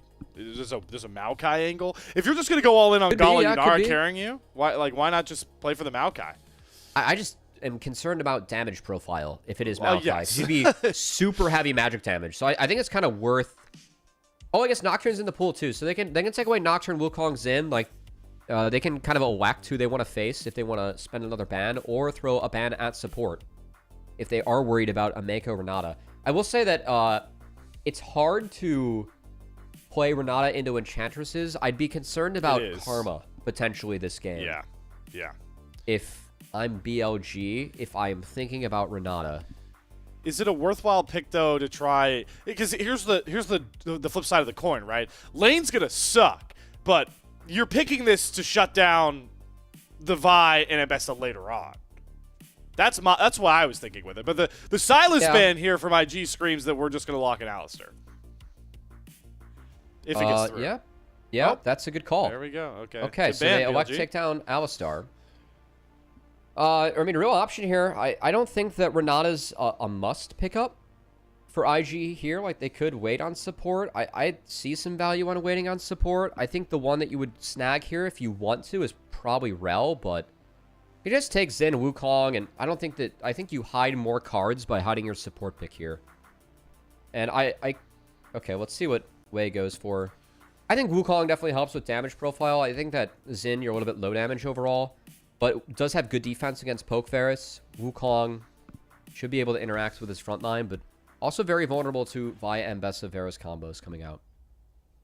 It's another draft where BLG are putting so many eggs into getting control early and never looking back. And the Orianna Vi combination, putting the Orianna on the Ambessa as well, it feels like a given pick for Knight ever since it got through the ban phase. Yeah, usually this is where I see Knight going for the Victor, but maybe just looking for a little bit more proactivity here with the Orianna and really trying to pressure this Yunara. So, like, just think of all the initial upfront damage they can send at Yunara here. And I think that your ask for a potential Renata has just only gone up in value here, Slayer. You know what's also gone up in value? Another on-hit Varus discussion. Thoughts? Yeah, it's kind of hard against Wukong. Yes. I'm more so That's talking my about only the Sion concern. guy now. But yeah, like Ambessa does a lot of damage. So it's like 50-50 for me. This would be interesting. Could really play to reset fights. I don't think it's going to be this, though. Relax, guys. We have the best bards at home in NA, all right? Relax.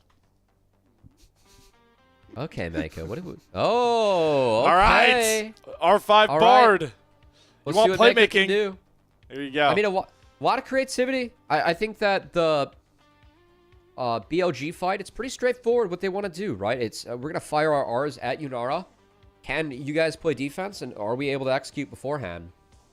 Bard can throw a wrench on that, unlike any other champion in League of Legends, if we're being honest. So let's see what Mako is able to do. As I do think, I'm really curious to see how they play this out.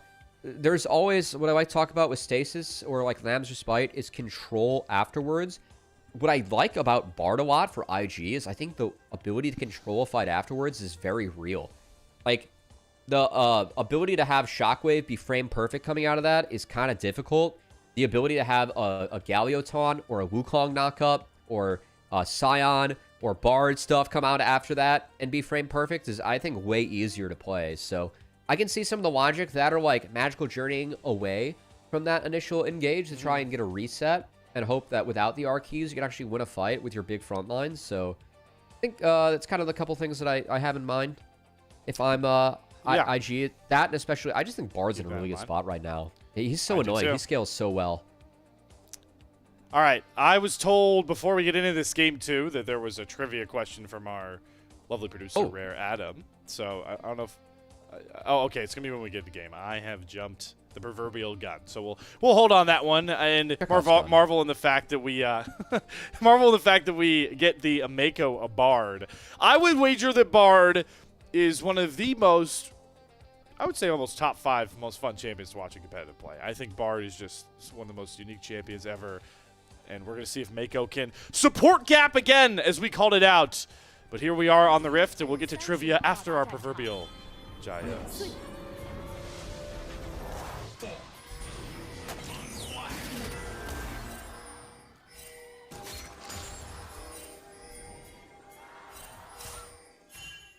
All right. We saw the mounts moving. Ready.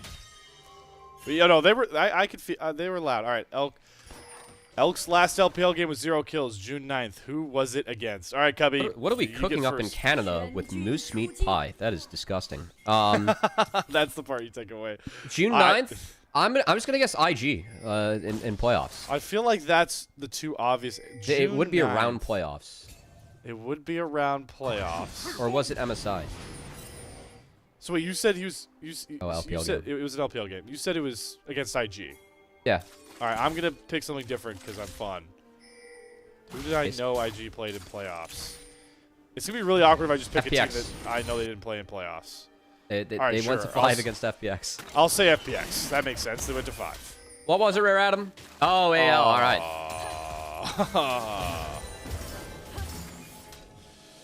Oh. Okay. All right. Well, you know, let's hope to not do that again, Elk. And well, the way bottom lane's going early, they're definitely brawling. And oh my God, that was nearly a stun for Mako. Elk does pop the ghost. A lot of fighting for Wave Prio upon level 2 entering the conversation. Some good lethal tempo abuse going on by Mako and Gala, as they're playing around the E cooldown of Elk. After that, they can step up. So, actually really nice. Yeah, so step up again. All right, On goes forward with the Zenith Blade, try to catch Gala, who merely cleanses it. Does Mako have enough damage to get this kill onto On? No, he does not. But yeah, it feels like health bar-wise, another win for IG's bottom lane. Very heavy. Shadow is ahead of the clear, and Away has actually done something rare here on Wukong. He's looking for a play on the Knight. 3s for each. Ooh, flash for flash. Taunt's going to land. Does Way want to go under turret range? Yes, he does. With one more bap of the staff, he should have it. And that's a nice flash out from Way, who's got revenge on the mind. Calculated from IG. Mako! That was disgusting. He does die, but yeah, that's worth. We're typing worth in all chat. The kill didn't go to Gala. At least the wave's good. The attempt, I mean, it was a good attempt from Mako. IG, they've come out today with the mission. Again, BLG responsible for both of their lives in Split 2 playoffs.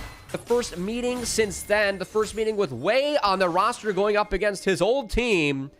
And man, it's been a message sent so far from IG. First game, it was a comeback. Second game, they're off to the races.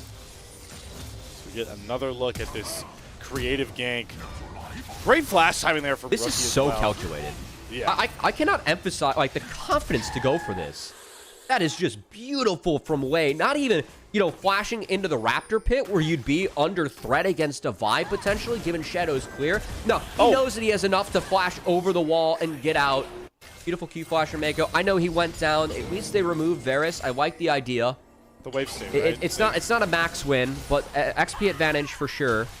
And the wave, right? You're just dropping minions under turret. Yeah, only 4 mage minions lost is not. It's kind of meh, but I was down. I saw the vision. Way can still win out here early on. Gets that crab as Bin was trying to steal that one away and is now losing himself a much fatter wave than... Oh, I did not see Elk. All right, Elk's going to come up here and cover. We've gone for another bot lane swap, but once again, I am always going to favor the team that has the Scion on the side of these swaps. Oh, dude. Actually, how bold. No, but yeah, for real, if you can find Scion in the 1v2s, as you said, Slayer, that's pretty much always Scion favored. So I like that IG is playing around with this. Again, poke Varus versus Yunara.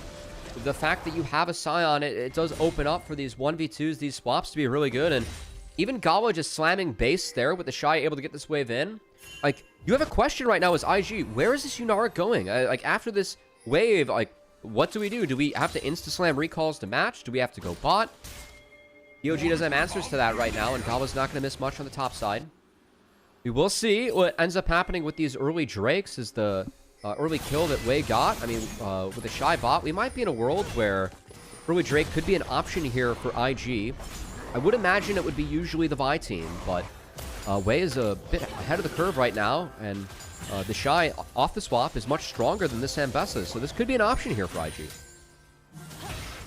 And again, IG's strength right now is their ability to kind of buy time and nullify early game advantages for BLG as On takes a very aggressive Zenith Blade forward and allows Gala to get a ton of autos down early, and that, again, with the lethal tempo difference, sways the trade towards Invictus Gaming. I mean, good counter from Mako, but that's too easy. Keep in mind that health bar is being traded evenly. It's advantage for IG because of the hot cocoa, which we're in the wrong time of year for that, but is important to keep in mind. So, Mako definitely showing some of the Bard fingers so far. See if you can show it later on. Yeah, I know. We asked for a high impact, able to creatively disrupt this game, and so far Mako is doing that early pretty well. Here we go, though. Shadow is starting to hover. You see on and L get a really good push in again, ongoing pretty far forward. This time he does tag Gala, and that actually forces the Kleds out, so much better target with that Zenith Blade, and well, it swings way on over.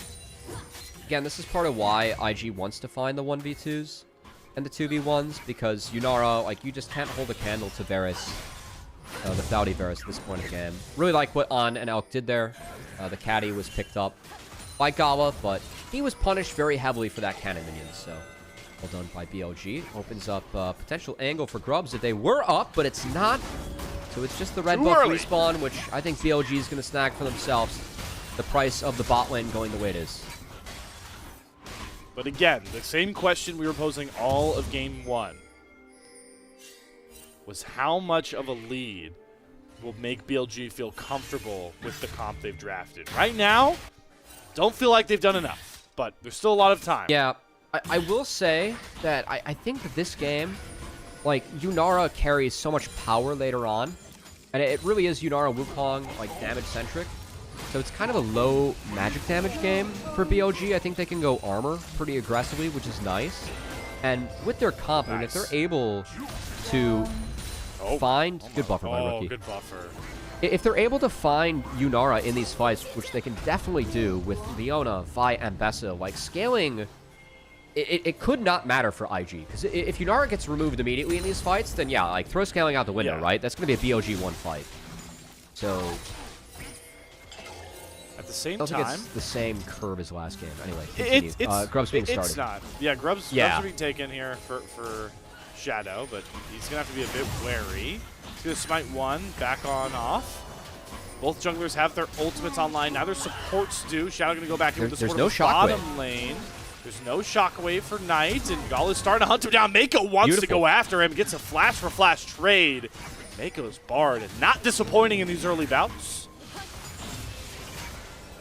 I like IG throwing their weight around there. I really like what Mako's doing. He's doing his best so far to just be a pest. And that is what Bard can be if you play Bard at the highest level. Well, yeah, back to the point I want to make before the Grub started, right? Speaking on that Bard, yes, you are indexing a lot of that scaling basket into Gala. But I will say, Bard can provide a lot of really big protection. Exactly, stuns, you know, his Tempered Fate. You've got to deal with a Galio taunt. You've got to deal with a Cyclone knockup, a Scion knockup. Yeah. There are ways for IG to really buffer that kill threat onto this Yunara, and that's what makes this game so fun, because it really feels like it's so execute-driven. Yeah, I 100% agree. So, we're going to have to see how this one evolves. Last game, like, I kind of like when different strats clash. Like, last game is fun, because we get to talk a lot about the bend not break, but yeah, I really feel like this one's just going to come down to execution, who has the econ and who can deliver. So far, even game. I think IG have a lot of the things they want right now. One thing's for sure, Wukong will be more useful later on than the Vi. Yep. And the fact that Wukong is, you know, has that kill, has that early phage, and is close to the footing that Shadow's at, I do think that's a positive. Sidestep one for the Shy. No ultimate needed on this Mbessa. He's still in the 1 versus 2. Gotta choose to run or try and kill off Bin. Good flash. Shadow's gonna follow, get the Vault Breaker, and knock down the Shy, who tries to chase down Bin, but nearly had that classic Shy outplay. Still a kill picked up for Shadow.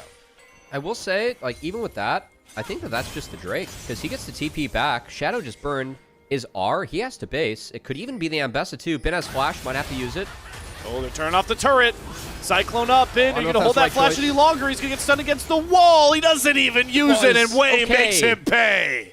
All right, Mako knew. I thought that R might have been just a wee bit early, but he knew. Really, really good game sense yet again from Mako on the Bard.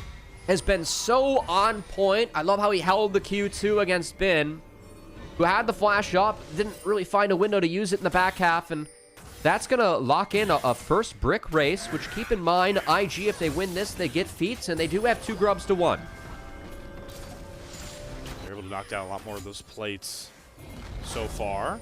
I don't know how the Shy got here. He TP'd in. No, he's playing for first brick. Out. He's fine. This guy's played 4D chess. Now he's just taking ultimates for no reason. I mean, fine. Chains of Corruption, Solar Flare, and he just walks it out. That's a great play. I think that's a great play. Like, that's all of BLG's tempo in the top side used. And now what happens with the first brick race? They have to reset. As IG resets, it's another window for them to just retake the map. Mako's going to help the Shy out, as, of course, he's burned a lot of tools to... Well, we talked about Mako causing chaos. It's been the Shy causing a lot of chaos so far on the Scion. So he'll be able to reset after, and the map's fine for IG, and they can resume that first brick race spot whenever they want. That's where the most progress has been made across the entire map. And again, IG very close to securing those feats if they do get the first brick.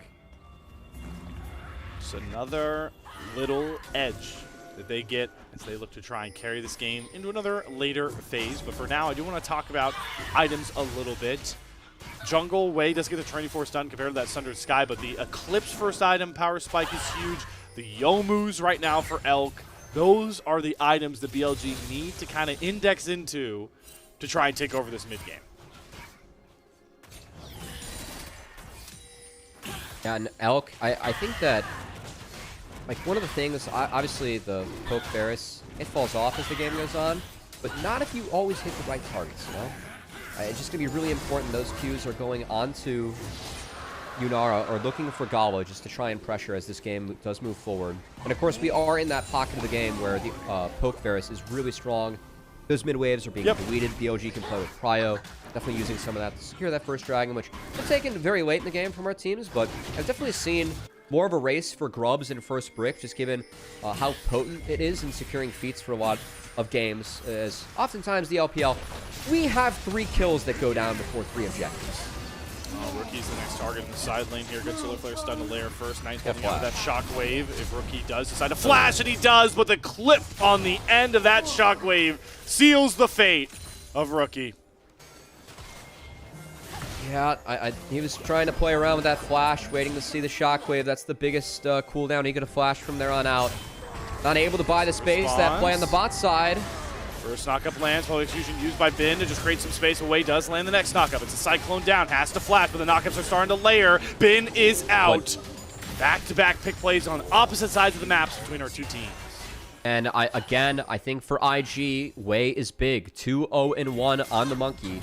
We've seen what this champ can do. In a bit of trouble here. Chains of Corruption not available, and that's to make sure no summers get forced out. TP coming across from Knight. They're trying to wrap onto Way and the Shy, who do not have their ultimates. There's no Shockwave. There's only the cease and desist. Big double slay on the unstoppable onslaught. Way gets stunned up, but the Shy still finds the first kill. And now he's out of mana, and his double buffs on Knight should be able to clean this thing up and give the edge towards BLG. I know! All right, but holy moly, back mid, Gala kills off Elk. Just like that, we're fighting all over the map. You know what? It was almost worth it for the Shy.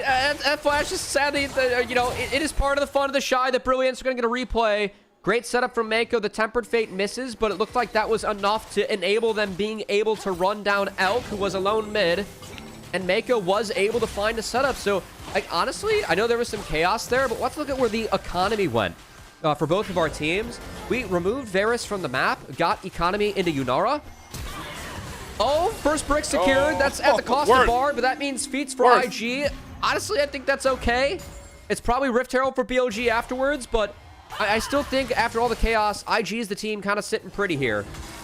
Okay, so this was a 2-part play. Show me the Bard. I mean, keep in mind, yeah, Elk.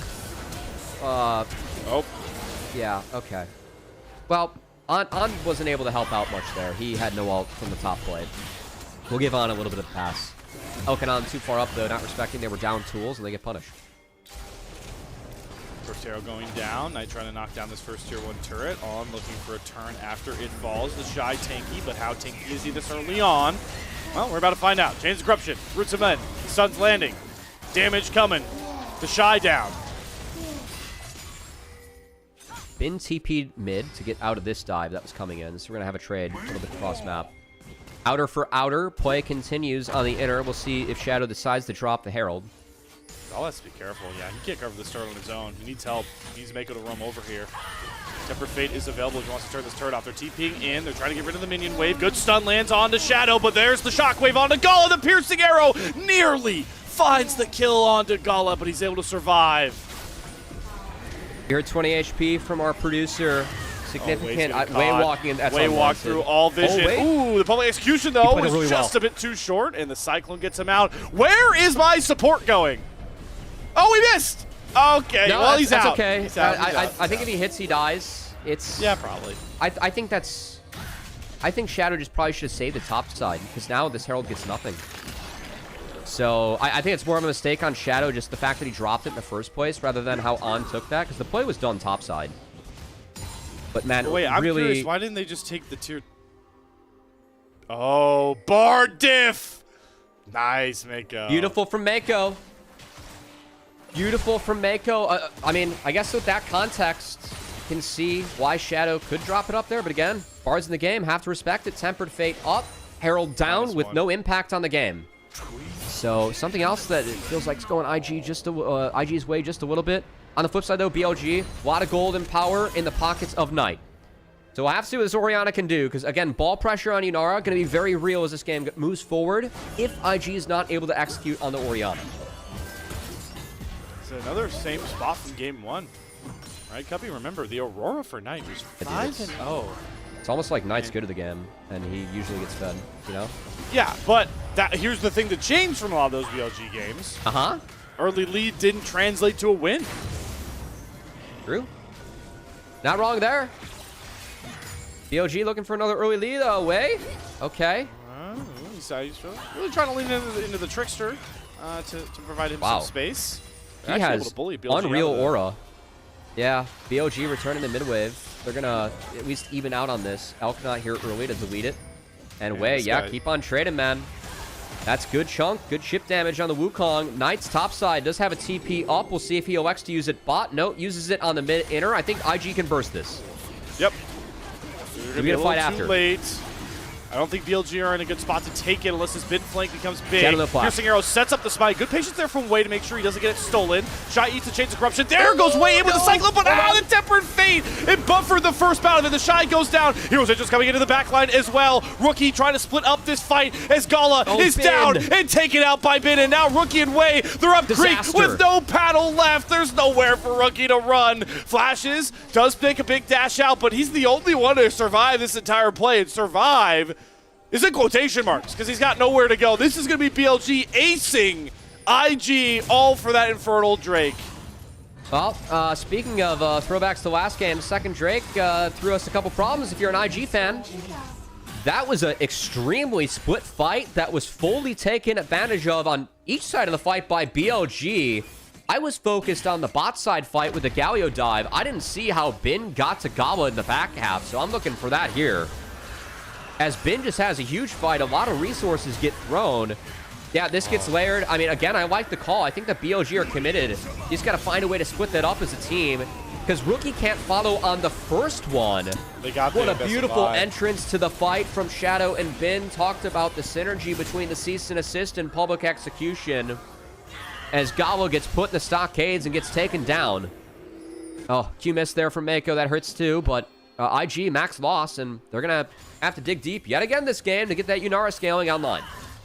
It's virtually that same gold lead at that same pocket of time. 5,000 gold. Main difference here, it's a lot harder to tunnel on a comp without a Sivir deleting waves and an Annie being able to delete waves. That's important to note going forward.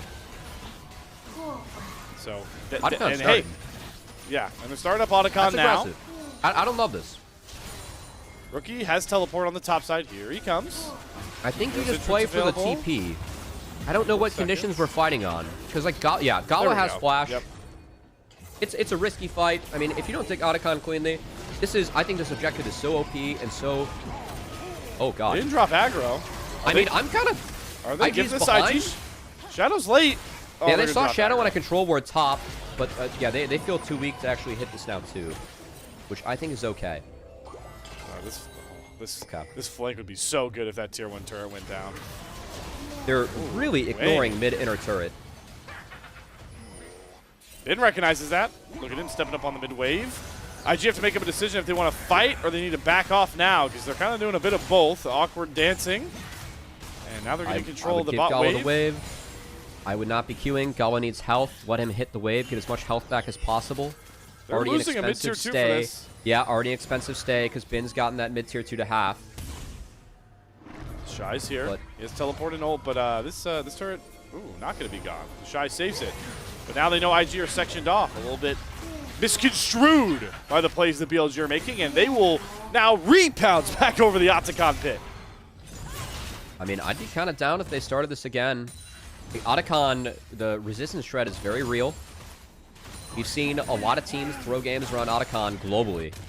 Because I think the reward it gives you, if you get a lot of the roses too, I mean, it can be worth like half a level to a level, not to mention adaptive force. So, in the end, IG stabilized a bit. And we might just have a rinse and repeat of the dragon, but curious what happens this time around, because, you know, does IG maybe look at this and say, hey, we have Gala at 2 items, but what happens if we get him to 3? Yep. Because that Orianna, like, sitting at the Leandries and a 10-stack Magi's is very, very, very scary to me, if I'm IG. We don't have a lot of ways to try and get tonight in this game, having indexed so heavily into this kind of buffer comp in a lot of these fights. So Knight's damage being off the charts is big. Mako having to use that cleanse. Does get the Sword Flare and to change the collection out. So those 2 ults off the board here for BLG, but they're going to use it to knock down this bot tier 1 turret they've been eyeing for the last couple of minutes. That was a very high-value cleanse, taking away those 2 ults. We'll see if that's enough for IG to maybe look, as Bin's the target for now. Redemption going to come down and provide him some safety. Way not going to pull the trigger there just yet. Nothing connecting so far here for IG to be able to take control of their jungle as they lose another blue buff. They got to start taking stock on what they're willing to let go of to buy more time. BLG's put another 1k gold in their pocket just based on the last few sequences, just because they're picking up more waves, which has been nice. I do think that IG with the Sion Galio kind of forced to do this a little bit. As Drake spawns, but Otacon's at half. This isn't spotted yet for IG. Mako doing his best to sneak in. He's in with the Shy. They didn't see it yet, though. They haven't seen it. Okay, they see it now. Chunks out rookie. Elk gets back out away from that aggro. On is in front of 3 members of IG. He's trying to stop Wave from going in for the Smite Steal. Good buffer there from On. They are going to trade Shadow out as Gala transcends into the new form of this Yunara. On going to dodge out on the Tempered Fate, but should fall as another stun lands. Got to give all this gold over to Gala to get him as accelerated as possible, and they will. Gala gets a double kill at the price of Otacon for Billy. Okay. That's, this might be interesting as the game spawns. I will say not a lot of petals picked up there for BLG. 27's, like, not even really worth half a level yet. You got it in you, Elk? You got it in you? Nope. Good attempt. Another Ocean Dragon, which will very much help against the Poke Varus. What health I'd is say that a turret? good draw for IG, who again have the 2 tanks and can really rely on healing from that missing health, which they're going to have to use to face check the brushes. And this took a little bit too long. They did a nice job of keeping Way out of the pit and bursting this one down.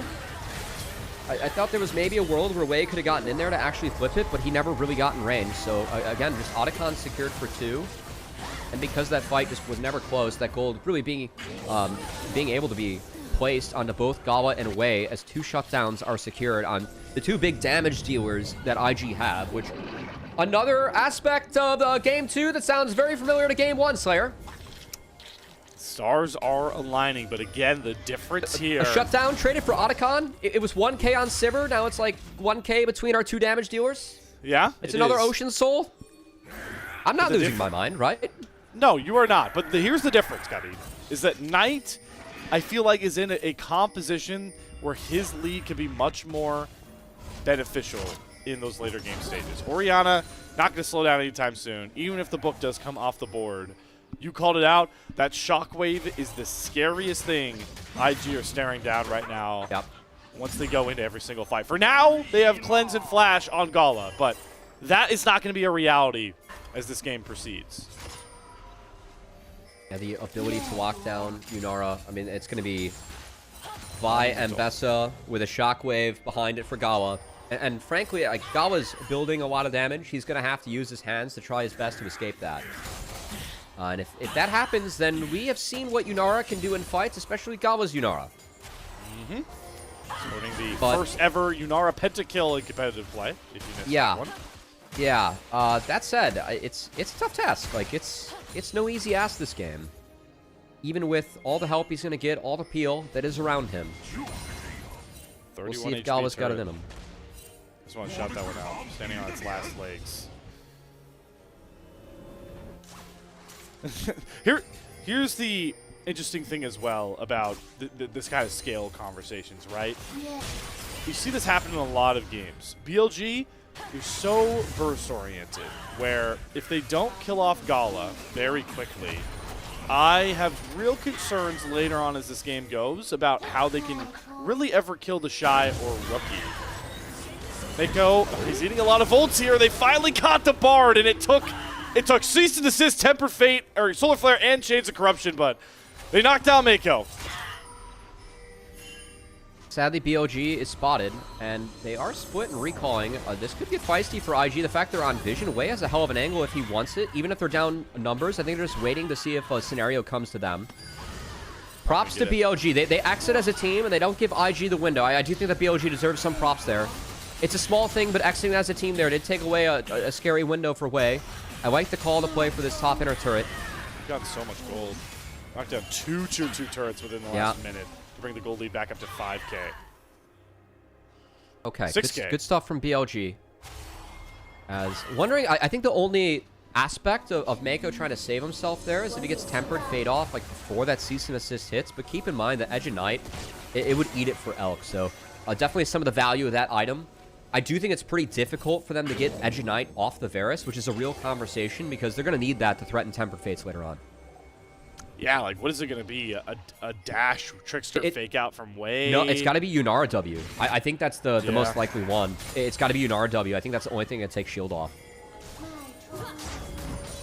Be a very interesting thing to track going on forward. Is the Baron dance has officially commenced here for BLG.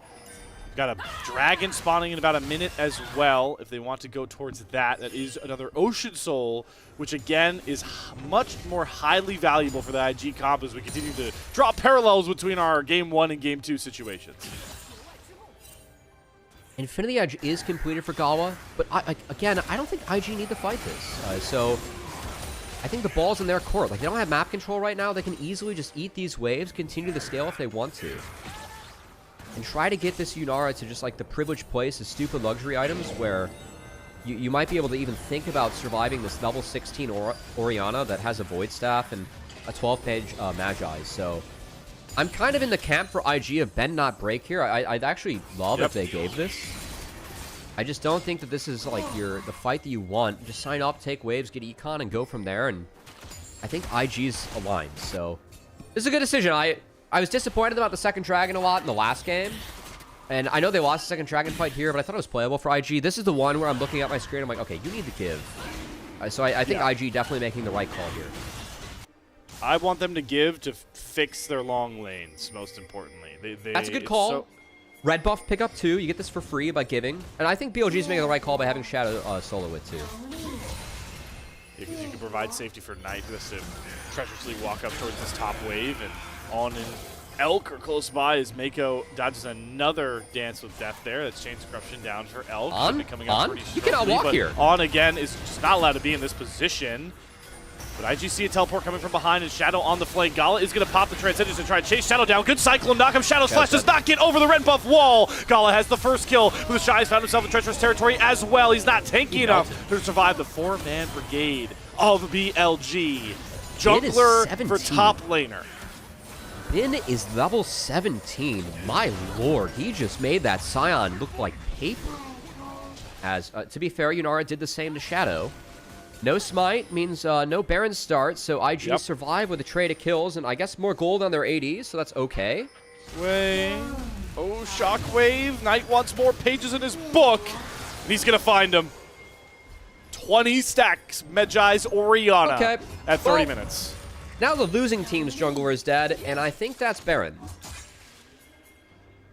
Oh. On a ward. IG knows it's happening, but I just look at the waves. It's so hard for them to ever walk up near here. Mako, do you have Smite in your Unsealed Spellbook? I mean, yeah, no. This is Baron to BLG. Value of picking off a jungler.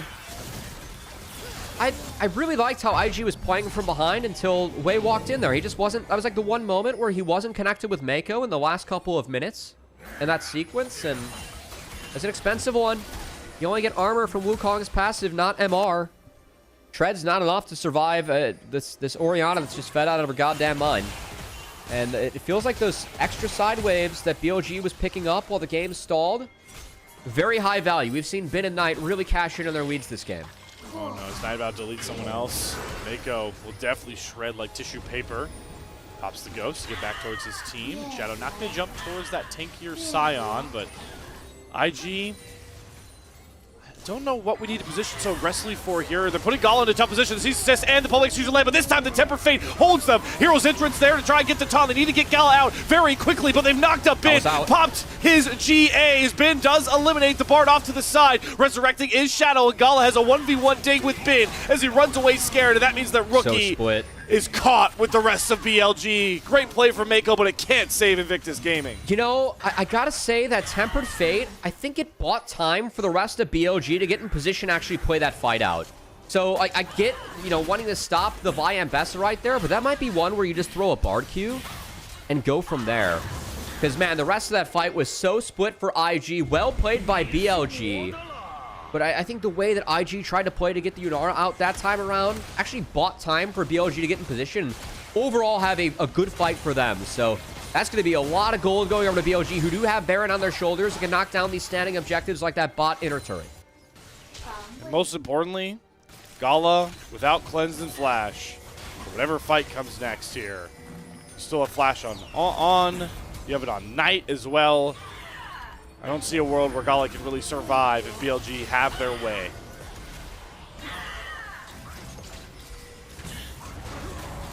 The Shy might be in trouble, actually. He's just quite squishy.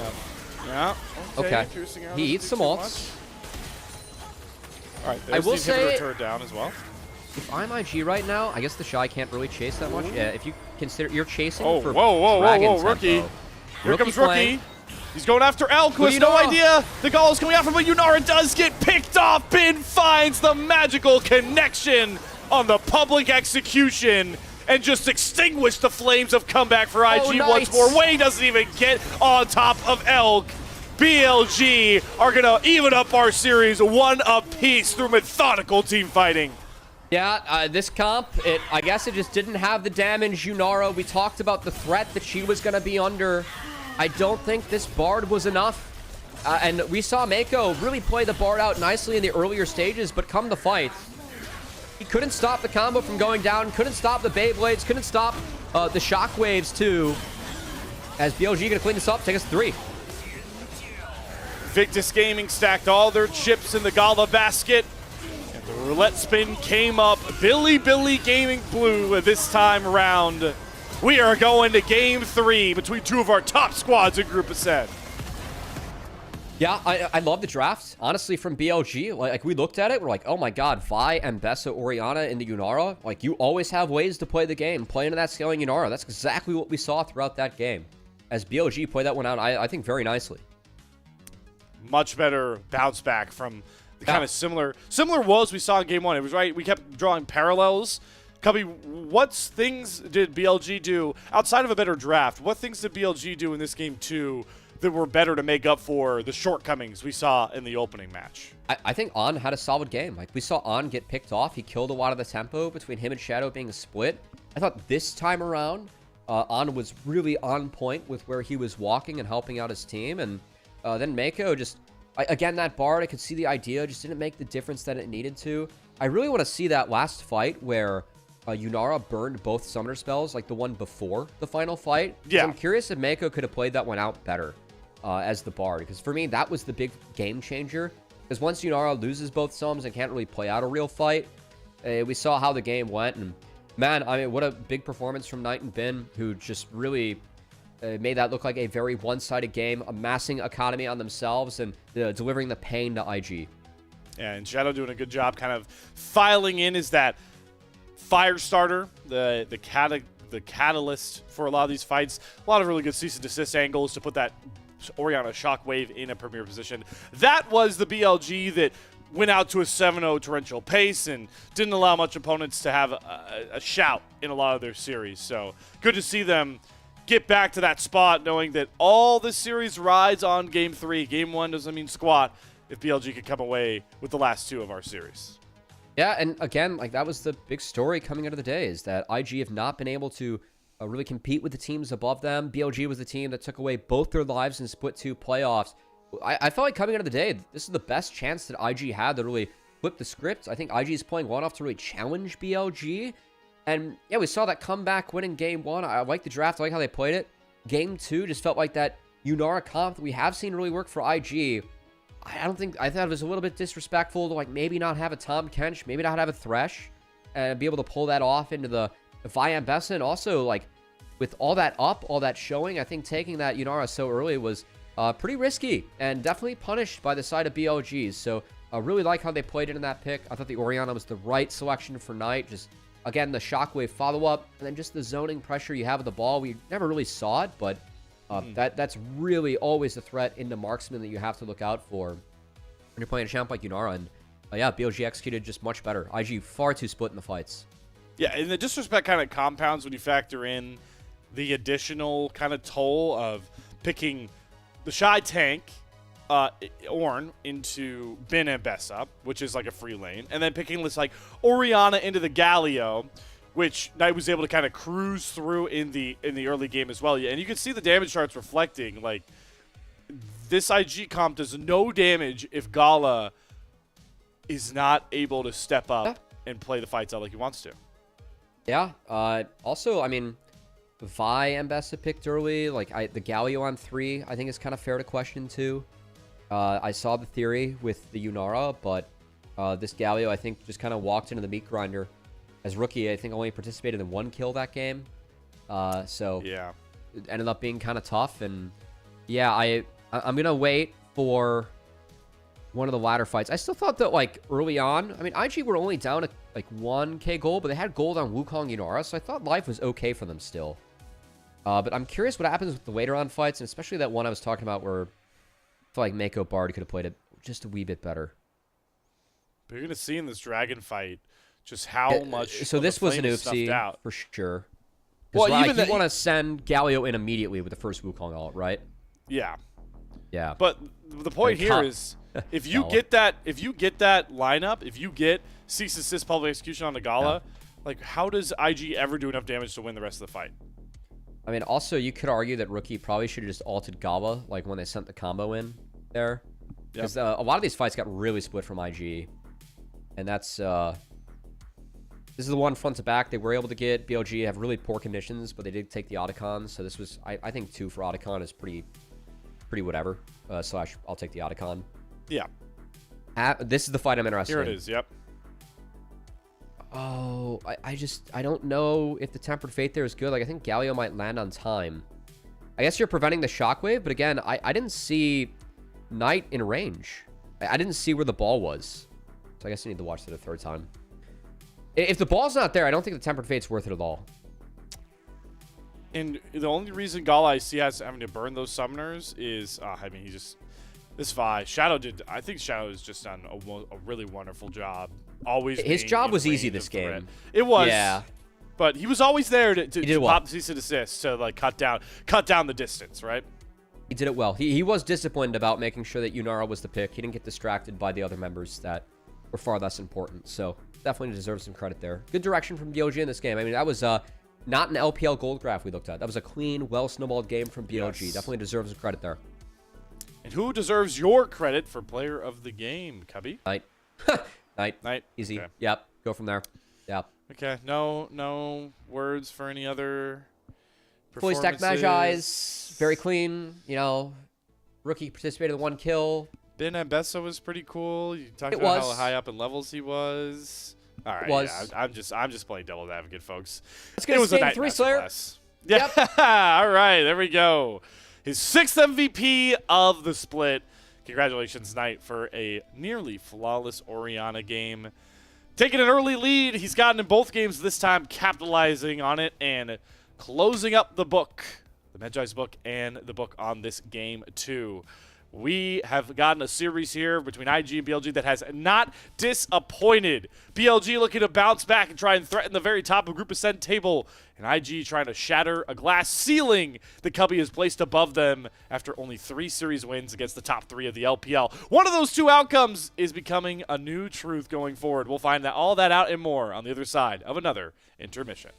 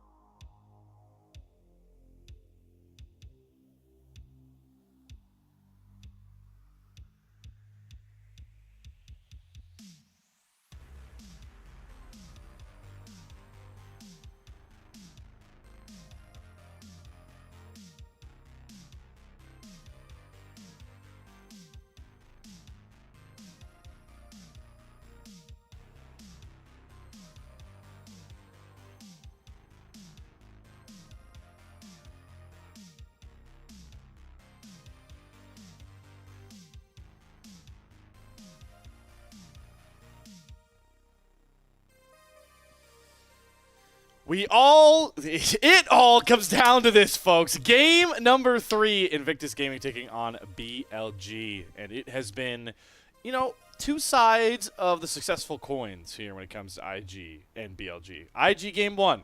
Game goes into the 40-minute mark. They're one of the best team fighting teams. They're one of the best late scaling teams, especially with their 80 carry Gala. Game 2. BLG, find an answer for Gala and make sure the game ends before any sort of post 40-minute woes can become a conversation. And now we arrive here, Cubby. Game 3. Yeah, and it's been, honestly, I think everything up for grabs. I do feel like BLG's had a small edge in this series, as I do credit a lot of Game 1 to kind of draft if still. But I have liked how IG have played in some elements of this. I just think that Game 2, maybe looking back, a little bit too high a prio on Yunara when stuff like Vi, Mbessa, Orianna, poke Varus. I mean, that is just a recipe to make your late game carry marksman's life miserable. And BLG did just that. It's very fun looking back towards that Game 2 draft and the small decisions that changed so much, because remember we felt like when the Jhin ban came across that they were goading out a Varus ban. I wonder how much different this entire game looks, right? If they kind of just handshake that Varus ban. But not wrong. It's fun to think about how one draft decision can kind of warp an entire game, as we get set here for a lot more draft decisions and a Game 3 draft where we will be seeing IG likely on the blue side for the first time this series, Gubby. Yeah, we'll have to see. I will say that IG as a team have actually played more red side games. I know they've been winning, which means you usually play more red side, but I'm curious. I think they use counter picks decently well. Like they're playing a pretty late game identity this split between tanks top, like a lot of mages mid, and I think it's gone decently well for them with of course galloping on a lot of the hyper carries. But a couple of those big hyper carries off the table. What my eyes go towards in this game, like Ezreal, Kai'Sa, I think are the big picks at AD. Outside of that, do we see a Senna emerge in this one, or Jhin? Because Jhin, I think Jhin. When you have solo laners, the likes of Bin, Knight, the Shy, Rookie, Mr. Useful with the W can open up a lot of things. So curious to see where teams fall with AD. Oftentimes drafts start there, and I think that's going to warp a lot of the identity moving forward. It's a fun pain point, right, though, for IG specifically with the Jhin conversations, because I think, yes, you have those solo lanes and Rookie and the Shy, but you also, they've never been a team to really, like, I don't want to say the Jhin is limiting, but it does, fall outside the scope of what they want to get out of Gala, right? Where I think Elk has found a lot more success, even recently in Split 3, piloting that Jhin to be like what you've called a catalyst with one deadly flourish for Knight or Bin to kind of run wild. I will say, though, for Bin, his usual carry champions of Split 3 are both off the table, right? His usual carry picks he likes have mostly been the Mbessa and the Rumble. You see, Slayer, it's actually Game 3, so it's just time that Bin plays Renekton.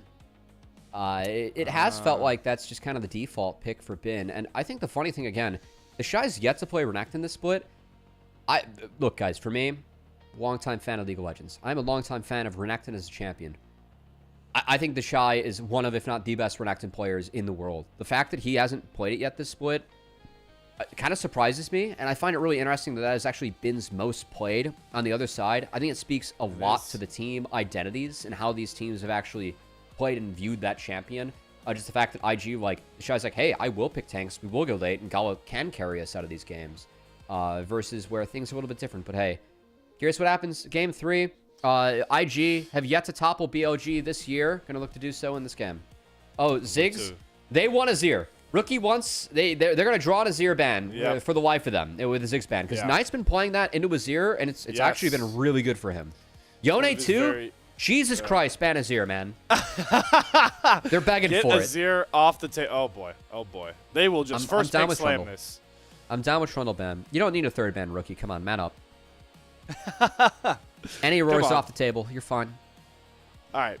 What do we even take away now? Just a Xin ban? If you really want maybe a Poppy or a Xin. Poppy? Yeah, I think that's where I'd look.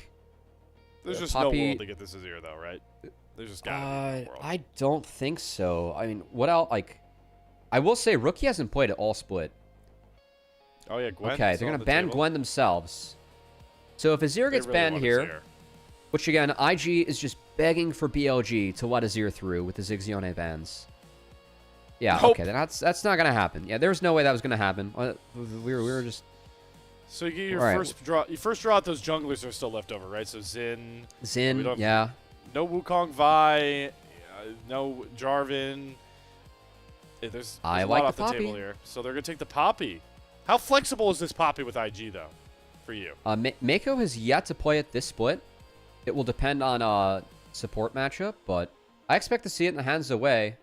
And I'm okay with it. You're definitely signing up to be a little bit more supportive, but okay, I will say that Poppy is flexible for the Shy. He used to play it into the Renekton. And I'm not surprised to see this front line coming out for BLG. Okay. So, Jack's an option maybe for the Shy. Cassante as well. Those are the two options to really get out of Renekton Sejuani, and you gotta imagine that they want to lock in one now. Hey, remember that Drain Tank Kaisa conversations, Scubby? I would like to revisit that convo. I'd like to see a Nash's Tooth. This is also Gala's Kaisa, which I think is always worth noting. Yeah, it's Gala's Kaisa, right? Yeah. So he gets this one locked in. Gonna make up for a pretty interesting dive composition. Unless he tries to play this one out front to back. Is it Jax Cassante? We haven't seen a Cassante yet from the Shy this split. I think you got to be nuts to put the Poppy top up there, but hey, maybe that's where IG's heads are at. I mean, look, like, let's picture a world where Xin doesn't get banned. Like, what does Xin jungle Poppy top look like here? You might be able to play through the Rise. I think that's I wouldn't rule that one out.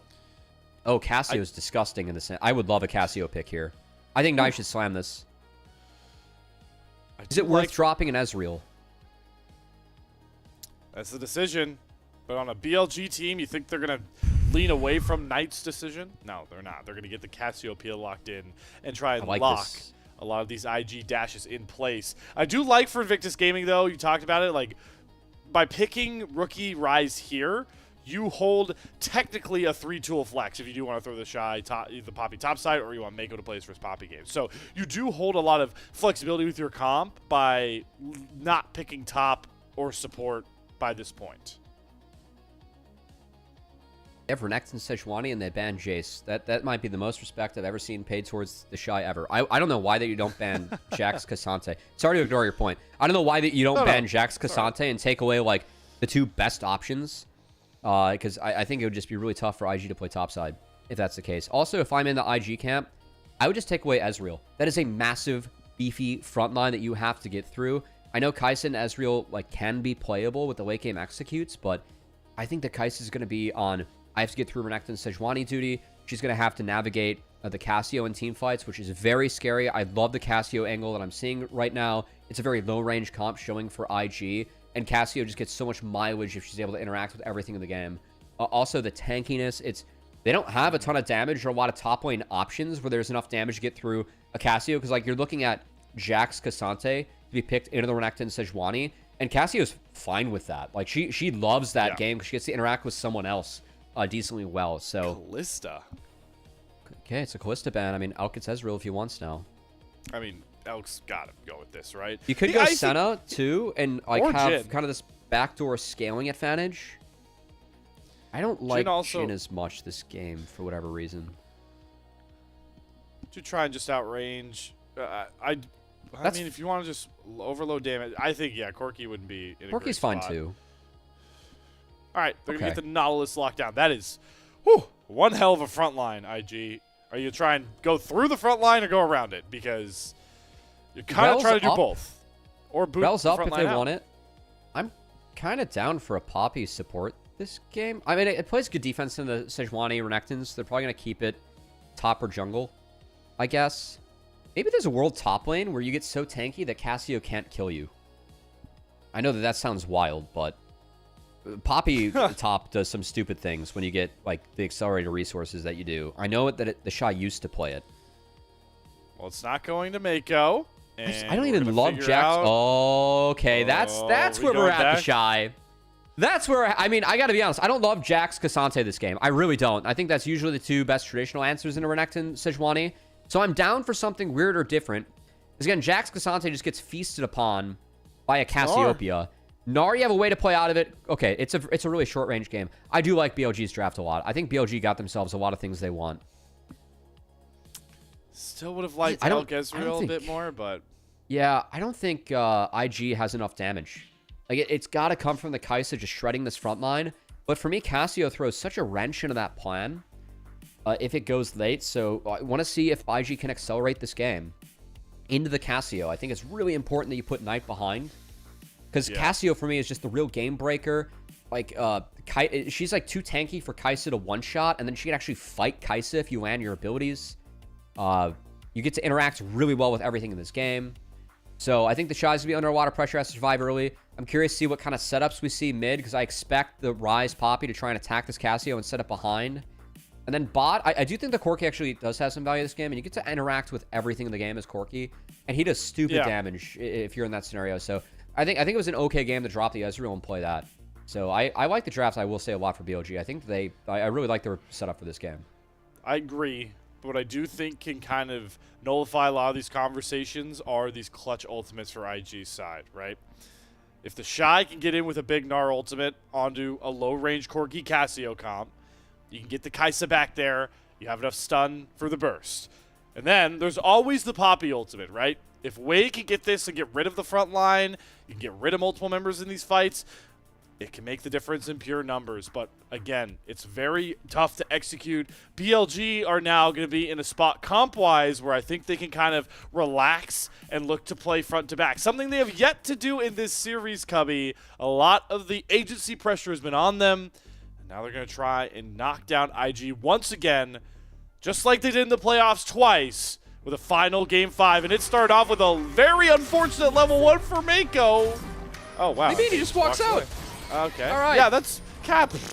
Yeah, that normally happens. I guess the level 1 is trash for BLGs. Well, except for Nautilus, but whatever. I'm kind of with you. Wasn't there. That said, it does get priority for Bin. Does matter for that matchup. As looking at the setups, nothing too weird here. Gonna be a spellbook actually for Shadow. We'll say oftentimes this is like tech you see when it's Sejuani and the Trundle. And Poppy can definitely deny some of those aftershocks with a steadfast presence. How this matchup works, so Shadow's gonna go for the alternative option. And yeah, we'll see what happens this game. Again, I think that the Cassio, I really think it's important you set Cassio behind. Also really like this opening from Wei. You destroy Sejuani in the early levels. Poppy, you have a lot of power. So I think Wei playing to split the map, play like this, and play for topside is actually pretty good. See if Mako and Gala can survive it, though. That does become a pretty big question. I like to see the fact that the AI bot kind of supports how I was thinking about this game for the first time, where BLG do kind of have the scale edge later on, but they're such a proactive team, especially with Shadow. And I'd like to see Shadow look to really punish this Kai'Sa. Oh, they're going to fight the Sej? Oh, they're just going to go after the Cassio. Knight in position. He is aware. New Wei was lurking on that topside jungle. Ah. I do like the opener, though, for Wei and IG. So I know it's even in camps, but it's no red buff for Sejuani, which definitely takes away some of that early power. Poppy, early, again, is a terrifying champion. So I like how Wei pathed this. I think that you're already taking some power away from Shadow. Like, technically, you're hovering your bot side here in case Shadow were to look, which matchup-wise, like Corki, Nautilus, couldn't. It's hard to set up a dive. Like, they definitely have advantage first 3 levels. So I really like the setup that Wei had for this game. I think that him and IG definitely deserve credit. I also do like him kind of getting away from hovering towards this top side, because I think the Shy is the Shy. It's really hard for him to ever give away leads early, but this Gnar Renekton matchup, at least until ultimates come around, is very Gnar favored, especially with that range form. You can just stack these draft stacks like you're seeing. So leaning towards that Kai'Sa bottom lane with such a big crux of your comp is going to be big, but mid lane is where we see Shadow create his first little opportunity. He is going to layer the stun, and that forces Rookie's flash out early. So good spot there to provide some safety for Knight going forward, as long as he doesn't have to trade a flash of his own, which right on cue, he will not. That's going to be priority Crab, though, going over to Shadow. As Wei doesn't answer. We'll see if Wei actually fights for the respawn Raptors here. there is a world where if he forces Shadow up, he could try and fight for respawn Raptors. Also, the Shy's been spacing that matchup really well in the top side, so he has a pretty good HP advantage. As 2v2 top is kind of emerging. Ooh, Rookie getting a pretty good chunk there in the Knight. Again, though, Knight does have that flash advantage. And look at what Way's doing. Really interesting. Again, I think that he can play... Yeah, I mean, he's pinging the respawn Raptors. This is the most valuable thing on the map right now, is fighting for this. And Shadow's realizing it too. But I like what Way's done. Like, this is max control for Way, and it's going to be a smite flip. We'll see if he can get the little ones. Again, advantage Poppy of this scenario. He gets one. Okay, good defense from Shadow. That's a good read from him, too. I think it's a good back and forth there from our junglers. I know it's delaying the game overall a lot for each of them, but that's okay for Poppy. Shadow ends up finding a pretty big win when all is said and done, though. He's going to get bot crab, too, so I think Way missing out on that play was a pretty big deal. And Knight is unplayable here, so yeah, Shadow gets a lot. I think that Way might have mismanaged that after he forced Shadow way up top. He didn't really play to retake the map in the best way.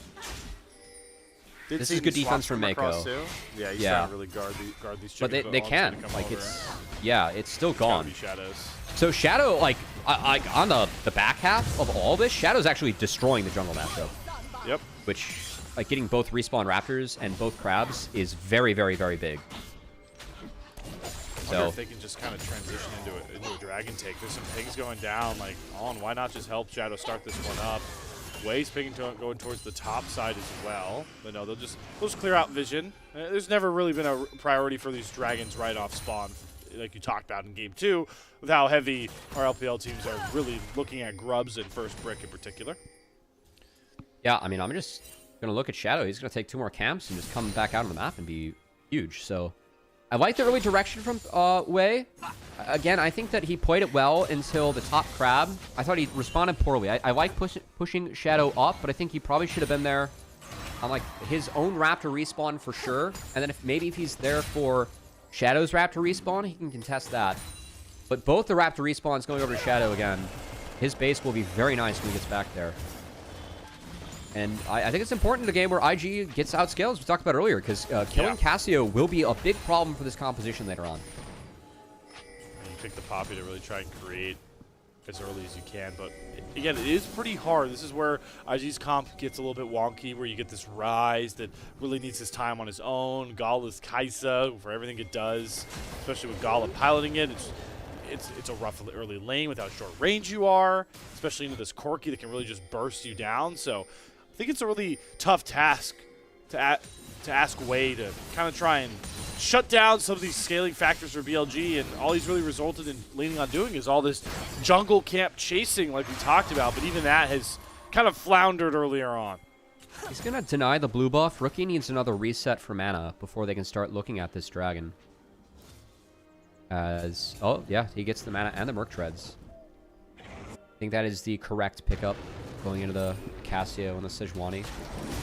Definitely going to have to play within the range of a lot of dangerous things this game for rookies, so curious if after this and Rookie returning to the lane, if we have this dragon started, because the okay, not going to be the case. That kind of has been a theme though today. It really has. Ooh, good angle there found by On. I think a bit of a mistake. Yeah, a bit of a mistake from Mako. Honestly, it's your job to catch those Nautilus hooks in this matchup. So good punish by On, and an expensive flash loss for Gala. And keep in mind, you can see TP up for each of our supports. We're in the stage, what the theme of the day has been so far throughout all 3 games has been no first Drake taken, and early grubs fought. And I was setting it up, but Shadow's broken it, because that's enough to actually get the Drake early on, just given Gala lost flash. So I like the adaptation from him. I think it's a good, very good call from BLG, and for me, Way had the timer to think or do this when he took the blue buff, but didn't. And that's going to be interesting to look, interesting one to look at looking back, because I don't know if that's worth it or not. I really am not sold. Love to see how quickly IG could pounce behind Way. And maybe that's why you see the aggressive trading coming from the Shy. He commits that ultimate, try and trade with it in so you get the wave up. And yeah, that's going to be all 3 grubs secured and onto the right team. But here's the trade-off. Shadow's going to go for the dive on the flashless Kaisa and Gala. I mean, this is just 80 carry life. There's no way to outplay this. He nearly, I actually will shut me up very quickly. And he gets the kill on. And that's all you can really ask for in that scenario if you're Gala. Still, waves denied. So we'll give it a win for BLG. Mako goes for Shadow. He sneaks on out. See if he sticks around, though. That ward being dropped, the TP coming in. Way is yet to spot the TP. That is On's TP. That is extremely forward. Back. He's looking to get involved. Look at all these wards. I mean, Way's jungle is lit up right now by BLG. Rookie's about to get lit He's up, over the too. inside track onto Rookie. There's another flash. These dredge lines from On right now are 2 for 2 in flashes collected. Man, you called it. That bot side river just all BLGs right now. Rookie not able to secure his own cannon minion. So good deny. As On for sure adding some soft pressure to the map. Mako is spotted going over this, but he's going to just help hover Rookie, make sure he can get this wave in. Rookie's probably basing after this one. So I think it's all okay. But yeah, there's about some trading around the map, and that trading in favor of BLG early on in a game where we really like their comp later on. Again, killing Cassio is, we feel like, a pretty impossible mission. Really tough. And it doesn't help that Ben into this Gnar that can be really pesky early is actually up a significant amount of CS by this point. So again, IG, where can we find a way to get proactive? Because as much as we talked about BLG late game woes, right? The flip side has always been that IG, while when they play comps that can sack resources and look to bounce back later, yeah, it looks really good when you get Gala in the position, really flashy with how they can play team fights, but I've been routinely disappointed with how slow they seem to play out these more snowball-y-esque comps that we're seeing right now. If you can even call this comp a snowball comp from IG. Yeah, I will say, like, I think that's some of the difficulty, though, because Cassio beats Ryze in lane. Early on, the Renekton Gnar matchup, you can see off this TP, the Shy has steel caps, but he delayed those for the Cole. So I think that the amount he's down is actually very appropriate, given that, and how the matchup usually goes, where I expect Renekton to be up a wee bit at this point. But that's like we feel like they get outscaled, and they picked into lanes where it's not great. I think the big timer is going to be Ryze double stacking items being evolved. Because Knight is only going Roa, which I do like. I think if you go Roa and like Seraphs, you're just building way too slow as Cassio. I'm curious what Knight goes next. Probably the Andres. That or Rylai's. But yeah, Rylai's, there's a lot of ways. You do kind of limit. It's hard to get a lot of AP. Rylai's is cool, so I hope he doesn't do it. But Rylai's is OP on Cassio. It's so annoying to deal with. It's so fun though to see this Cassio come out here from the Knight. That Miasma is so much valuable. Petrifying Gaze, locking up IG whenever they're going to decide to go forward is, yeah, I do like this patience out of BLG. They recognize that, hey, we're going to feel a lot stronger once we go to these, Herald fights, Otacon, later Dragons, if we've survived early game giving up minimal losses. And that is the case of the game state right now. I really like that trade coming in from the Shy. He squeezed one boomerang through the wave and was able to get the TP out of bin. So he's at an okay item breakpoint here. Again, as long as he has steel caps, he should be relatively okay. Unless Shadow makes an appearance, but Shadow's been mostly playing for bot lane and the bot side. And with 30 seconds until the second Drake spawns, we'll see if that one continues. I will say, snail's pace. Yeah, it is. Something we haven't brought up yet, Slayer. Like, we're talking a lot about 5v5 setup, how we like the scaling of BLG's draft. The Poppy can change that at any point, but just finding a numbers advantage fight with Keeper's Verdict. And I think this is something where, like, specifically LCK, watching how they use and abuse this champion, it really feels and looks different than what we've seen in the LPL overall. But Way has been one of the Poppies. Like, we have some players that for sure are better Poppy players. Way's one of them. So we'll see if Way is able to step up and do it. That would be good to see, but at the moment, Dragon started is spotted. That is the one linchpin, though, for this IG comp, is Poppy, Keeper's Verdict, and then a Shy Gnarl can really change everything. His blade is going to flash on top of him. The Dominus popped as the Shy goes mini. Waiting for his hop to come back up so he can get over the wall. He has to flash instead. Both top laners burning flashes there, but nobody dropping as the dragon does not command the attention of everybody so far. So I'm looking for a dredge line. Rookie's able to sidestep that one, and yeah, now we have the junglers dancing around the dragon here. Shy's walking back top. Bin's there. Neither have TP. This is a flank. 4v4. Mako. Oh, he flashes over the dredge line to grab Shadow. Miasma's going to come down here. They Knight can't get got Knight. hit against the wall. Mako's going to Oh. survive here. Knight is starting to churn out these poison fangs, and the Realm Orb is the only thing that's going to save Rookie. I mean, Knight already too tanky. I will say the depth charge from On was really good there because it disrupted the Kaisa, so Gava couldn't Killer Instinct to follow through on the Knight because everything went onto the Cassiopeia. But in the end, a disjointed fight. Mako going for that flank. I think he had to flash the dredge line to try and make that play, but they weren't able to find a clean combo onto Knight. So, I mean, Mako has the info here. I think he knows that's the play he's going to make. Just look at On, find Gala. I think if Gala walks further down, then they can make this, because maybe he can Killer Instinct and help Knight with the Miasma. Like, even if Gala follows through, he would probably be on that Miasma that was positioned to the left in the brush, because he doesn't want to play into the rest of the four. So already in this game... Okay, actually, I'm looking at Rise inventory. We probably just should have never taken this fight. Like, I just don't think there's ever a world where we killed Cassiopeia. It's also the fact that, you know, Way doesn't ever get Keeper's Verdict down in that fight. And especially at this point, like where the items are, IG, you're only winning fights where you have a serious numbers advantage. So that ult needs to come down quicker. Maybe he was afraid that Petrifying Gaze would catch him mid-churn, or On would drop him with a dredge line. There's a decent amount of cancels, but you just need that ult to connect if IG ever going to find a fight right now. Yeah. Again, looking back, like that last base that Rookie just took, he went from having 2 Ruby Crystals, a D-Shield, and Merc Treads to like buying the Catalyst and a Blasting Wand. That's almost 2k worth of gold. So if he's sitting on that gold for the last fight and trying to kill Knight like that, I just don't think that plays in the tank. So maybe a bit of a disjointed play there from IG. I think we have seen them struggle with every single second dragon that spawned in this game, or this series. I think they played all 3 poorly. The Shy's dead here. This angle's too good. He's got no flash. Yep. He's going to try and hop a little bit away to try and draw BLG away from that Rift Herald and buy time.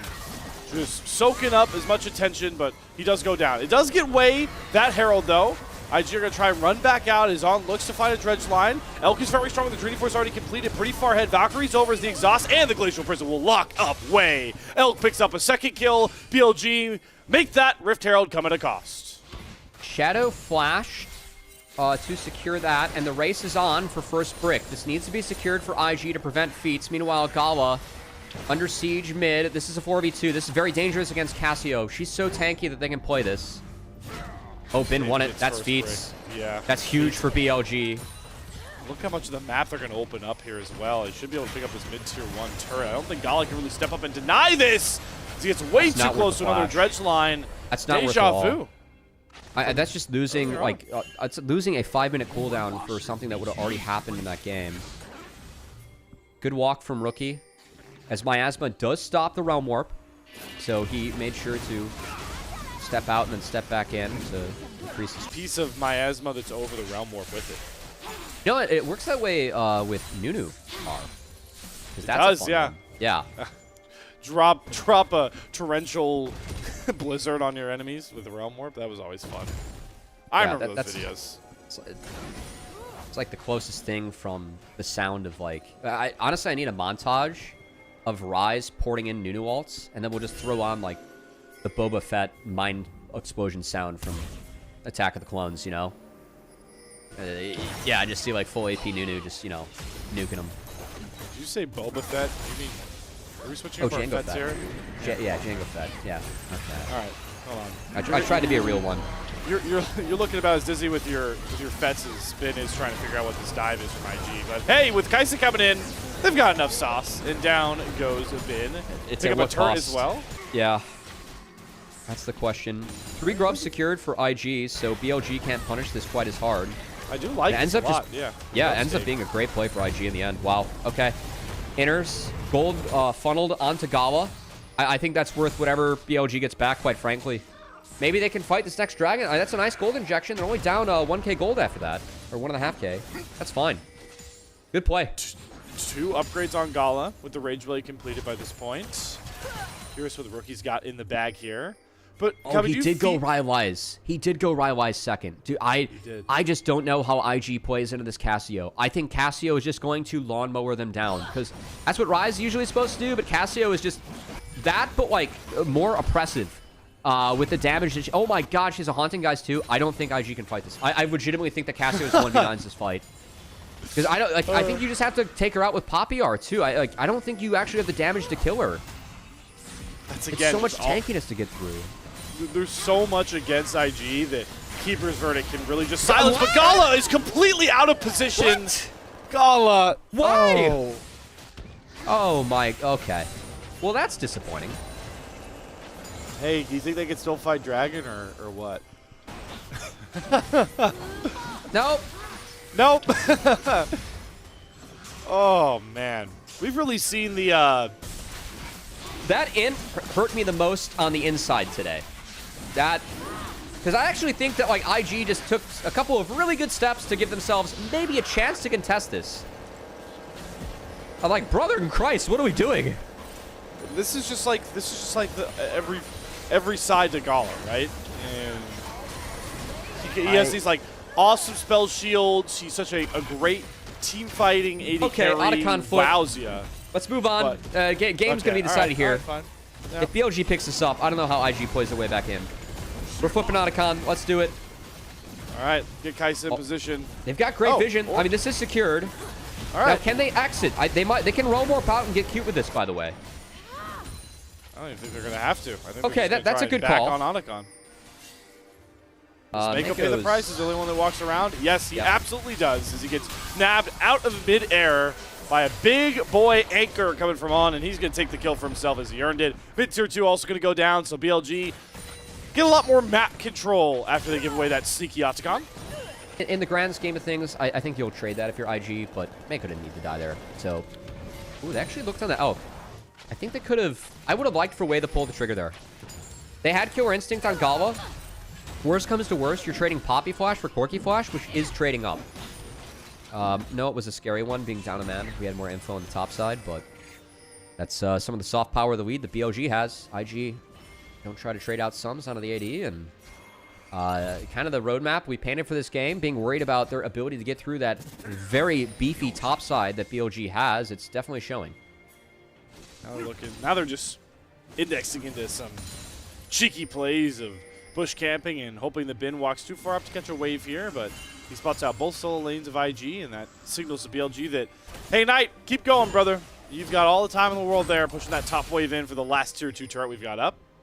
Bin went Shojin second Renekton, man. He's playing with my heart. I think that Shojin item is just so OP on Renekton. Not a ton of armor yet. He'll need maybe the Black Cleaver later on. But even this game, like, I think Corky Armor Shred helps you out. You can go tanky items later, so I don't mind it from Bin. I'd like to see the recurve bow for Gala, by the way. It's going to be a Gnasher's Tooth that you were looking for, without a doubt. We hope so. We saw the Terminus last time in the last series. We saw Kai'Sa. You got a book, though. Yeah, we need Gnasher's Tooth. So, man, it's still so hard for IG to play their way back in. And that bot control that BLG has over the bot side jungle IG is going to be so dire come Ocean Soul spawn. We got 3 Ocean Souls in this one, by the way. True. And this Ocean Soul, if you give the Cassio, Renekton, Sejuani, and Ocean Soul, I personally, I think you should be able to throw up the FF screen. That's not how it works here in the LPL, but that's how I'm going to feel when I see the game. It's Elder or bust after that. Yeah, I just worry for these setups because of the lanes. The lanes are so rough. How are you ever going to get the Shy in position to really find a massive Gnar ultimate? How are you ever going to get Mako in position for these big flank crash downs? Again, the only redeeming quality in these fights is that BLG need to have some semblance of respect that Way can just boot the Cassiopeia out, or even like this Renekton with Dominus popped out of a fight. But outside of that, IG are just walking in dark, praying that when this Drake comes, that they can get close up for the fight that they want, that they've never been able to get in position to do so.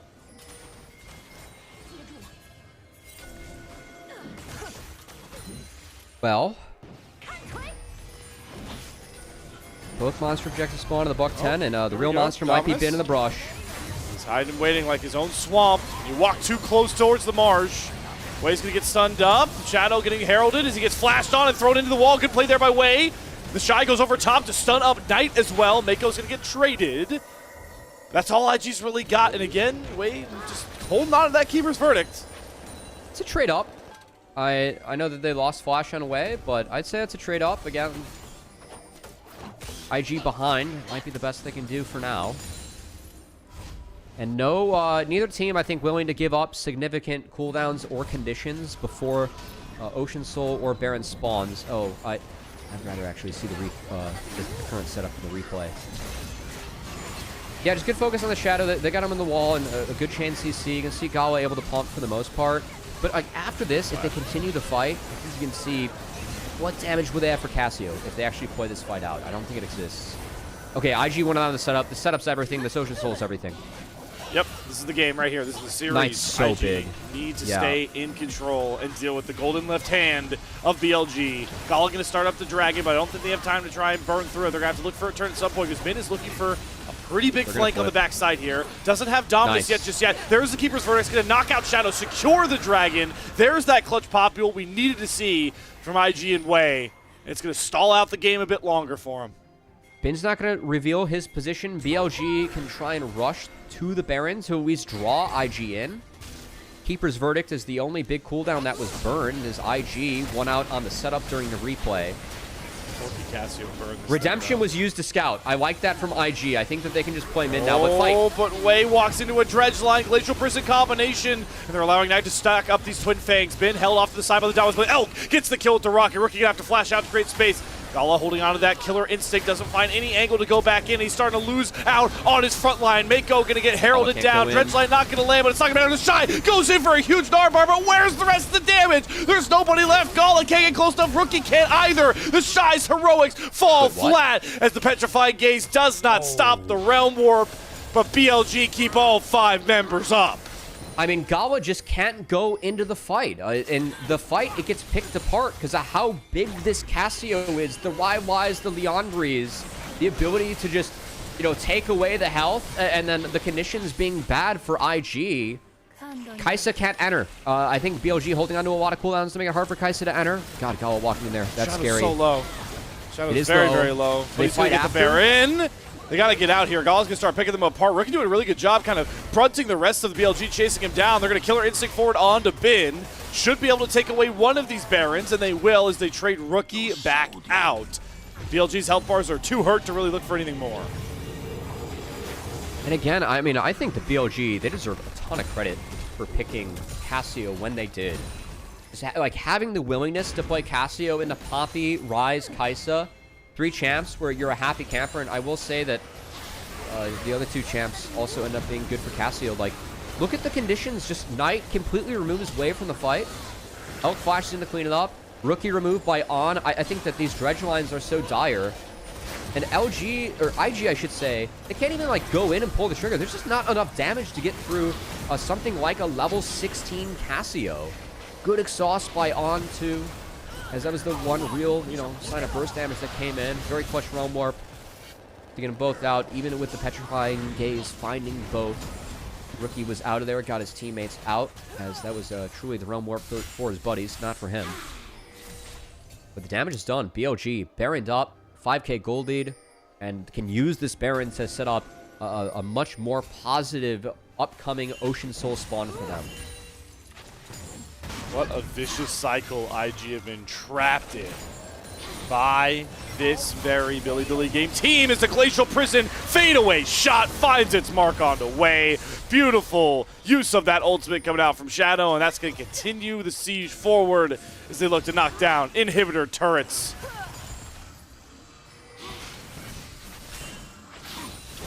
Look at how far up Knight can play. Again, Rookie can trade to find those empowered rune prisons, but he's trading down in health. And IG can't find the fight afterwards. I think they're teasing around a little bit. They're maybe trying to see if BLG would look. The Shy can force out Bin, but if he pops Mega, he can't win that 1v1.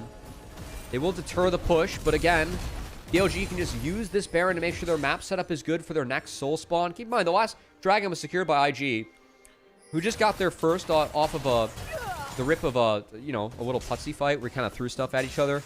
Neither team willing to commit it off because of how big the dragon spawn was. But this time with Baron up and still activated, we just play the next wave, sit in that bot side jungle, and how difficult is it going to be for IG to walk in now? It's just an impossible game for Kai'Sa to play, no matter what you build. It's a bit more of an AP look here from Gala, but how do you get anywhere near as the shortest range ranged character in this entire game right now? Close to Elk with a collector, 3 items deep on this Corki. It's 7-0. You already talked enough about the Cassiopeia. There's never an angle for Gala to do anything but try and burn through a front line that he doesn't chew through in nearly enough time to make a difference. This Kai'Sa feels too far behind. Rookie deals with the same sort of issues. This draft just felt so hopeless, and now we're kind of seeing it play out his way. Looks for an engage. Dredgeline's going to land as the stun does layer, so at least he does eat up a little bit of BLG's pressure, taking some ults off the board. I think that's worth. No depth charge. That's like a really concerning tool that Gala IG are worrying about. Oh, that's a great chunk from Elk. Yeah. Okay. Rookie. Push camping, gets pinned down to about half HP, but he's got the dominance. Glacial Prison, gonna find Rookie, but Way's gonna protect him. Mega's BLG pop, lose though. another engage ultimate. Yeah. Yeah, I would have just waited it out from BLG, like hold the fast track. The Shy can't use this Mega. He's gonna have to wait a pretty long time to charge it up again, but we'll say BLG kind of losing out of the war of attrition. So the no depth charge definitely hurting them. And yeah, that's another Ocean. They're just going to give over. That's I'd say a big positive for IG. Oh, they can look for the file in the back end. Bean does teleport with the dominance. Here's Keeper's Verdict from Way. Can he get close enough to knock anybody out? No! It falls flat. And you don't like this fight if you're IG. 5 versus 5 here. Bin holding 3 members of IG at bay, but he gets slammed to the wall. Gala has enough damage at this point. 3 items deep. Rookie's going to flash forward. They're looking to find the miracle fight. Killer Instinct forward. Down goes the 80 carry. And there's the Shy with the big Nor. The Petrified Gaze hits 4, but Knight cannot save this fight. A last breath issue coming from IG, and they're going to clean house until Knight stands tall to turn. No, it's not enough. IG are back in it. They might just push for the win here. What was that, BLG? The Dragon was down. The conditions were bad. IG went out before, and BLG just threw the game. Oh my God. BLG just threw all of it away in one fight. 30 minutes of domination coming, but all that matters is the last minute where IG finally conquer their demons in BLG. I cannot believe the throw. Bro, just give the... We spent the entire game talking about the scaling. The Cassio looked immovable. The conditions were bad. The objective was down. They go in 1 by 1. They give IG an insane fight. I want to go back and see a replay. Adam, if we can look at that early before the highlights come through, Mako played the bait so well with Way, but I don't know why BLG pushed the pace that hard. They had no Glacial Prison. The TP flank didn't exactly work. And just give the Dragon a reset. Like, your Cassio's not getting outscaled. The Kai'Sa couldn't really function. You gave the one angle, the one winning fight that IG, I feel like, could really find moving forward and pitch the game.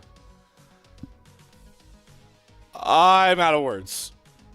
I mean, so many things had to go right for IG to ever find a fight like that. I mean, Knight gets like a 4-man petrifying gaze on the back of this thing. It doesn't matter. His entire team crumbles around them. The one thing we thought that this Kai'Sa could do, he burns through a frontline member. You give Rookie enough space. This Rise is scaled up enough. Man. And this was supposed to be the Goldilocks zone where BLG like doesn't lose games. So we actually had a stat that I will spoil from Rare Adam because I have given him another task, sadly. But he pulled a stat from us earlier on. BLG have Goldilocks syndrome with games. They are 3 and 4 in games that are over 30 minutes or under 30 minutes. They're 1 and 4 in games that are over 40 minutes. And they are 13 and 2 in games in between the 30 and 40 minute mark. They're now 13 and 3 because they didn't manage that one correctly. That was an oopsie there from BLG. And man, I cannot believe that they gave the scenario away for IG to do that in the last fight. Like that, for me, that's an 80% plus win rate chance for BLG. going into, like, even before that dragon spawns. And for them to just pitch it like that, like, man, I feel for this team. That's 3 of the last 4 series, and it feels like they're losing these series in the same way. It's got to start to be a concern for this squad, and it doesn't matter who the jungler is. It's been the same problem for BLG with the core 4. It is not, yeah, it is not the jungle problem. All I can think about, Cuppy, is those, sports win probability trackers we get all the time where it's like the 99 all the way up here, and then it just, I wish we had a good one, The it AI would one be this does, game. The super server does its best. It would have been stupid this game. Again, I had an 80+% win. Shout out to Adam. Walk us back again, to this, look at Shadow. He's no R, no flash. Mako plays this beautifully, by the way. On burns his flash, or burns his depth charge for that. And then Bin gets stuck. This BLG can't DPS during this because of how IG are positioned. Rookie, brilliant take there from him. And then they get all the conditions out of Elk. Gala dances around that beautifully. And just absolutely surgical from IG. The 4-man petrifying gaze doesn't matter from BLG. As the 4 people standing from IG after that were able to end the game. And man, Mako just playing with that bait and how IG played that fight. That was beautiful. But I just don't think there are any conditions where that's a playable fight. If you're BLG, where you have no Glacial Prison, you're waiting for a depth charge to come off cooldown, and you just gave away the dragon. Like, that's a game where you're so far ahead. Why fight like that? And it's a common theme with BLG where we said going into MSI, this was the team with the brawn, not the brains. And we saw them going 7-0. We saw the brains be better, but we're like, we weren't really sold yet. We're starting to see those old mistakes start to creep back in as the other team step up, level up this split. And man, that one hurts for BLG. This should have been their game 3. This should have been their series. But it's IG committing robbery and doing what they haven't done all year, which is topple BLG. Exactly, Cubby. We've had so many. I mean, yeah, they're going back through it. They're just as shocked as all of us, because why wouldn't you be? I'm glad we're pointing out how On's no depth charge. On is no depth charge. We're opting into a fight with no Glacial Prison, no depth charge. Like, why? And you're just asking for a Kaisa to find. You deserve to lose, okay? Yes. You deserve to lose. Here's the thing, right? We've seen like LPL has had its throws, right? Like there have been throws, but no throw has been like one fight decide. Oh my god, look at the gold graph. That's frustrating. I'm throwing my head against the wall. That's what I was doing. I'm just, this is absurd. There have been throws where, like, I've seen 10K gold leads topple, like, we've seen all these, but it's usually, like, chipping away. No, this is, like, one fight is all that it was needed. That, I haven't seen it. I think it, I mean, we've talked about, what, like, big, long games. How about, like, brain loss gaming? Because I think that's where we're approaching for me with BLG. Brain loss gaming. It feels like they're brain loss gaming or like bacon lettuce gaming. Bacon lettuce gaming. I don't know. Okay. I don't know what to do when it comes to this team, man. I am losing brain cells. And man, I mean, again, I think that this should have been a BLG win. This should have been a BLG 2-1. But geez, that last fight, I think everyone, like, the decision to go in without those key ultimates being up, and just how they navigated that, just critical decision-making missing for BLG, and you can't afford to do that against these other teams, the LPL, that will beat you. Cubby, if we like combined all the time on the Rift, right, across all 3 of these games, like, what percentage of all 3 of these games was BLG ahead or BLG in a better spot? 80% of every game? Like 75? Because it took like a 78K gold comeback for IG to even win game 1. Yeah, I mean, at least that time we got to talk about the draft and how we liked it. And they could win later because Saya was really hard to play that game. But how much of this series were BLG ahead? I know. Like, ahead of the curve in the series. A lot. Like, definitely 80, 85%. I mean, this is part of, like, the consistency and the excitement, too, of IG is that this team does legitimately late-game team fight really well, especially this split. Like, the Shy just playing these space makers, and I think Mako's been really on point. There are real positives for IG, so I don't want to take away from them in this, but it's impossible to do this series or this game justice without talking about the throw for BLG. Like, that is just the story of it, you know? And again, we're going to watch it one more time. But I thought Mako played this out beautifully. Again, On is burning flash for Mako. Bin gets stuck over the wall because of how beautifully this is played by Mako and Way.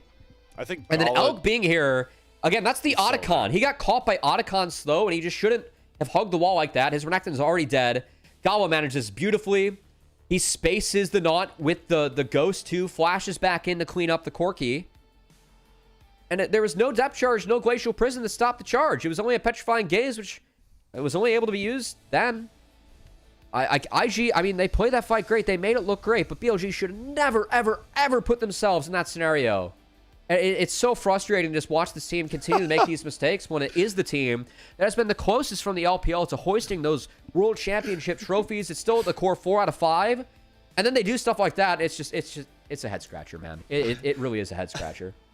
My favorite part, Cubby, is just the fact that those exit player cams, like, it's a comeback, right? But you don't see them get like super animated. All I see is the like crap eating grin, because they know they're like, wow, like we should not have won this game.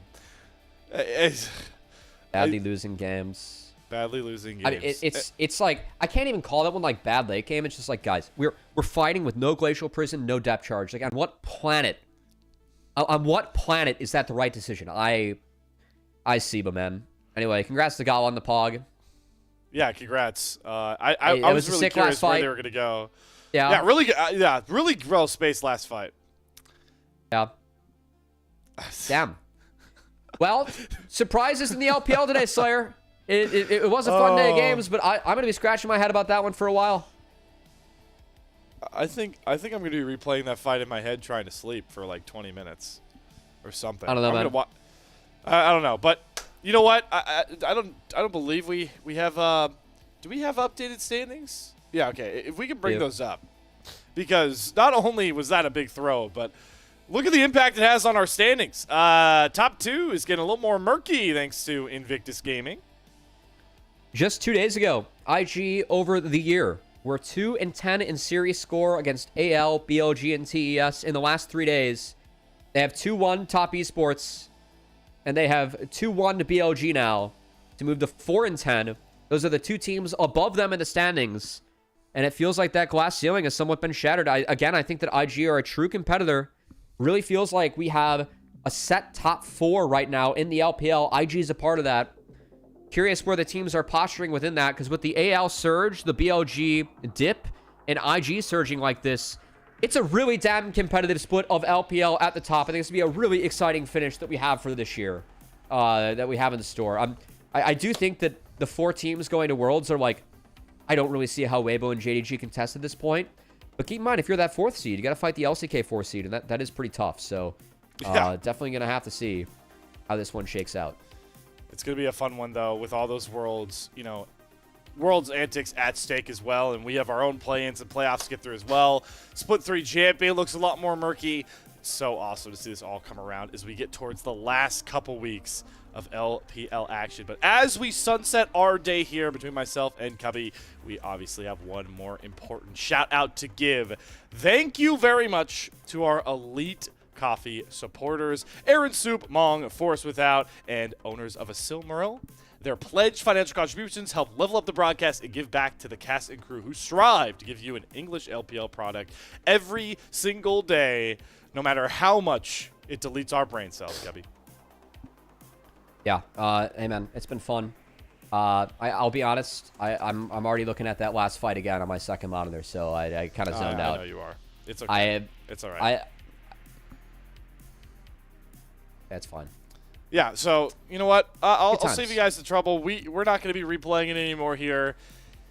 Make sure to check out the LPL English Twitter. You're going to see one of the most biggest throws in a single fight you're going to see in the LPL all year long. We're going to give you time to do that. Just make sure to be back here tomorrow as we've got some special stuff on tap and bring you 2 more series as the LPL rolls on. But until then, sayonara, take care, and we'll see you later.